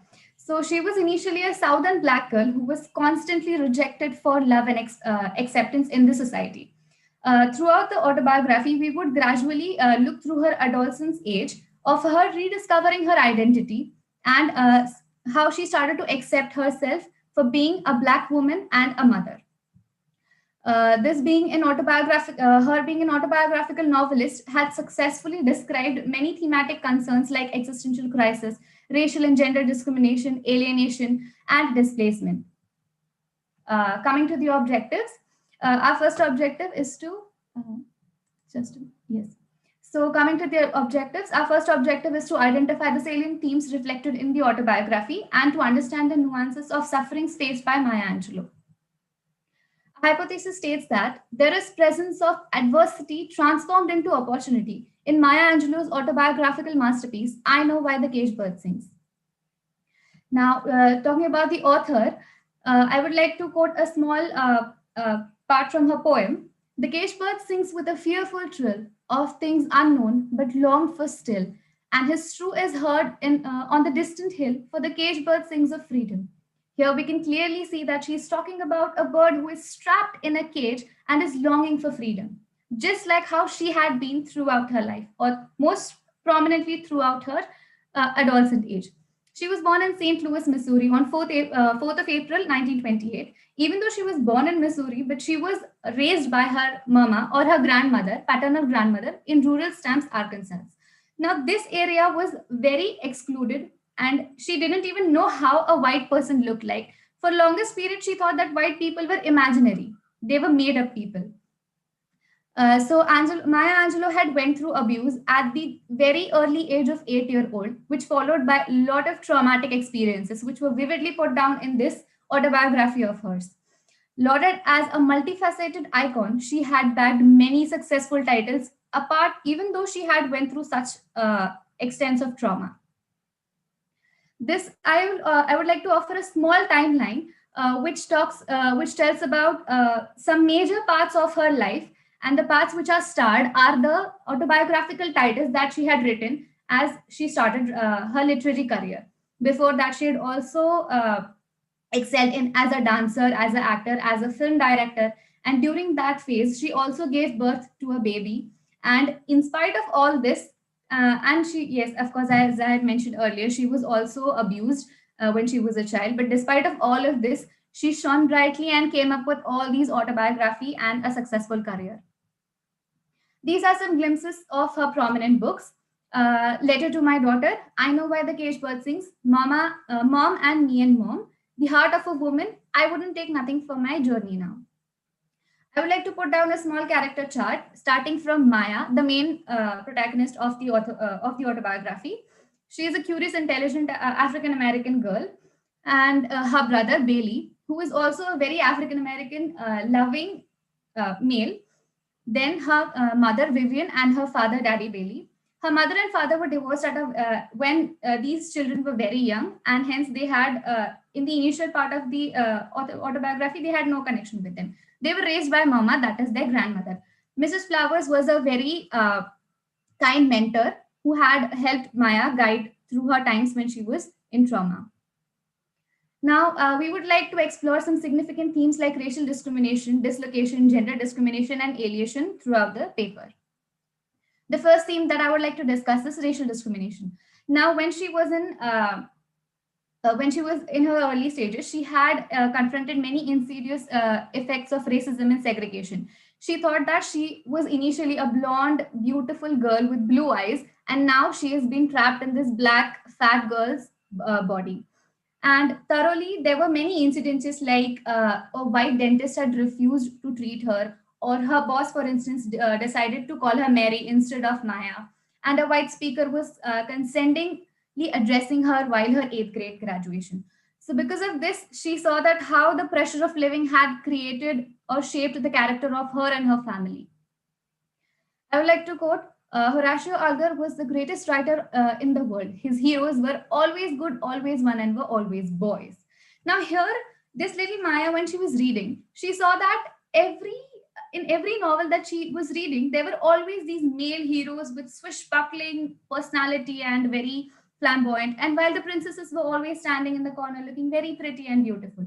But she didn't want to be the princess. She wanted to be the swashbuckling heroes, which gave her a slight conflict within her, a slight identity conflict within herself. Dislocations. So, if you can see on the screen, these are the six locations throughout which she kept traveling from places to places. And this was not traveling. Traveling, I meant she was located from one place. She was removed, or she couldn't live over there, and she had to move ahead to the other place for home or shelter. The first was California, then Stamps, St. Louis, Los Angeles, Oakland, San Francisco. If you can see that due to this movement and not a constant place as a home, she was unable to put down her shield and feel comfortable staying in one place. When she was 13, she moved along with her mother and her father. So at that time, when she was 13, she finally felt that she belonged somewhere for the first time. And that is when she started realizing that it was not just her, but there were many such children who were suffering from dislocation due to this racial discrimination. Moving ahead to the gender discrimination that she had faced, her being a girl and being a black girl was kind of was a very big disadvantage to her. Sometimes she was said she was born as a boy. And even the novels that she had read, as I had quoted earlier, that men and boys were always the heroes and protagonists of every novel. A hero must always be a male. And because of this, she always felt that there was a pressure on her to be very feminine, and she felt that she was ugly. During her very early age, that is at the age of 8, she was raped by the acts of Mr. Freeman, who was her mother's boyfriend. And after that, she struggled a lot recovering from this physically and emotionally. And she also was made to feel that she was guilty and responsible for her own rape, to which her grandmother, her mama, always used to tell her that she should keep her legs closed. Next, I would like to talk about alienation. So, from all these events and incidences that I had told before, since she was uprooted and sent away from place to place, she had always felt trouble belonging to one place. And she always felt disconnected. Even when she was sent away from her mother's place, she was sent in the custody of a porter. There were nobody who would take the child and her brother to some other place where they could live. They were literally put on tags on their wrist, which was written to whomsoever it may concern and not addressed to Annie Henderson. So she never knew how a white person looked like. So when she actually moved places, she felt very Your disconnected 5 minutes initially. is over. Kindly directly jump on conclusion. Okay, sir, I'm almost done. So here about the title, I would like to just shortly tell you that what was the idea behind this title.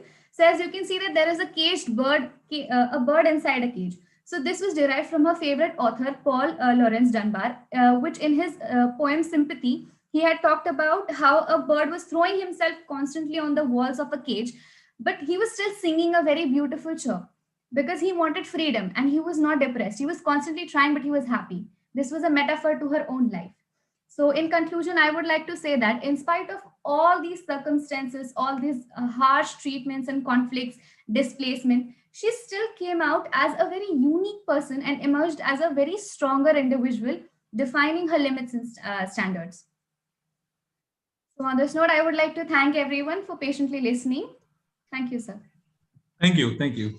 The next name of the participant, serial number 3, Dr. Sachin Rajendra Suryavanshi. Is this available? Gedege, please remove your PPT. Is Yes, this available? Dr. Sachin Rajendra Suryavanshi. Dr. Sachin Rajendra Suryavanshi. Okay, serial number 4, Ambassador Dr. Prabhu Paul. Dr. Prabhu Paul, Assistant Professor, Department of Commerce, Chennai. Is this available? Okay. Serial number 5, Mrs. Pratibha, Lecturer of Department of Commerce. Is this available? Pratibha, Hyderabad. Okay. Serial number 6, Dr. Venkatesan. Is this available? Dr. Venkatesan. Okay. Serial number 7, Avni Jitendra Ved.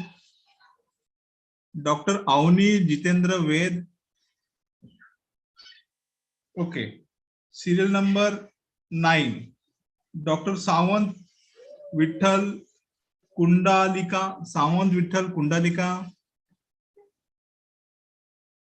Okay. Serial number 10, Daksha Halkare. Is this Daksha Halkare available? Serial number 11, Pradeep Kumar Jadon. Is this available? Pradeep Kumar Jadon. Okay. I think so. So many participants are not available. Who want to present the PPT? Kindly directly jump on setup and directly present your. Who's available? Bhushan Nikam. Yes, please come. What is your serial number? 26. 26. Please continue. Hello. Please wait. Please wait. Yes, Savita yes, yes. Rasam, please wait. Nikam, Bhushan Nikam, please Yes, continue. sir. Yes, sir. Can I say, sir? This is visible. Continue, please. Okay, okay. Sir, am I audible? Yes, sir. Yes. Okay. Please continue. You are audible. Please continue.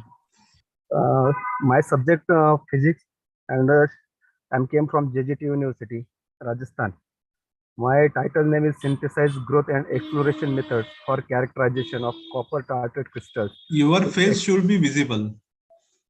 Okay, okay, sir.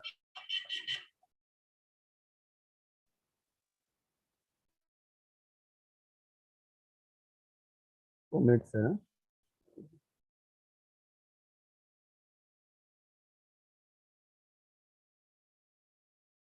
Okay.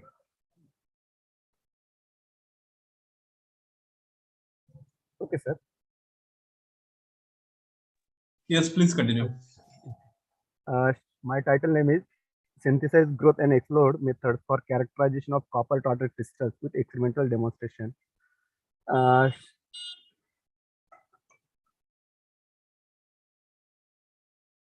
So the introductory parts of my papers or my work is that the crystals The crystal growth, the name crystals is came from the Greek word crystallos, and it describes the transport quartz crystals and clay rise. A crystal means it is a solid part and constituent atom molecules or ions are packed in the repeating pattern in all three directions. It means by three-dimensional way the crystals are formed. Now the crystal growth can occur naturally or artificial in laboratory. But sir, actually is that the naturally crystal growth occurrence is very poor or very rarely. Then myself choose the given subject for natural growth is artificial way, and there are the number of methods for crystal growth to the artificial way in laboratory. Most of time the soul gel method, soul gel method, and also the remaining diffusion gel method, single crystal method. There are the number of methods are used for growing the crystals, and crystals most of time to use for height in medical field, also the pharmacy and mineralization sectors, or in the marine organization. It is a very high technological system. In this system, the crystals are maximum time to use. Several researchers have grown pure and mixed crystals intending to identify. It is required. It depends on the requirement. Mixed crystals to required for the another applications. At this time, some researchers are use the mixed crystals. It means by in mixed crystal there are the doping one or two elements, and mixed crystals are grow to there. But myself not growing the mixed way. I have used for the pure crystals to grow the single gel diffusion method. So the second and third point is that in my PPT. For the growing the crystal is occurred or is satisfied or is completed, then to require the some characterization method, and then by using the following method we clarify or conclude the crystals are good there. And then for this processes to require the following method, that is the EDX, XRD, FTIR, UV, and some thermogrammetric analysis, that is the thermal analysis method, TGA and DTA. These methods are used. By using this method, we confirm that the crystals are growth to there or crystallinity is formed to there by using the following method. Single crystals of copper tartrate have scarcely been studied using the gel method. The myself search the maximum literature review or studied the literature review very scarcely to studied on the copper tartrate. Then by using the gel method, I have grown the single crystals using. Now the methodology for growing the crystal is that the gel technique is a simple and elegant methods of growing single crystals under controlled growth condition at room temperature. So for this growing the crystal or following methods, not to require the very high laboratory work. It is a very small laboratory we can use for growing the crystal. It is a very straightforward principle for the given method. And this crystal growth technique is based on the straightforward principle. Then I have right to here. The next one in the methodology, there are the two suitable compounds that give rise to the required insoluble crystalline substances by chemical reaction to diffuse into the gel medium and chemically react. So the expected reaction I have shown here, the AX and BY, both are the two elements or two compounds or the two solution I have used for completing the expected reaction or growing the crystal. Here the AX or BY are the two solution of two compounds, and that when combined produce the insoluble or sparingly soluble substances AY are formed to there, and BX is the highly soluble. It is the extractive part. It means by soluble. It is highly soluble in water. These products are formed BX to show in the following reaction. Now the actual reactions by using the reaction myself growing the crystals. The following expected reaction is here for the gel method. The tartric acid, copper chloride, I have used here, and finally the copper tartrate crystals growth is formed to here. And here still is the extract materials or the residue. It is the purpose or the work of my research topics. In my research topic, my concluding part is that by using artificial methods to grow the crystals, it's the experimental demonstration I have seen there. By using this method, we grow the crystal. It is the concluding parts of my experiment. Okay, thank you. You give me the opportunity. Thank you, sir.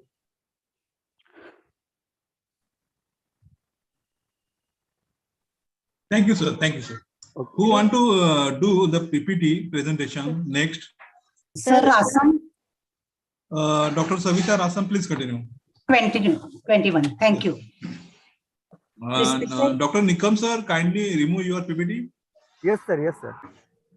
Sir, Dr. Rasam, please continue. Yes, sir. Thank you, sir. Respected Madam, I'm Dr. Savita Rasam, presenting research paper titled A Study of Indian Legal System. Dr. Savita Rasam, do you want to share PPT? No, sir. Orally. Okay, thank you, sir. Please continue. A Study of Indian Legal System, a bird view. Today, we know the Supreme Court at Delhi is the highest court, High Court at each state, and District Court and other subordinate courts are there in India. But when, why, how, and in what manner the exact court system were started in India is the study of my research. In 1600, after establishment of East India Company, the court system was open in India. General courts were established by Charter 1600 by Queen Elizabeth. The charter granted executive as well as judicial powers to the General Court. Afterward, Bombay, Madras, and Calcutta, the presidency towns, where actually a legal system was introduced in these presidency towns, and Agent in Council for English people and Chaudhry Court for Black people, means Indian people, were introduced. Mayor courts were established at each presidency town, but the various systems were adopted by Mayor's Court, and that is why there were difference of opinion by the judiciary. And in 1726, uniform court system were adopted for presidency towns. Detail about judicial institutions mentioned in my research paper, means who was the presiding officer, what was the jurisdiction, how the procedure was followed by the system. But basically, principle of justice, equity, and good conscience was followed by the judiciary. In 1774, Supreme Court was established at Calcutta by passing Regulating Act. It was a court of record and it conferred civil, criminal, admiralty, etc. where jurisdiction. This court was authorized to admit advocates and attorneys and to regulate court fee with the consent of Governor General in Council. After this, in 1786, Lord Cornwallis introduced basic introduction of civil and criminal courts, reforms in civil and criminal courts. He established lowest criminal court, that is court of district magistrate, and municipal courts for civil matters. Now, for civil matters, there are official Diwani Adalats and Sadar Diwani Adalats also, and for criminal matters, Sadar Fauzdari Adalats were there. Like that, there are reforms were introduced by Sir John Shore, Bentinck, Wellesley, Lord Minto, and so on. Basically, there were two courts, Supreme Court, the Crown's Court, and Adalats of Companies Courts. But there were difference of opinion between these two courts, that is Crown's Court and Companies Court. And that is why High Court Act 1861 was introduced, and high courts were introduced at states or presidency towns. Right to appeal was from the India goes to Privy Council, which was sitting at England, and Privy Council has played a vital role in the development of legal system. Government of India Act 1935 established Federal Court in India, and means on 1st October 1937, and appeals from all the courts in India were heard by Federal Court, and it abolished the appellate jurisdiction of Privy Council at London. Now, post-independence, I have mentioned the post-independence court also. Constitution of India declared Supreme Court is the highest and final appellate authority of the land, and various provisions like Article 124 deals with Supreme Court, means deals about appointment, jurisdiction, and other provisions of Supreme Court. Article 233, Article 235 deals with the district courts and subordinate courts. So the object of these provisions of the Constitution is to secure judicial independence. Now, in modern era, at present, means there are lots of courts, that is fast track courts at criminal side. Matrimonial side, family courts are there, for various tribunals are there working for the security and safety and effective judicial decisions for the citizens. Now e-courts are also introduced by the court of government of India, and at present there are e-filing, there are online hearing. These are the provisions at present working in India. So the effective implementation of court system and judicial decision, the judiciary played a vital role in India, and it provided that unified legal system, which is the strong pillar of our democracy. Thank you, sir. Thank you for giving me an opportunity to present my paper. Thank you. Thank you, madam. Sir, Next participant, Sudeshna. जी sir, serial number 11. Please continue. I was calling you, Sudeshna. Yes. Please Sir. continue. Open your video. On your video. Okay, sir. Please continue. Share your PPT. Nikam sir, kindly remove your PPT.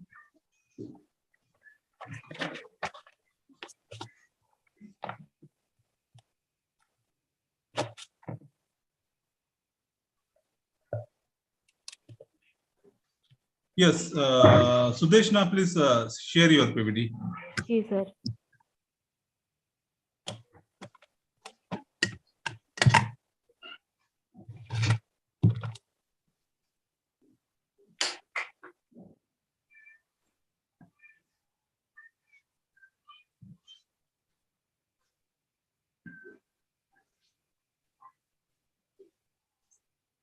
You're taking longer time. Please continue. Do the fast. Sir first बार कर रही हूँ, आ नहीं रहा अभी, बस 1 minute.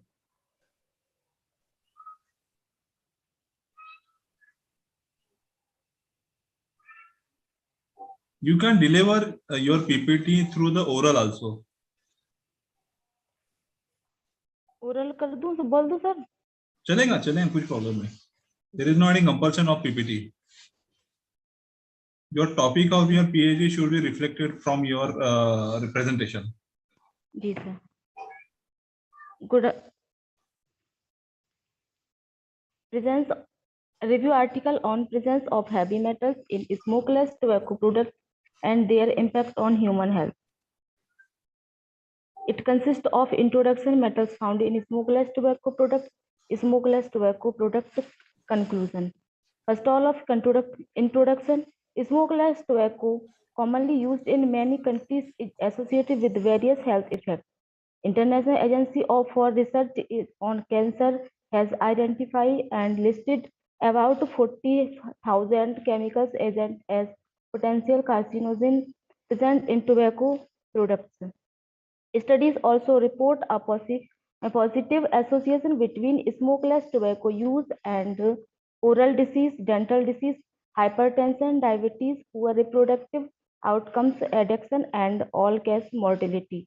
In India, a very popular form of tobacco is the smokeless tobacco known as gutka, jarda, khani, and others, consisting of a mixture of tobacco and other constituents. Sources of heavy metals. Metals found in smokeless tobacco products: arsenic. Arsenic is an IRC group first human carcinogen. Arsenic is one of the important heavy metals, causing disquiet from both ecological and individual health standpoints. Long-term exposure can result in thickening of the skin, darkened skin, abdominal pain, diarrhea, heart disease, and cancer. Arsenic concentration from 0.1 to 1.2 microgram per gram. Arsenic have been reported in samples of Indian chewing tobacco and from 0.11 to 3.5 microgram per gram in other variety of Indian smokeless tobacco products. Cadmium.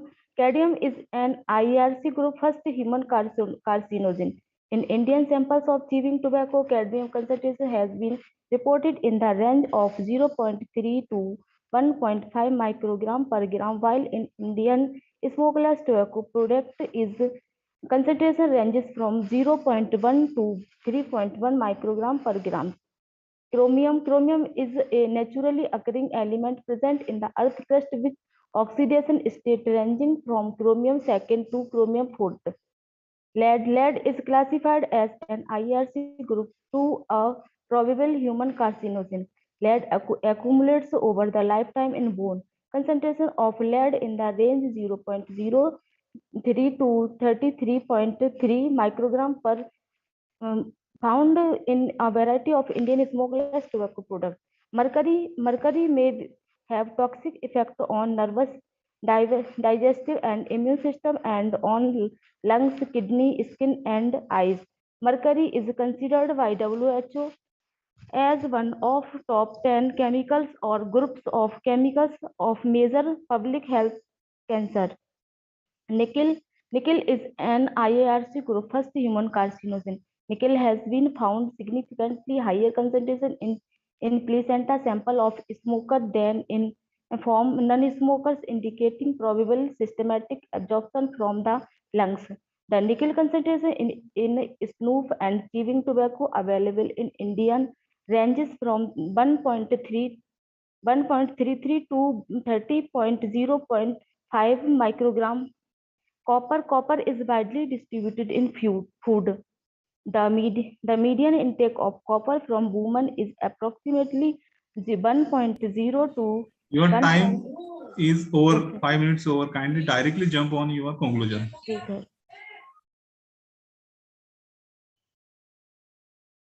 Conclusion: a comprehensive approach is required for combating the tobacco menace. However, awareness of the hazard of tobacco usage is being created in the Indian population through different media, which promote the prevention as the best solution. Intense efforts are also needed towards tobacco season programs.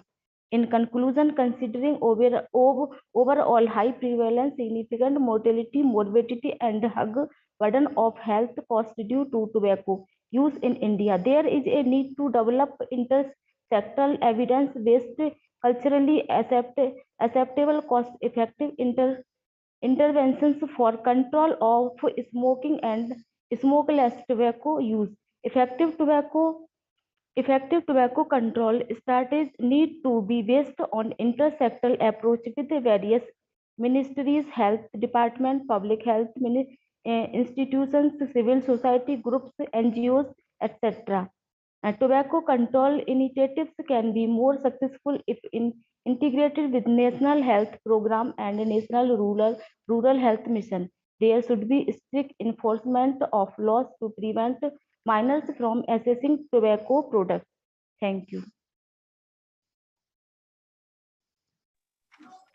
Thank you.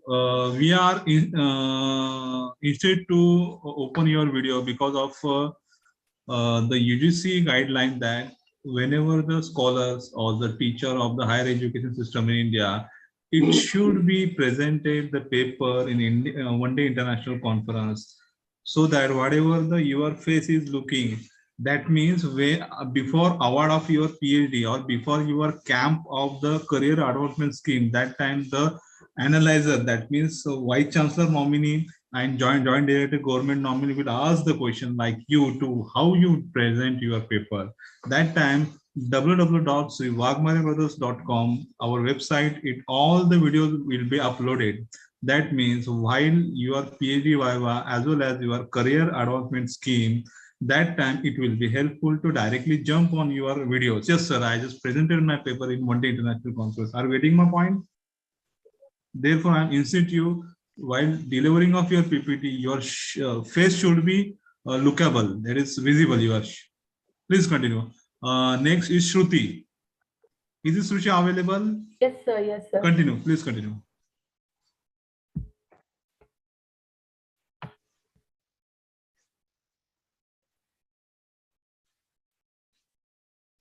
We are having very less time. Do the fast. Yes, sir. You orally or PPT? Yeah, PPT is there, sir. Please upload. Yes, sir.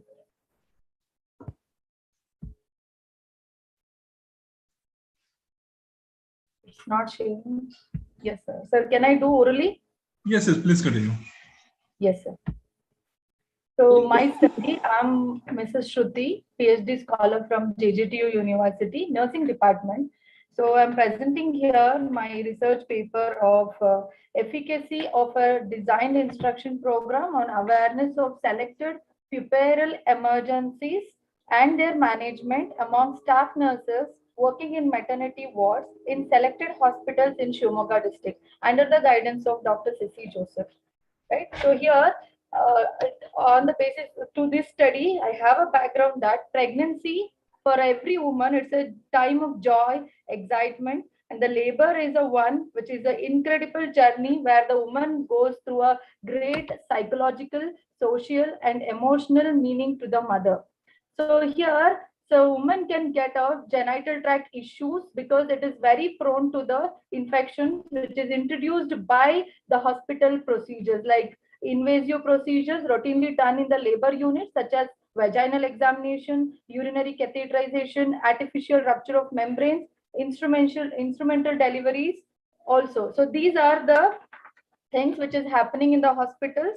So because of this, the woman is going to develop a sepsis, means infection after the childbirth, which is emerging as a significant cause of maternal mortality and morbidity, death and disease rate, raising concerns about the quality of obstetrics and the postnatal care provided to the woman, as well as the efficacy of infection control practices in the hospitals, which directly reflects the aspects of obstetric care.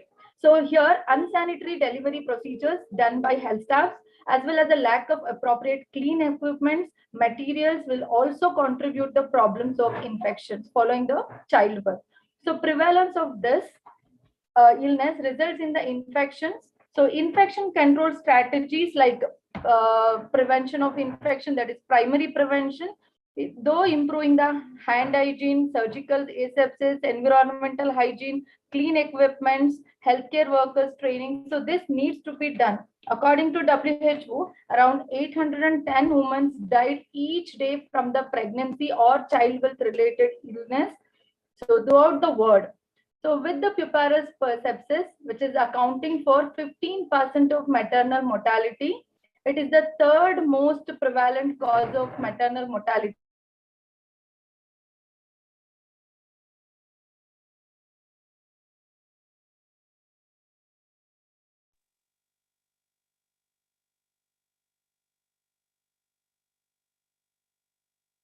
Chini, cut madu. Am I audible, sir? Udeshna madam, do you have some internet problem? Am I Please, audible? please continue. Yes, sir. So according to WHO, estimates that puerperal sepsis kills at least 75,000 women each year, which majority of these deaths occurring in a low-income countries. So based on this, I have selected this topic. So we have done a evaluative research. This is a quasi-experimental study. So we have selected one group pre-test, post-test, and along with that, we have awareness program, planned awareness program regarding the puerperal emergencies.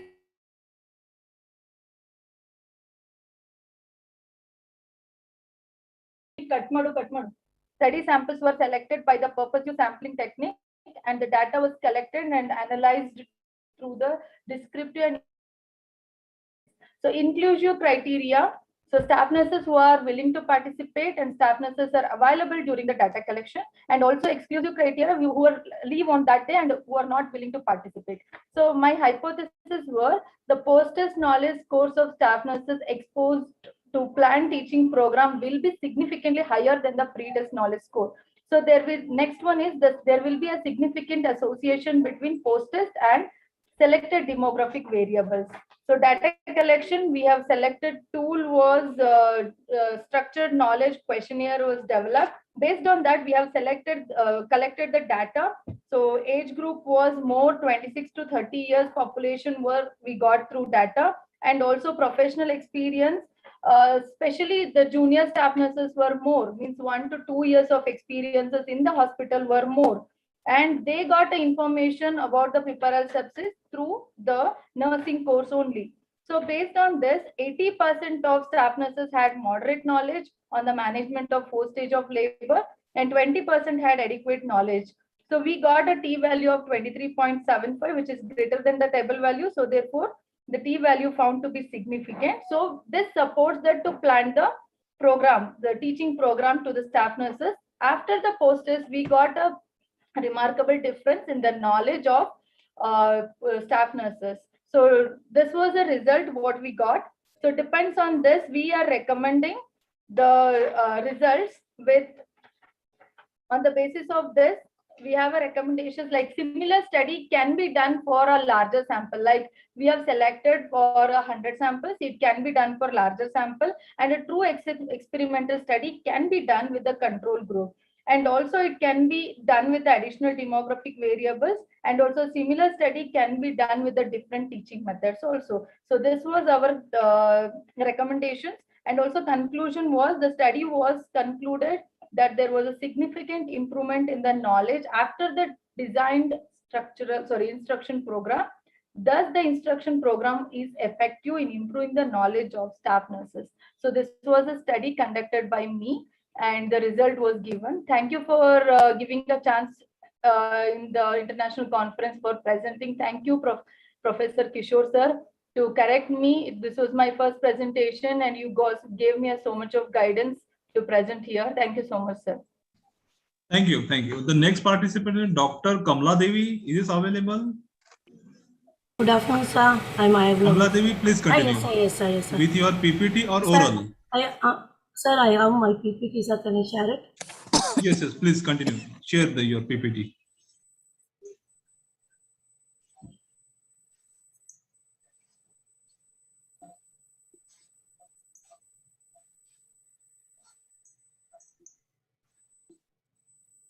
Sir, is it visible? Your face should be visible during deliver of your PPT. Okay, sir. Please continue. Okay, sir. I would like to thank the organizer on giving me this opportunity to present my research paper on socio-economic, cultural, and ritual interaction between the indigenous communities in Nilgiris district. First, I want to explain to you about my objective of this paper as well as the methodology conducted to do my paper. First, my objective to study the culture and economy, social as well as ritual interaction of the tribal communities. To second one, to establish the linkage between forest resources and the livelihood of the tribals in Nilgiris. Third, to identify the tribal groups that are natives of the Nilgiris district have great diversity and pluralism. Then, to find out how each tribe maintain its separate identity and how the composite society maintain inter-tribal ethnic relations. For methodology, I used two types of data. One, primary data and secondary data. Or primary data is born and brought up in Nilgiri district, so it is easy for me to visit all the settlements of the tribal people, so it is easy for me to collect the data regarding this paper. Then secondary data I collected from the various publications as well as reports, governmental annual reports, journals, newspapers, articles, books, etc., etc. Then before I'm going to my research paper, I want to explain to you about my particular district. Is the district is located in the tri-junction of the state of Tamil Nadu, Kerala and Karnataka in South India.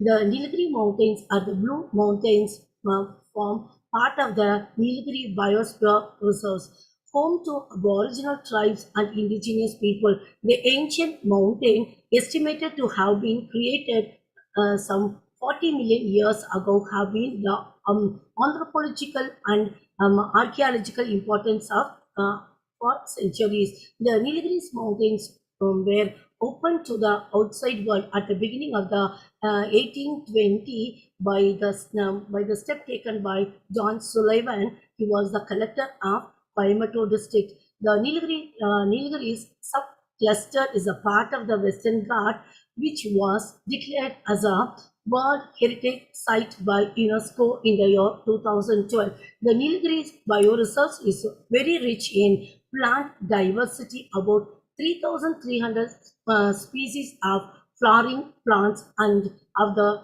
3,300 species, 132 are endemic to the reserve. Scientists classify the Nilgiris as a living fossil. Ecologists say the biodiversity of the Nilgiris is found nowhere else in the world. Anthropologists describe Nilgiris as an aboriginal enclave. Geographers have listed the Nilgiris among the 400 natural wonders of the world. The Nilgiri biosphere is a very rich in plant diversity. Then one more thing is, if you go to Nilgiris, is you can see number of tribal communities living in the particular area. Example, Todas, Kotas, Paniyas, Kurumbas, Irulas, and Katunya, Nayakas are the primitive tribes of the particular region. Greeks, in the book written by Greeks, it is mentioned about all these things. In addition to the above groups, the other predominant tribal groups are also living in the particular places.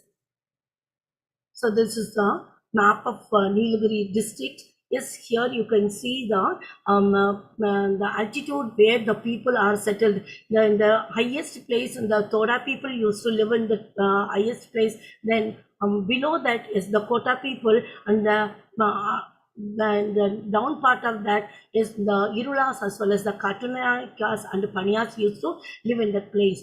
The next one is, when you're talking about the tribal peoples in that particular area, they had a social symbiotic relationship. What do you mean by the term social symbiotic relationship? Means it's involved in the traditional system of economic, cultural, as well as ritual interaction between these tribal communities. Then this is the Todas. Todas, they have no crops of any kind and no occupation but the breeding of the buffaloes. They believe they have only buffaloes. So from the buffaloes, they have the butter, buttermilk, geese, etc. They used to exchange with other tribal communities. Then the Kotas, they are the carpenters, blacksmiths, potters, and the musicians of the Nilgiri Hills. So whenever they go to Toda community, they used to be the musician. As a return, as they used to get ghee and butter from the Todas. Then Irulas, they are used to hunt animals, trap birds, and also collect honey and collect honey from the wild bees, while the women used to gather tubers, mushrooms, fruits, edible seeds. A few Irulas in Udagamandalam, that is Uti, and Koteri Taluk are experts in weaving, are making different types of baskets, winnows, and the brooms. Is the Kuruma type of people. They are also one of the tribal group in Nilgiri Hills, Kurumbas. They are also live in the deep forest, and they are exchanging forest products with the other tribal communities such as honey, bees, beeswax, herbal plants, therapy, and baskets, winnows, and as well as the grain storage. Then Paniya tribes and the Katunayakas in Nilgiris, they are also living in the Gudalur Taluk. Then one more group, they are not tribal group, but they are also living in Nilgiri Hills. They are called Badaga community. They came from Mysore. Then this is the development of Nilgiri Hills and its impact on the inter-ethnic relations and the British intervention in their regions. Before British invention, they used to exchange their product with the other community. They had a barter system. After the invention of British people in Nilgiri Hills, they established tea plantation, coffee plantation. They developed roads, communication. After that, the inter-ethnic relationship was disturbed by the British people. Then changing in the land use. So after coming of Britishers in Nilgiri districts, the way of cultivation totally changed. They started cultivating potatoes, carrots, beans. They introduced different cash crops in the particular area. So in the year 1838, British introduced Your time, Okay, Kamala Devi, okay, sir. madam, your time Yes, sir. is Yes, sir. over. Yes, sir. Please I will jump on. conclude it. Then in 1885, they introduced tea cultivation. Slowly, they started cultivating different product in the Nilgiri district. As a result, yes, everything was disturbed to the symbiotic relationship between the tribal community. So we are talking about the development. We are talking about the welfare of the tribal people. Before we are going for any plan, yes, we have to consult the tribal people. Yes, what type of development they needed. Yes, but we are not consulting the people, and we are disturbing the culture as well as their traditions. So in future, yes, we have to give importance to the traditions and the culture of the tribal people. Thank you so much. Thank you, Kamala Devi, madam. Okay, thank you, sir. The next presenter is available. Sir, मैं Mittal Kapadia, I am Mittal Kapadia. Sir, if you don't mind, मैं present कर सकती हूँ? Kapadia, Because please I'm in continue. traveling. Kapadia Please. Mittal. Mittal, madam, please continue. Thank you so much, sir. On your video, हाँ your ji sir, face बिल्कुल. should be visualized in front हाँ of sir, the sir. YouTube. Sir, 1 second. हाँ जी sir.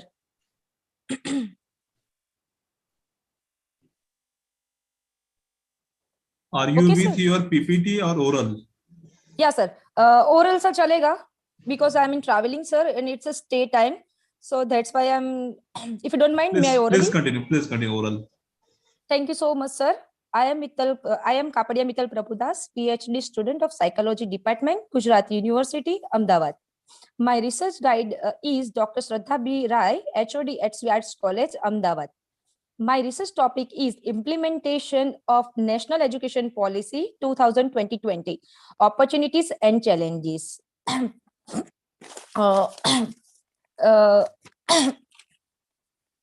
I have a three. I select three main objectives for my research paper, sir. First one, know the meaning of education and education policy.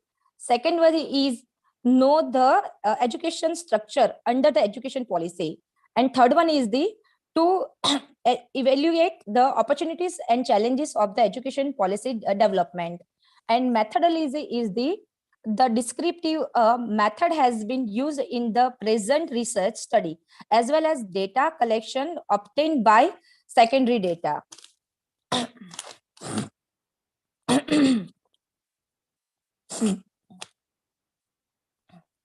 I have analyzed the following 23 opportunities, sir.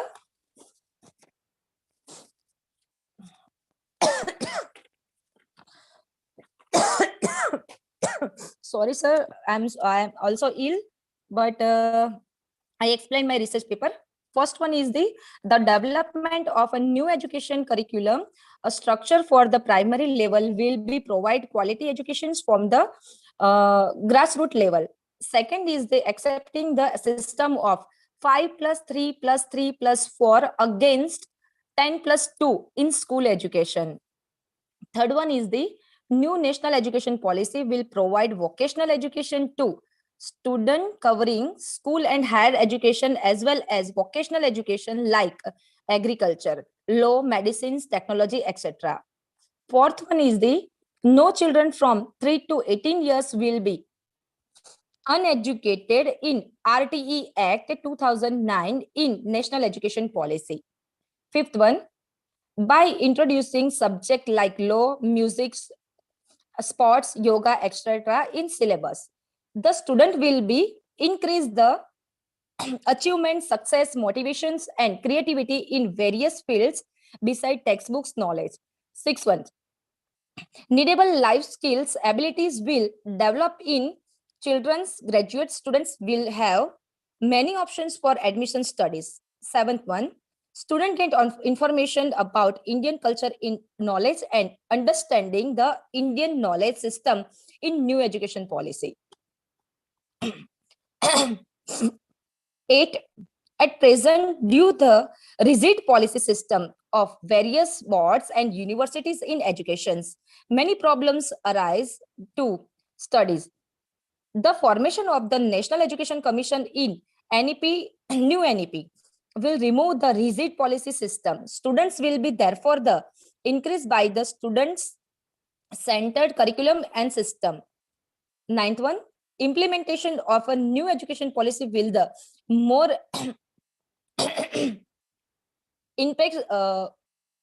impacts to government school and private school has has fees like the private school will be banned. 10.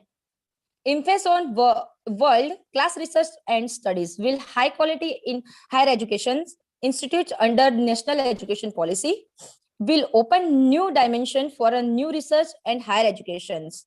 11. As a new education policy 2020 in designed by Indians keeping in mind their traditional cultures, language, understanding of diversity,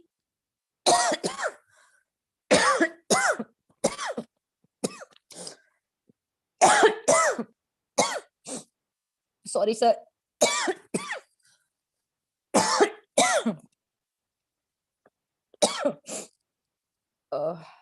Sorry, I repeat once again.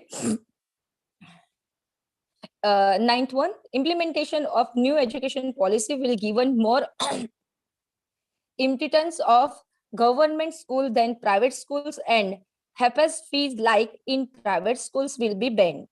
10th one, emphasis the world class. Your time is over. Directly jump on conclusion. Okay, sir. Sir, I am ready for it. Hello. Please wait. Please wait. One second, sir. Sir, conclusion. We said that about National Education Policy to 2020, after seeing opportunities and challenges, will made with two major questions in my mind. First one, does the education system encourage the younger generation to live a creative, inclusive, and dedicated life? Second one, does the education system help to youth to build the capable society in the country? Both the question, PM Narendra Modi expressed satisfaction that the national education policy has considered these two compelling issues and has given addictive considerations to them. New education policy emphasizes thinking power.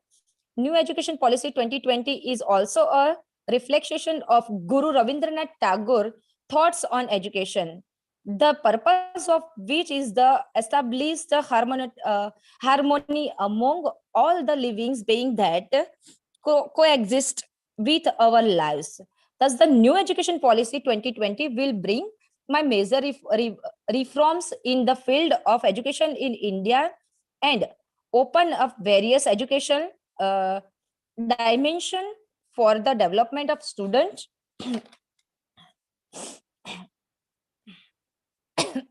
Thank you for listening me, sir. Thank you. The next presenter is Vipul Gohil. Excuse me, sir. Okay, sir. Vipul Gohil, please continue. Excuse me, sir. Sir, can I present after him? After the Vipul Gohil, you can. Okay, sir. Before starting off your lecture, you have to introduce yourself, your topic, your registration number, your PhD, university, your subject. That means it will come to know automatically in Viva voice. There is no any will be asked any question. Please continue. Sir. Okay, sir. My name is Vipul Gohil, PhD student of Economics Department, School of Social Science, Gujarat University, Ahmedabad. My research guide is respected Dr. Sanjay R. Fardesi, sir, Gujarat University, Ahmedabad. My topic is COVID-19 impact on GST revenue in the state of Gujarat. There are five objectives of my research study. First is to get general information about COVID-19. Second, to get general information about GST in India. Third, to get information about meaning of GST and its calculation method. Fourth, to get information about type of GST. And last, to analyze the effect of COVID-19 on GST revenue of Gujarat state. Then meaning and calculation of GST. Next, type of GST. See, first is CGST, Central Goods and Service Tax. SGST, State Goods and Service Tax. And third, IGST, Integrated Goods and Service Tax. And last, research findings. Demand was reduced due to lockdown in April and May of 2019-20 and 2020-21 following the COVID-19 epidemic. Therefore, accurate figure on GST revenue could not be obtained. Second, while in June, July, and August due to COVID-19, GST revenue seems in decreasing from while comparing it with 2019-20 data, variable was reduced. 12.32% was the biggest reduction in the month of July 2020-21 in GST revenue. The GST revenue, which was rupees 6,411 crore in 2019-20, was reduced to rupees 5,621 crore. The second wave of COVID-19 in January 2020-21 did not yield accurate data on GST revenue.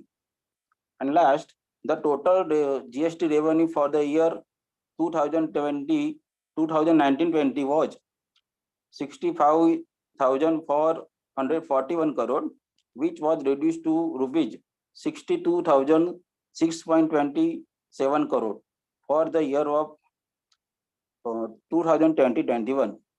Thus, the total revenue of GST was reduced by 5.24%. Thank you very much for giving me a chance.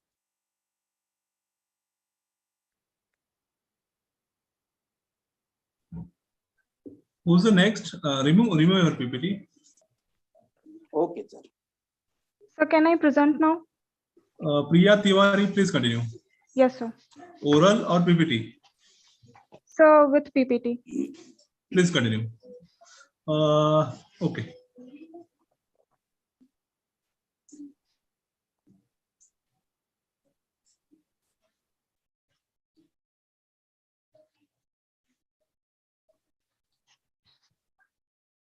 So is my PPT visible? Yeah, please continue. Okay, good afternoon to one and all present here. My name is Priya Tiwari, a final year student of Masters of Library and Information Science, Banaras Hindu University. And today I am here to present a conceptual analysis on the topic digital preservation in the present era. So before we move on, we would like to know what exactly digital preservation is. So digital preservation can be described as using digital technology to preserve the information content. It refers to the series of well-managed activities necessary to ensure continued and perpetual access to digital materials as long as it is required for reference. And according to Lawrence et al., preservation must facilitate future users to retrieve, access, decipher, view, interpret, understand, appreciate, and experience informational entities, for example, documents, maps, or data, in meaningful and valid ways.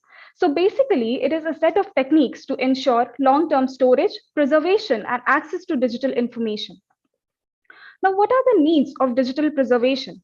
So we know that from the beginning, people used paper as a means for storing information, but due to the changing technological innovations, we shifted to the digital material. And so as the digital material can use a variety of formats, so we need to preserve those digital material that are found in the libraries. So libraries should have a clear understanding for its purpose for digitizing and preserving digital material.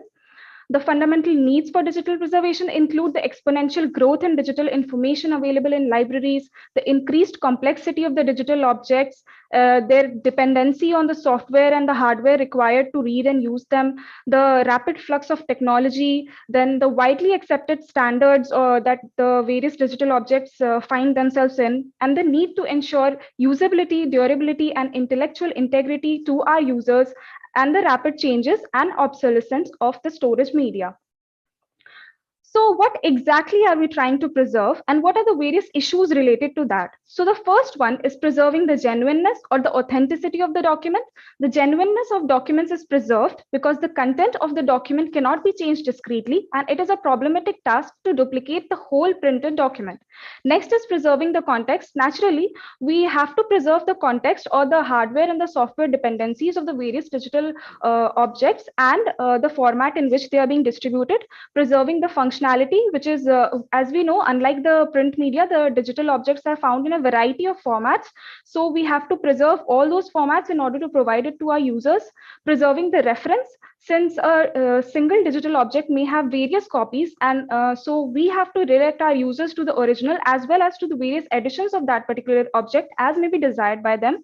Preserving the content, which is the most important thing, because content preservation of digital documents shows upholding the ability to access the content at its simplest level, etc.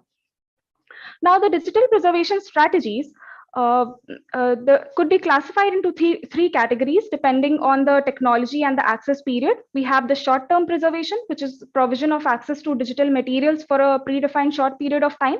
Examples include bitstream copying, refreshing, replication, etc. The medium-term preservation, which is the provision of continued access to digital materials beyond changes in technology for a defined period of time, but not indefinitely. And the long-term preservation, which is the continued access to digital materials indefinitely without considering the technological obsolescence. The examples including migration, emulation, canonicalization, etc. Now, what are the challenges of digital preservation? Preservation programs require significant upfront investment to create, along with ongoing costs for data ingest, data storage, staffing, etc.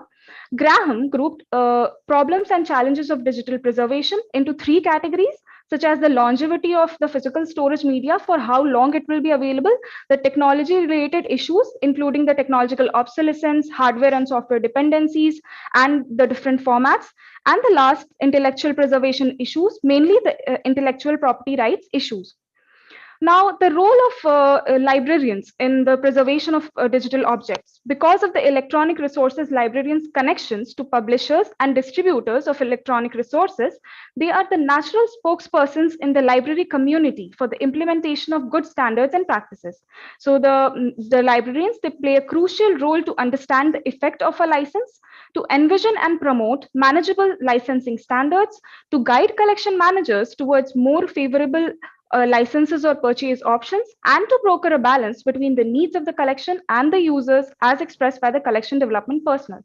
So we can see the enormous role that is played by the librarians in preserving those digital objects and providing it to our users as and when required. To conclude, I would like to say that preservation of digital documents becomes an imperative because of the obsolescence of hardware and software and standard file formats. Librarians and archivists need to study thoroughly various issues and concerns for digital preservation, for their long-term preservation, because more of the collection is shifting towards the digital collection. These are the references. Thank you so much. Thank you. Thank you. Is this available, Shipra Pandey? Dr. Janakya, sir. Shipra Pandey is available. Dr. Channa Keoda. Yes, sir. Yes, sir. I am available, sir. Please continue. Yes, sir. Thank you, sir. PPT, please remove PPT. Yes, sir. 1 minute. Dr. Chanakya Gowda. Yes, sir. Yes, sir. I am available, sir. Yeah. Do you continue with your PPT or oral presentation? Actually, PPT is there, but that madam is not remove the PPT. That's what I am not able to share in this, sir. That is the problem. Madam, please remove your PPT. Sir, 1 second. So, my computer is hanged.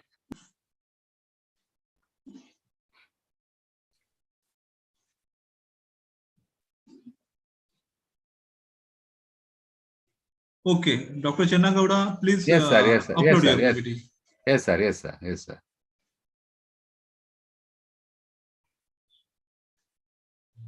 Good morning to one and all. Myself, Dr. Sinhgad College, Librarian, Government Law College, Ramnagar. My research topic is need for the change in the library management system in ICT environment and overview. Introduction. A revolutionary introduction. The origin of ICT, information and communication technology, has changed the performance of service pattern of every institution and organizations. Library is not excluded from it. Impact of ICT has transferred the traditional library into automated library. Digital library and virtual library are also the gift of ICT. Many libraries have been serving hybrid libraries, coexistence of digital library and automated library, and a manually operated traditional library. In automated library, in automated hybrid library, the collection of printed documents and arranging the particular orders, shelving of many technical steps, it is time to consume. It is time consuming as well as the space consuming. If we use the ICT very effectively in the library operation, we can resolve this problem. Library activities. Hybrid. The first one is the hybrid library. The hybrid libraries are mixtures of traditional print material such as books and magazines, as well as the electronic based materials such as downloadable audio books, electronic journals, e-books, etc. Hybrid libraries are the new norms in most public and academic libraries. Library housekeeping activities. Second one. Library housekeeping activities have played a very vital role in acquiring, preserving, and maintaining the library document in order to make it available for user community at right time at the right place. The major activities are acquisition, accessioning, classification, cataloging, shelving, and circulation, serial control, and stock verification. Third one is the information and communication technology facilities in library operations and services.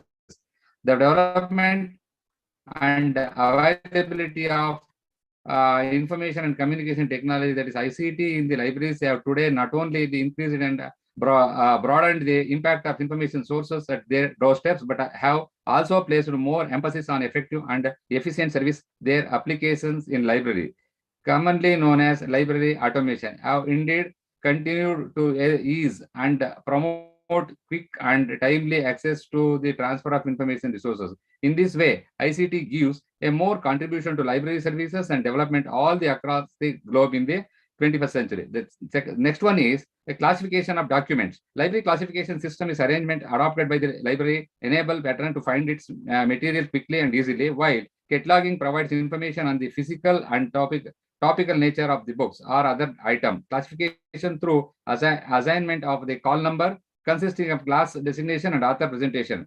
Locals items in its library setting of ideally in the term of knowledge, arranging similar things to some other according to some principles, unites and controls the information from various sources. Cataloging. A catalog card is a physical listing of all the contents of library organized with a single for each item in a library. It was a familiar navigational hazard and blessing in all libraries as well through the 20th century, when physical catalog begins to displaced by computerized various.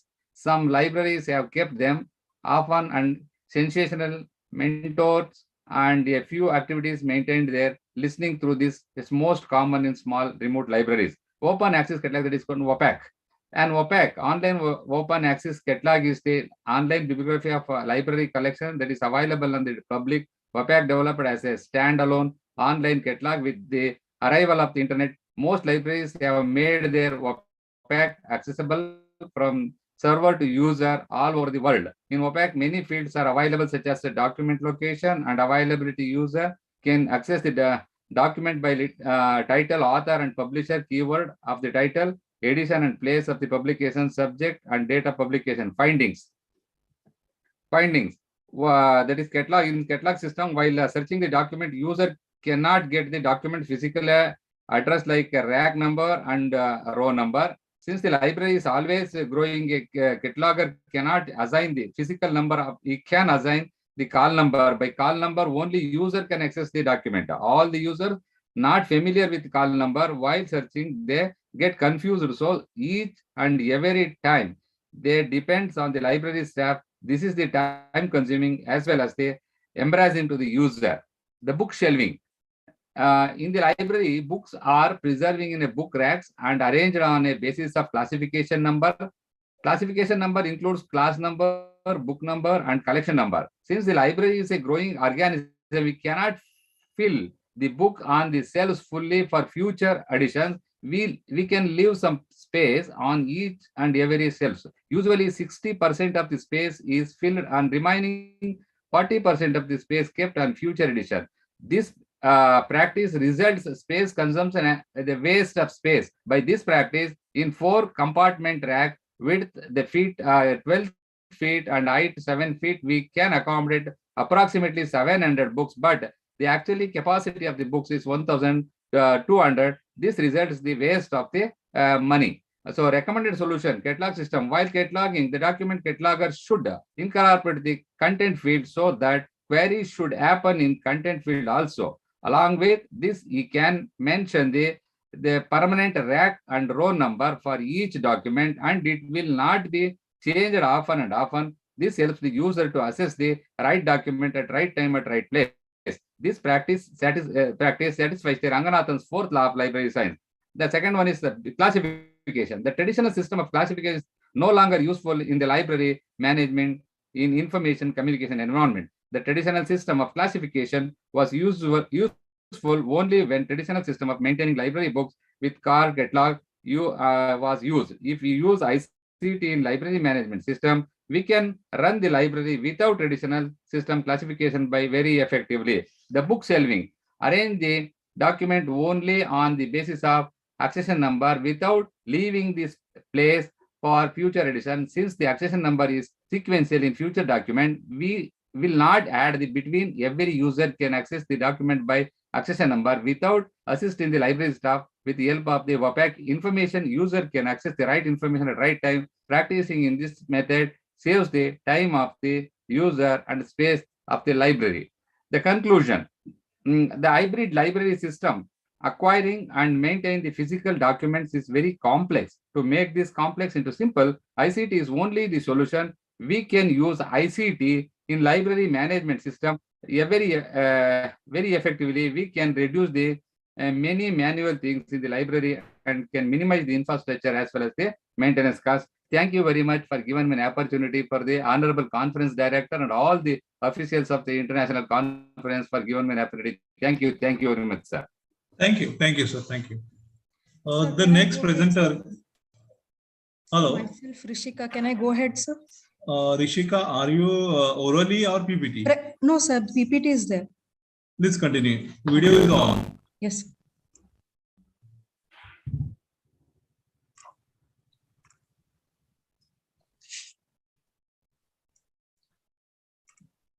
Visible. Please continue.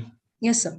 Good afternoon to everyone. Myself, Rishika D. I am Assistant Professor in Commerce from Sinhgad College, Haveri, Karnataka.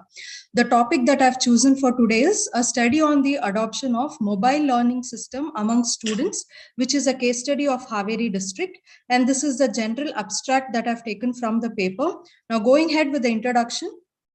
Transformation in Indian education system. That is one of the main dream of our Prime Minister Modi, is to introduce digitalization in every aspect of technology, especially in education system. And this has made each of a teacher and a student to adopt technology right from the inception of this COVID. So the pandemic and the lockdown has made every one of us to know the technology and to at least install the basic online class apps, be it Google Classroom, Zoom, or a Teachment app, and to get along with the technology to some extent. So mobile learning is, many students have enrolled for a private coaching, online coaching classes, be it by Byju's or the UN Academy. Apart from that, how well the students are going with the technology. That is, are they really able to benefit from the mobile learning is the concept of this M-learning.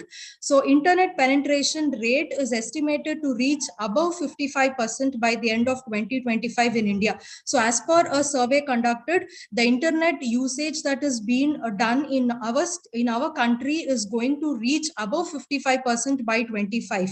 So which means each one of us do use smartphone and there is internet in each of our smartphone. So through mobile learning, students are enabled to understand the concepts more clearly because they can anytime pause the video, get on with the assignments, or even they can access more additional materials if they require. So, but the problem is when we talk about rural part of our economy, the rural part of our country, here the students lack major resources. First thing is they lack smartphones and there is no proper network connectivity at their residence, which refrains them from using mobile learning. And the present study focuses on how far is the adaptability of M-learning among BCom students of GH College, Haveri. And to analyze this, I have used a model which was called Unified Theory of Acceptance and Use of Technology, developed by Venkatesh and others in the year 2003. And this model basically has questions and that divides the question under various parameters like performance expectancy, effort expectancy, social influence, facilitating condition, and behavioral intention. So the objectives of my study: to study the level of acceptance of students at the Haveri district in terms of M-learning, to understand the degree of responses received towards M-learning under different parameters, to analyze the correlation between the performance expectancy and facilitating condition, which are the indicators of this UTA model. The statement of the problem, as I've already told, at a rural part of our economy, there is lack of resources. So being this, how far the students are able to utilize the opportunity and get benefited out of M-learning is what is the research gap that have been analyzed here. Coming to research methodology, now here the complete data is from the primary collection where a structured questionnaire was prepared containing 20 questions taken directly from the model and was circulated through Google form to a sample size of 164 students, BCom students, and a simple random sampling technique was applied in collecting these sample. After the collection, various statistical measures or the tools have been used like Z-test, range, and correlation. So moving ahead with the data analysis and findings, first is the Z-test. Since the number of sample were more than 30, I have applied Z-test here.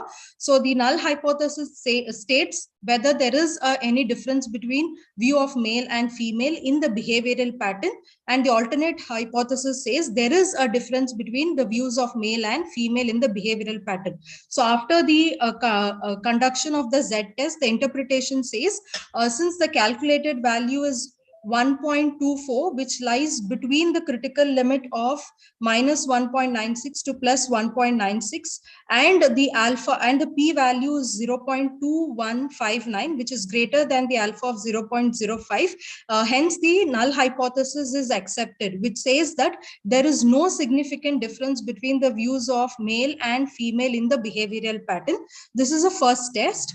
Then the second test is the analysis of data which was collected using Likert scale. So Likert scale ranging from strongly agree to strongly disagree. With this scale, the data was collected from the respondents, and the collected data have been projected here in the table form. So these are the 20 questions which were asked to the students, and these PE represents performance expectancy, EE is effort expectancy, SI is a social influence, and then FC is facilitating condition, and BI is a behavioral intention. So depending on these parameters, the responses were collected and the range have been calculated for every response, and then this has been concluded. So the interpretation says most of the students are at the range of agree, neither disagree nor agree, which means that they are not ready to strongly believe that mobile learning would be able to get them concepts more clearly, maybe because of the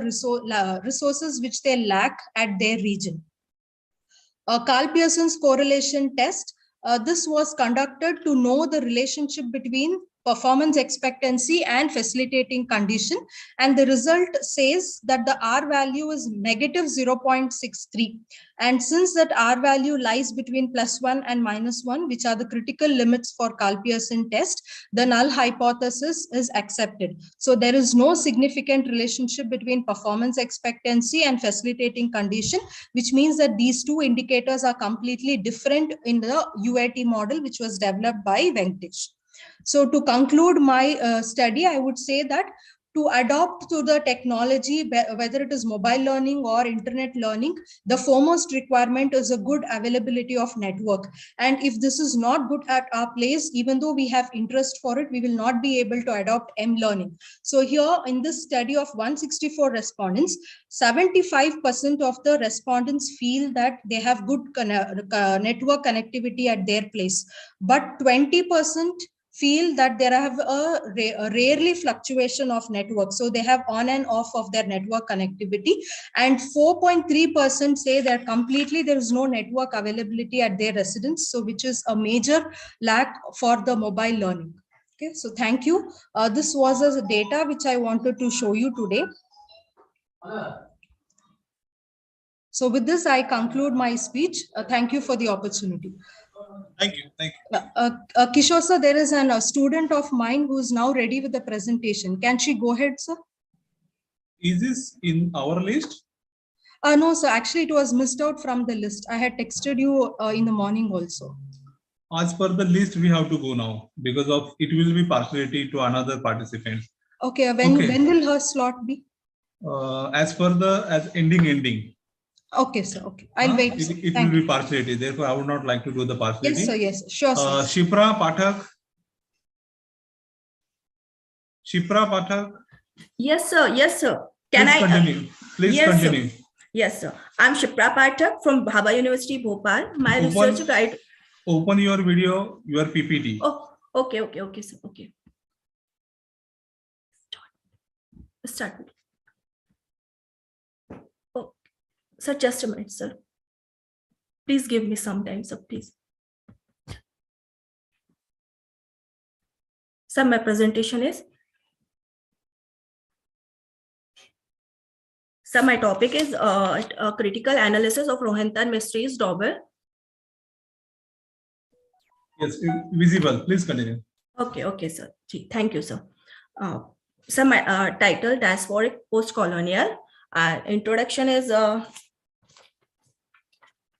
sir, Rohinton Mystery is an Indian-born Canadian writer. He got so many prizes, like international prizes for literature in 2012, and his first 3 novels were shortlisted for the Booker Prize, and his theme of novels, family life, poverty, and the corrupting influences of society.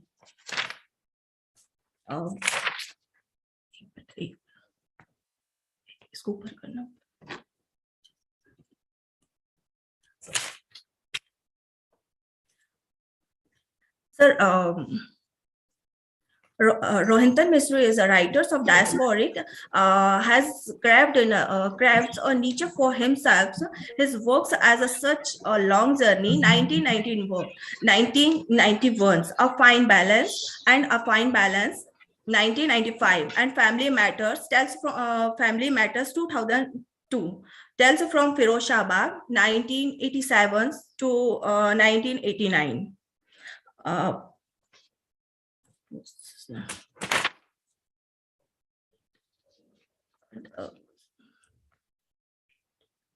Diasporic. So diasporic means migrated. It's like Rohinton Mysteries. He born in India, and after some times he went to Canada, and he got a nationality from Canada. It means migrated. Post-colonial. The award-winning novelist Rohinton Mysteries is recognized as one of the most important contemporary writers of post-colonial literature. His substyles add powerful narratives, encourage general readers, critical acclaims and from staples, element literature courses across the world.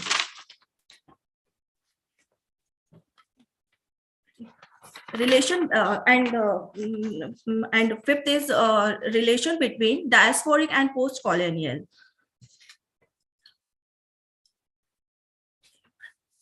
Rohinton Mystery, as a post-colonial diasporic writers, has liberated Indian English of the European empires and their relations to the rest of the world.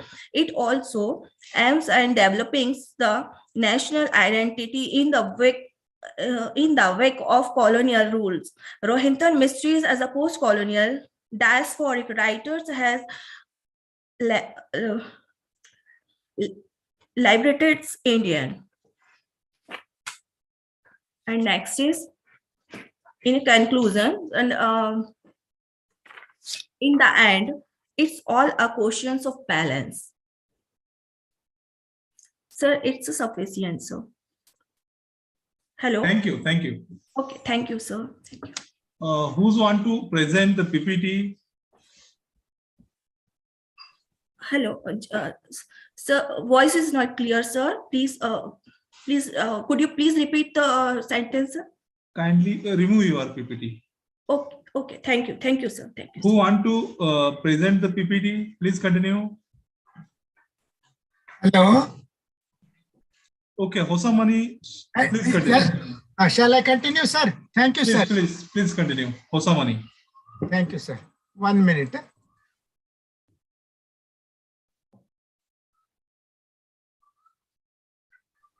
So earlier participant has not removed her PPT, sir. Hello. Please wait. Wait. Okay.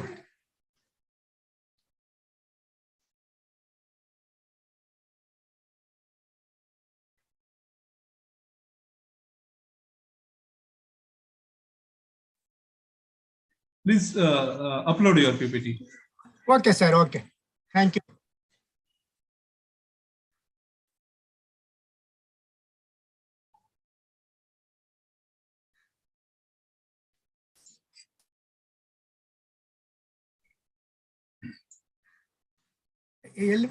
One minute, sir.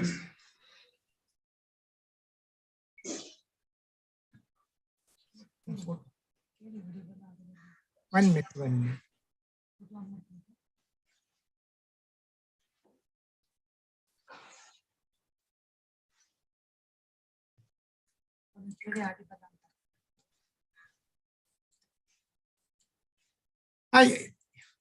Is it audible, sir? Yes, it is visible. Please continue. Good afternoon, everyone. Myself is Dr. S.M. Osamani, librarian from Sri Narayan Guru College of Commerce in Mumbai. My topic of the research paper is relevance of online resources for library users during COVID-19 pandemic period, a study. This article attempts to describe the relevance and importance of online information resources during the emerged unimaginable and challenging situation due to the emergence of COVID-19 pandemic situation. So this situation enforces government to lock down all the higher educational institutions for indefinite period. So in this time, all the libraries were closed for users indefinitely. So the statement of the problem of the research paper is relevance of online information resources during COVID-19 pandemic period study. So objectives of the paper is to know the role of online resources played during COVID-19 pandemic situation, to find out the reasons for importance of online resources during the period, to make an effort in analyzing the review of literature published, to draw the findings, suggestions, and conclusions based upon the study. The purpose of the research, basic aim of this research paper is to know the role played by online resources during the COVID-19 pandemic situation for the library users in retrieving the required information. So type of research methodology adopted here is in adherence to the requirements of the objectives of the research study. Please on your video. So sorry. Okay. So accidentally it was closed, sir. Sorry. This research design is adapted to have greater accuracy and depth analysis of research study. So hence this present research study has got its own limitations. So the challenges of online resources uses for users are the unplanned and rapid move to use online resources with no proper training, insufficient internet bandwidth, improper accessibility to electricity in some areas of the country, little preparation, poor economic condition of the library users, without reliable internet access in using online sources. For effective use of online resources, one should have proper training is required, requirement of precise research, searching skills, proper advisory to users to search what type of information there from which source they have to choose it. So proper internet connectivity should be proper electricity supply. So the tools used for gathering this information is available information from secondary sources, from journal articles and from the internet are used herewith. So there are so many researchers I have done work in this field. So finding of the study is COVID-19 situation shuts down physical functioning of the libraries. So online resources played a pivotal role in this situation in finding the required information for the library users. So suggestions. So a few important suggestions have been noted down in this discussion. So libraries should also have more number of subscribed online resources. There should be periodical conduct of e-competence courses for its users. Properly structured information literacy skills will play a helpful role for users in retrieving the required information. At the end, concluding, it is evident from the research study that the role played by online resources during the COVID-19 pandemic time is paramount one. Once again, I would like to thank Kishore Wagmare sir and Sinhgad College for providing this opportunity to present this paper at this international conference. Once again, I would like to thank everyone, sir. Thank you, sir. Yes, sir. Thank you. Who would like to continue PPT presentation? Participants who want Sir, can I call my student now, sir? I think so. Okay, please continue with your students. Yes.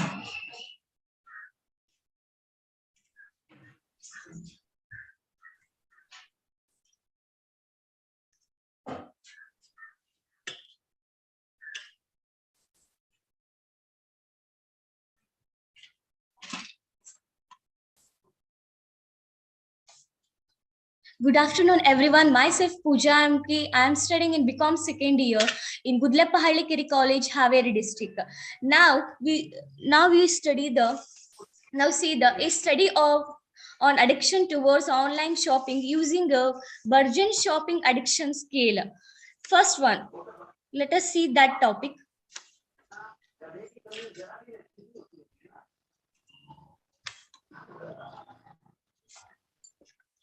You already know the online shopping is a very useful for the current situation, and also the technology plays a very vital role in every human being's life.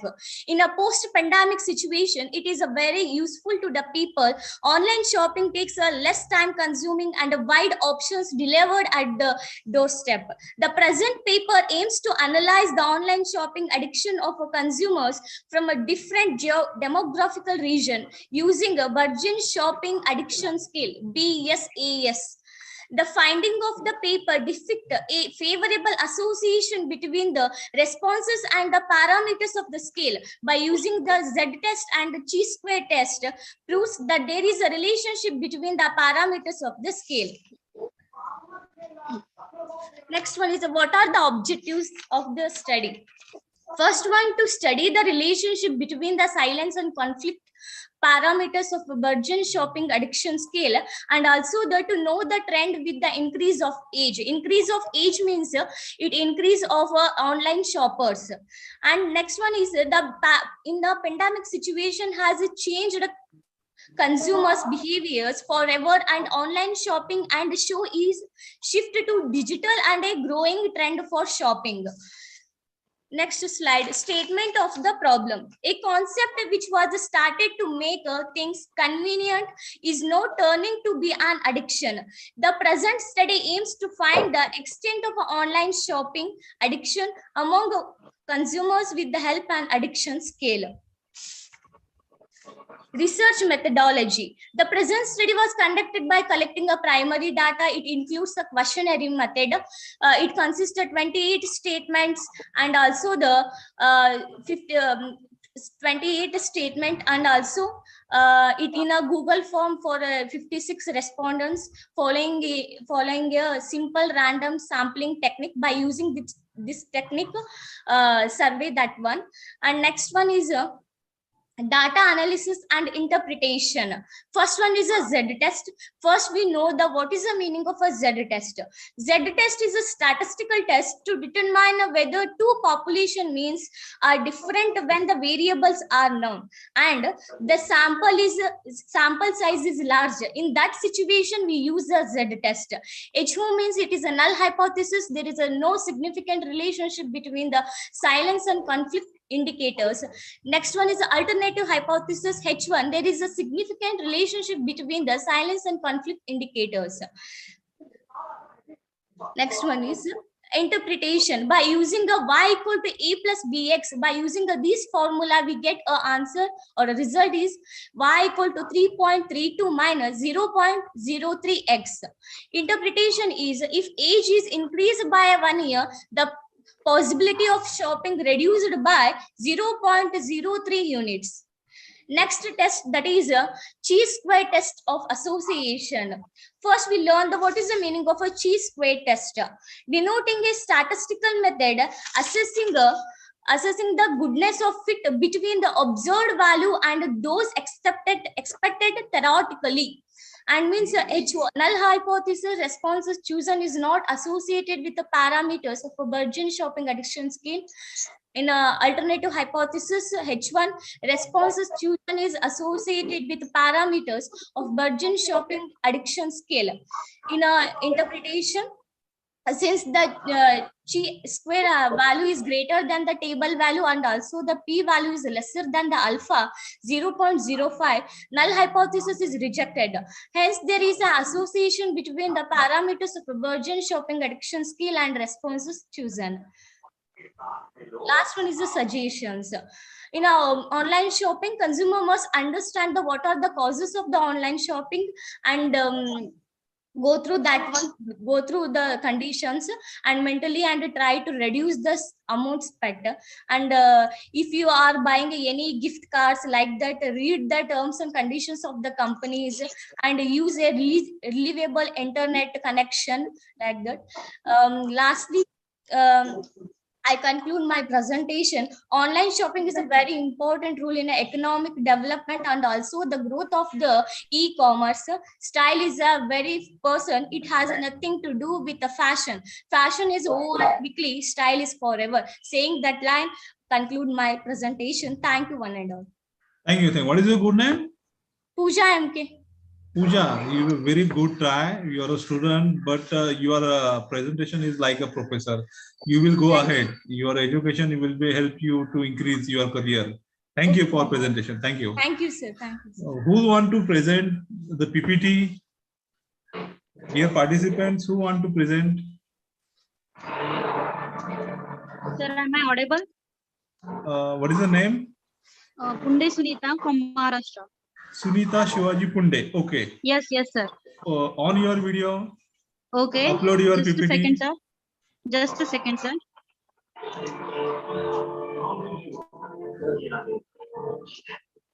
Now Shreya, my video is on, sir. Shreya, please mute your mic. Okay. Okay, please continue. Your video should be on. Just a second, sir. Sir, right now I'm on mobile. That's why I'm not able to. Are you continuing with present orally or PPT? PPT, sir. With PPT, I want to present myself. Upload your PPT. Just a second, sir.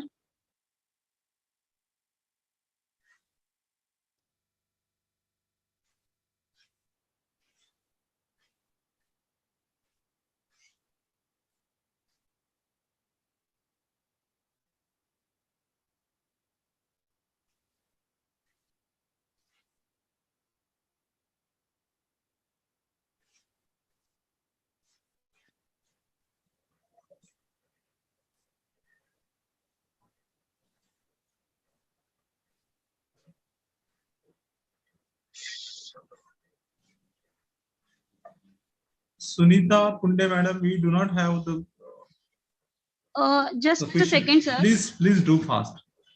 Okay, sir. Do you having some next participants after the Sunita Pune PPT?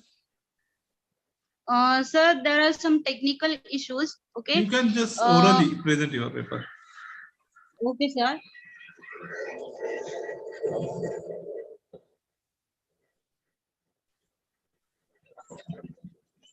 Channa K. Gowda, please mute yourself.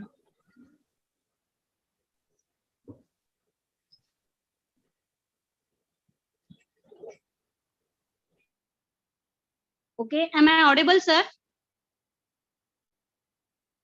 Please Hello? continue. Okay, sir.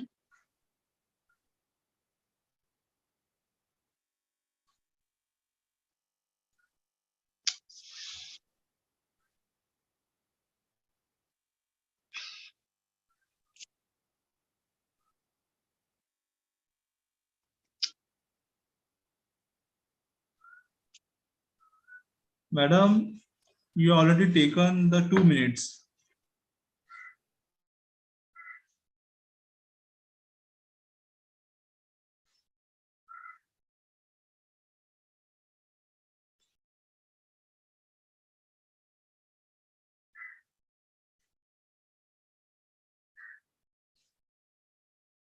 Sunita Shivaji Pune.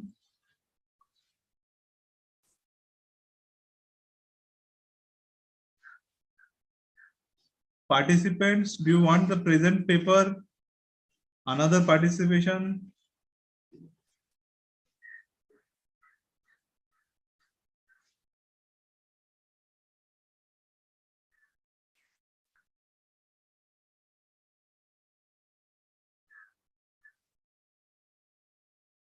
Another participation want the present the PPT?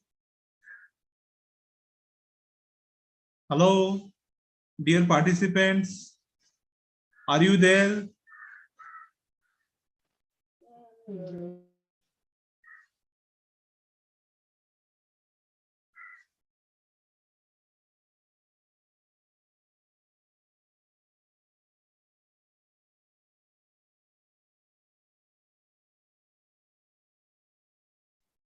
Dear participants, do you want the present the PPT?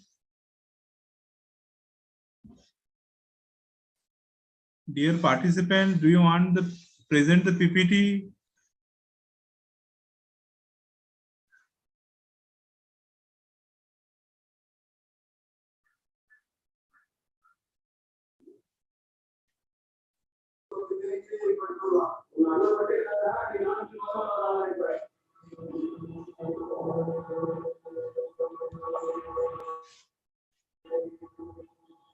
Yes, sir. My name is Venkatesh, Dr. Venkatesh, Chennai. Venkatesan?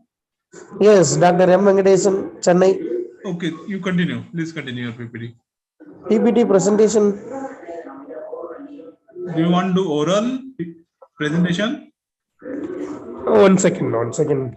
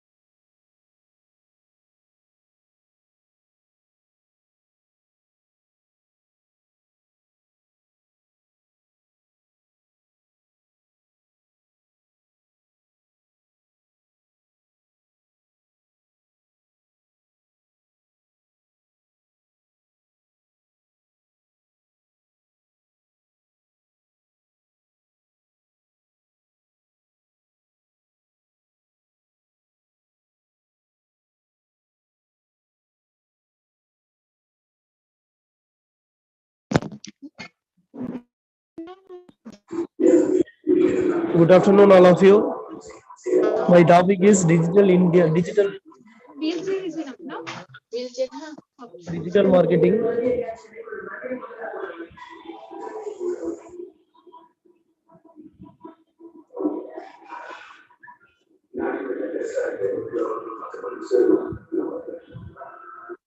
Digital marketing in recent trend of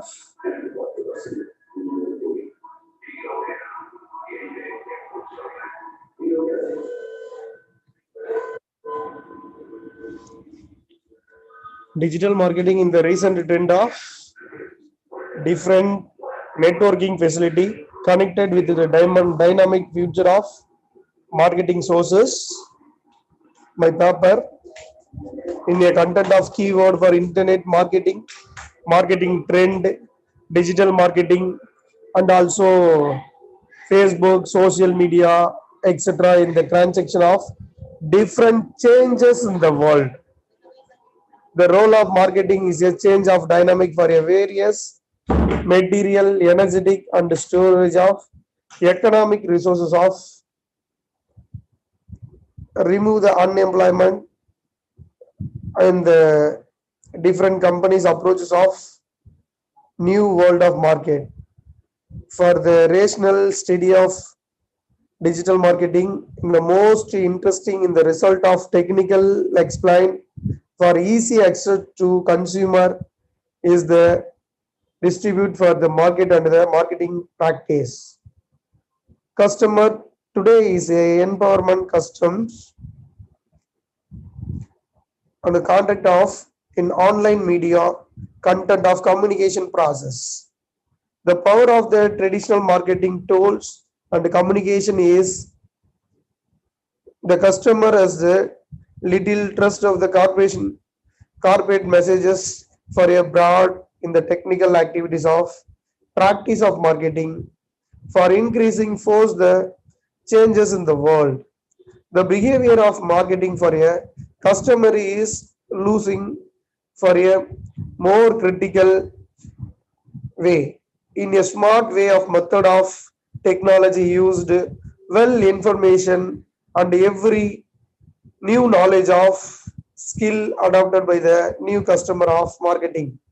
The environmental of marketing for a changing the world of continuous technology development in present marketing of new challenging and opportunities for mobile marketing, internet of thinkings, analytical, big data, 3D printing,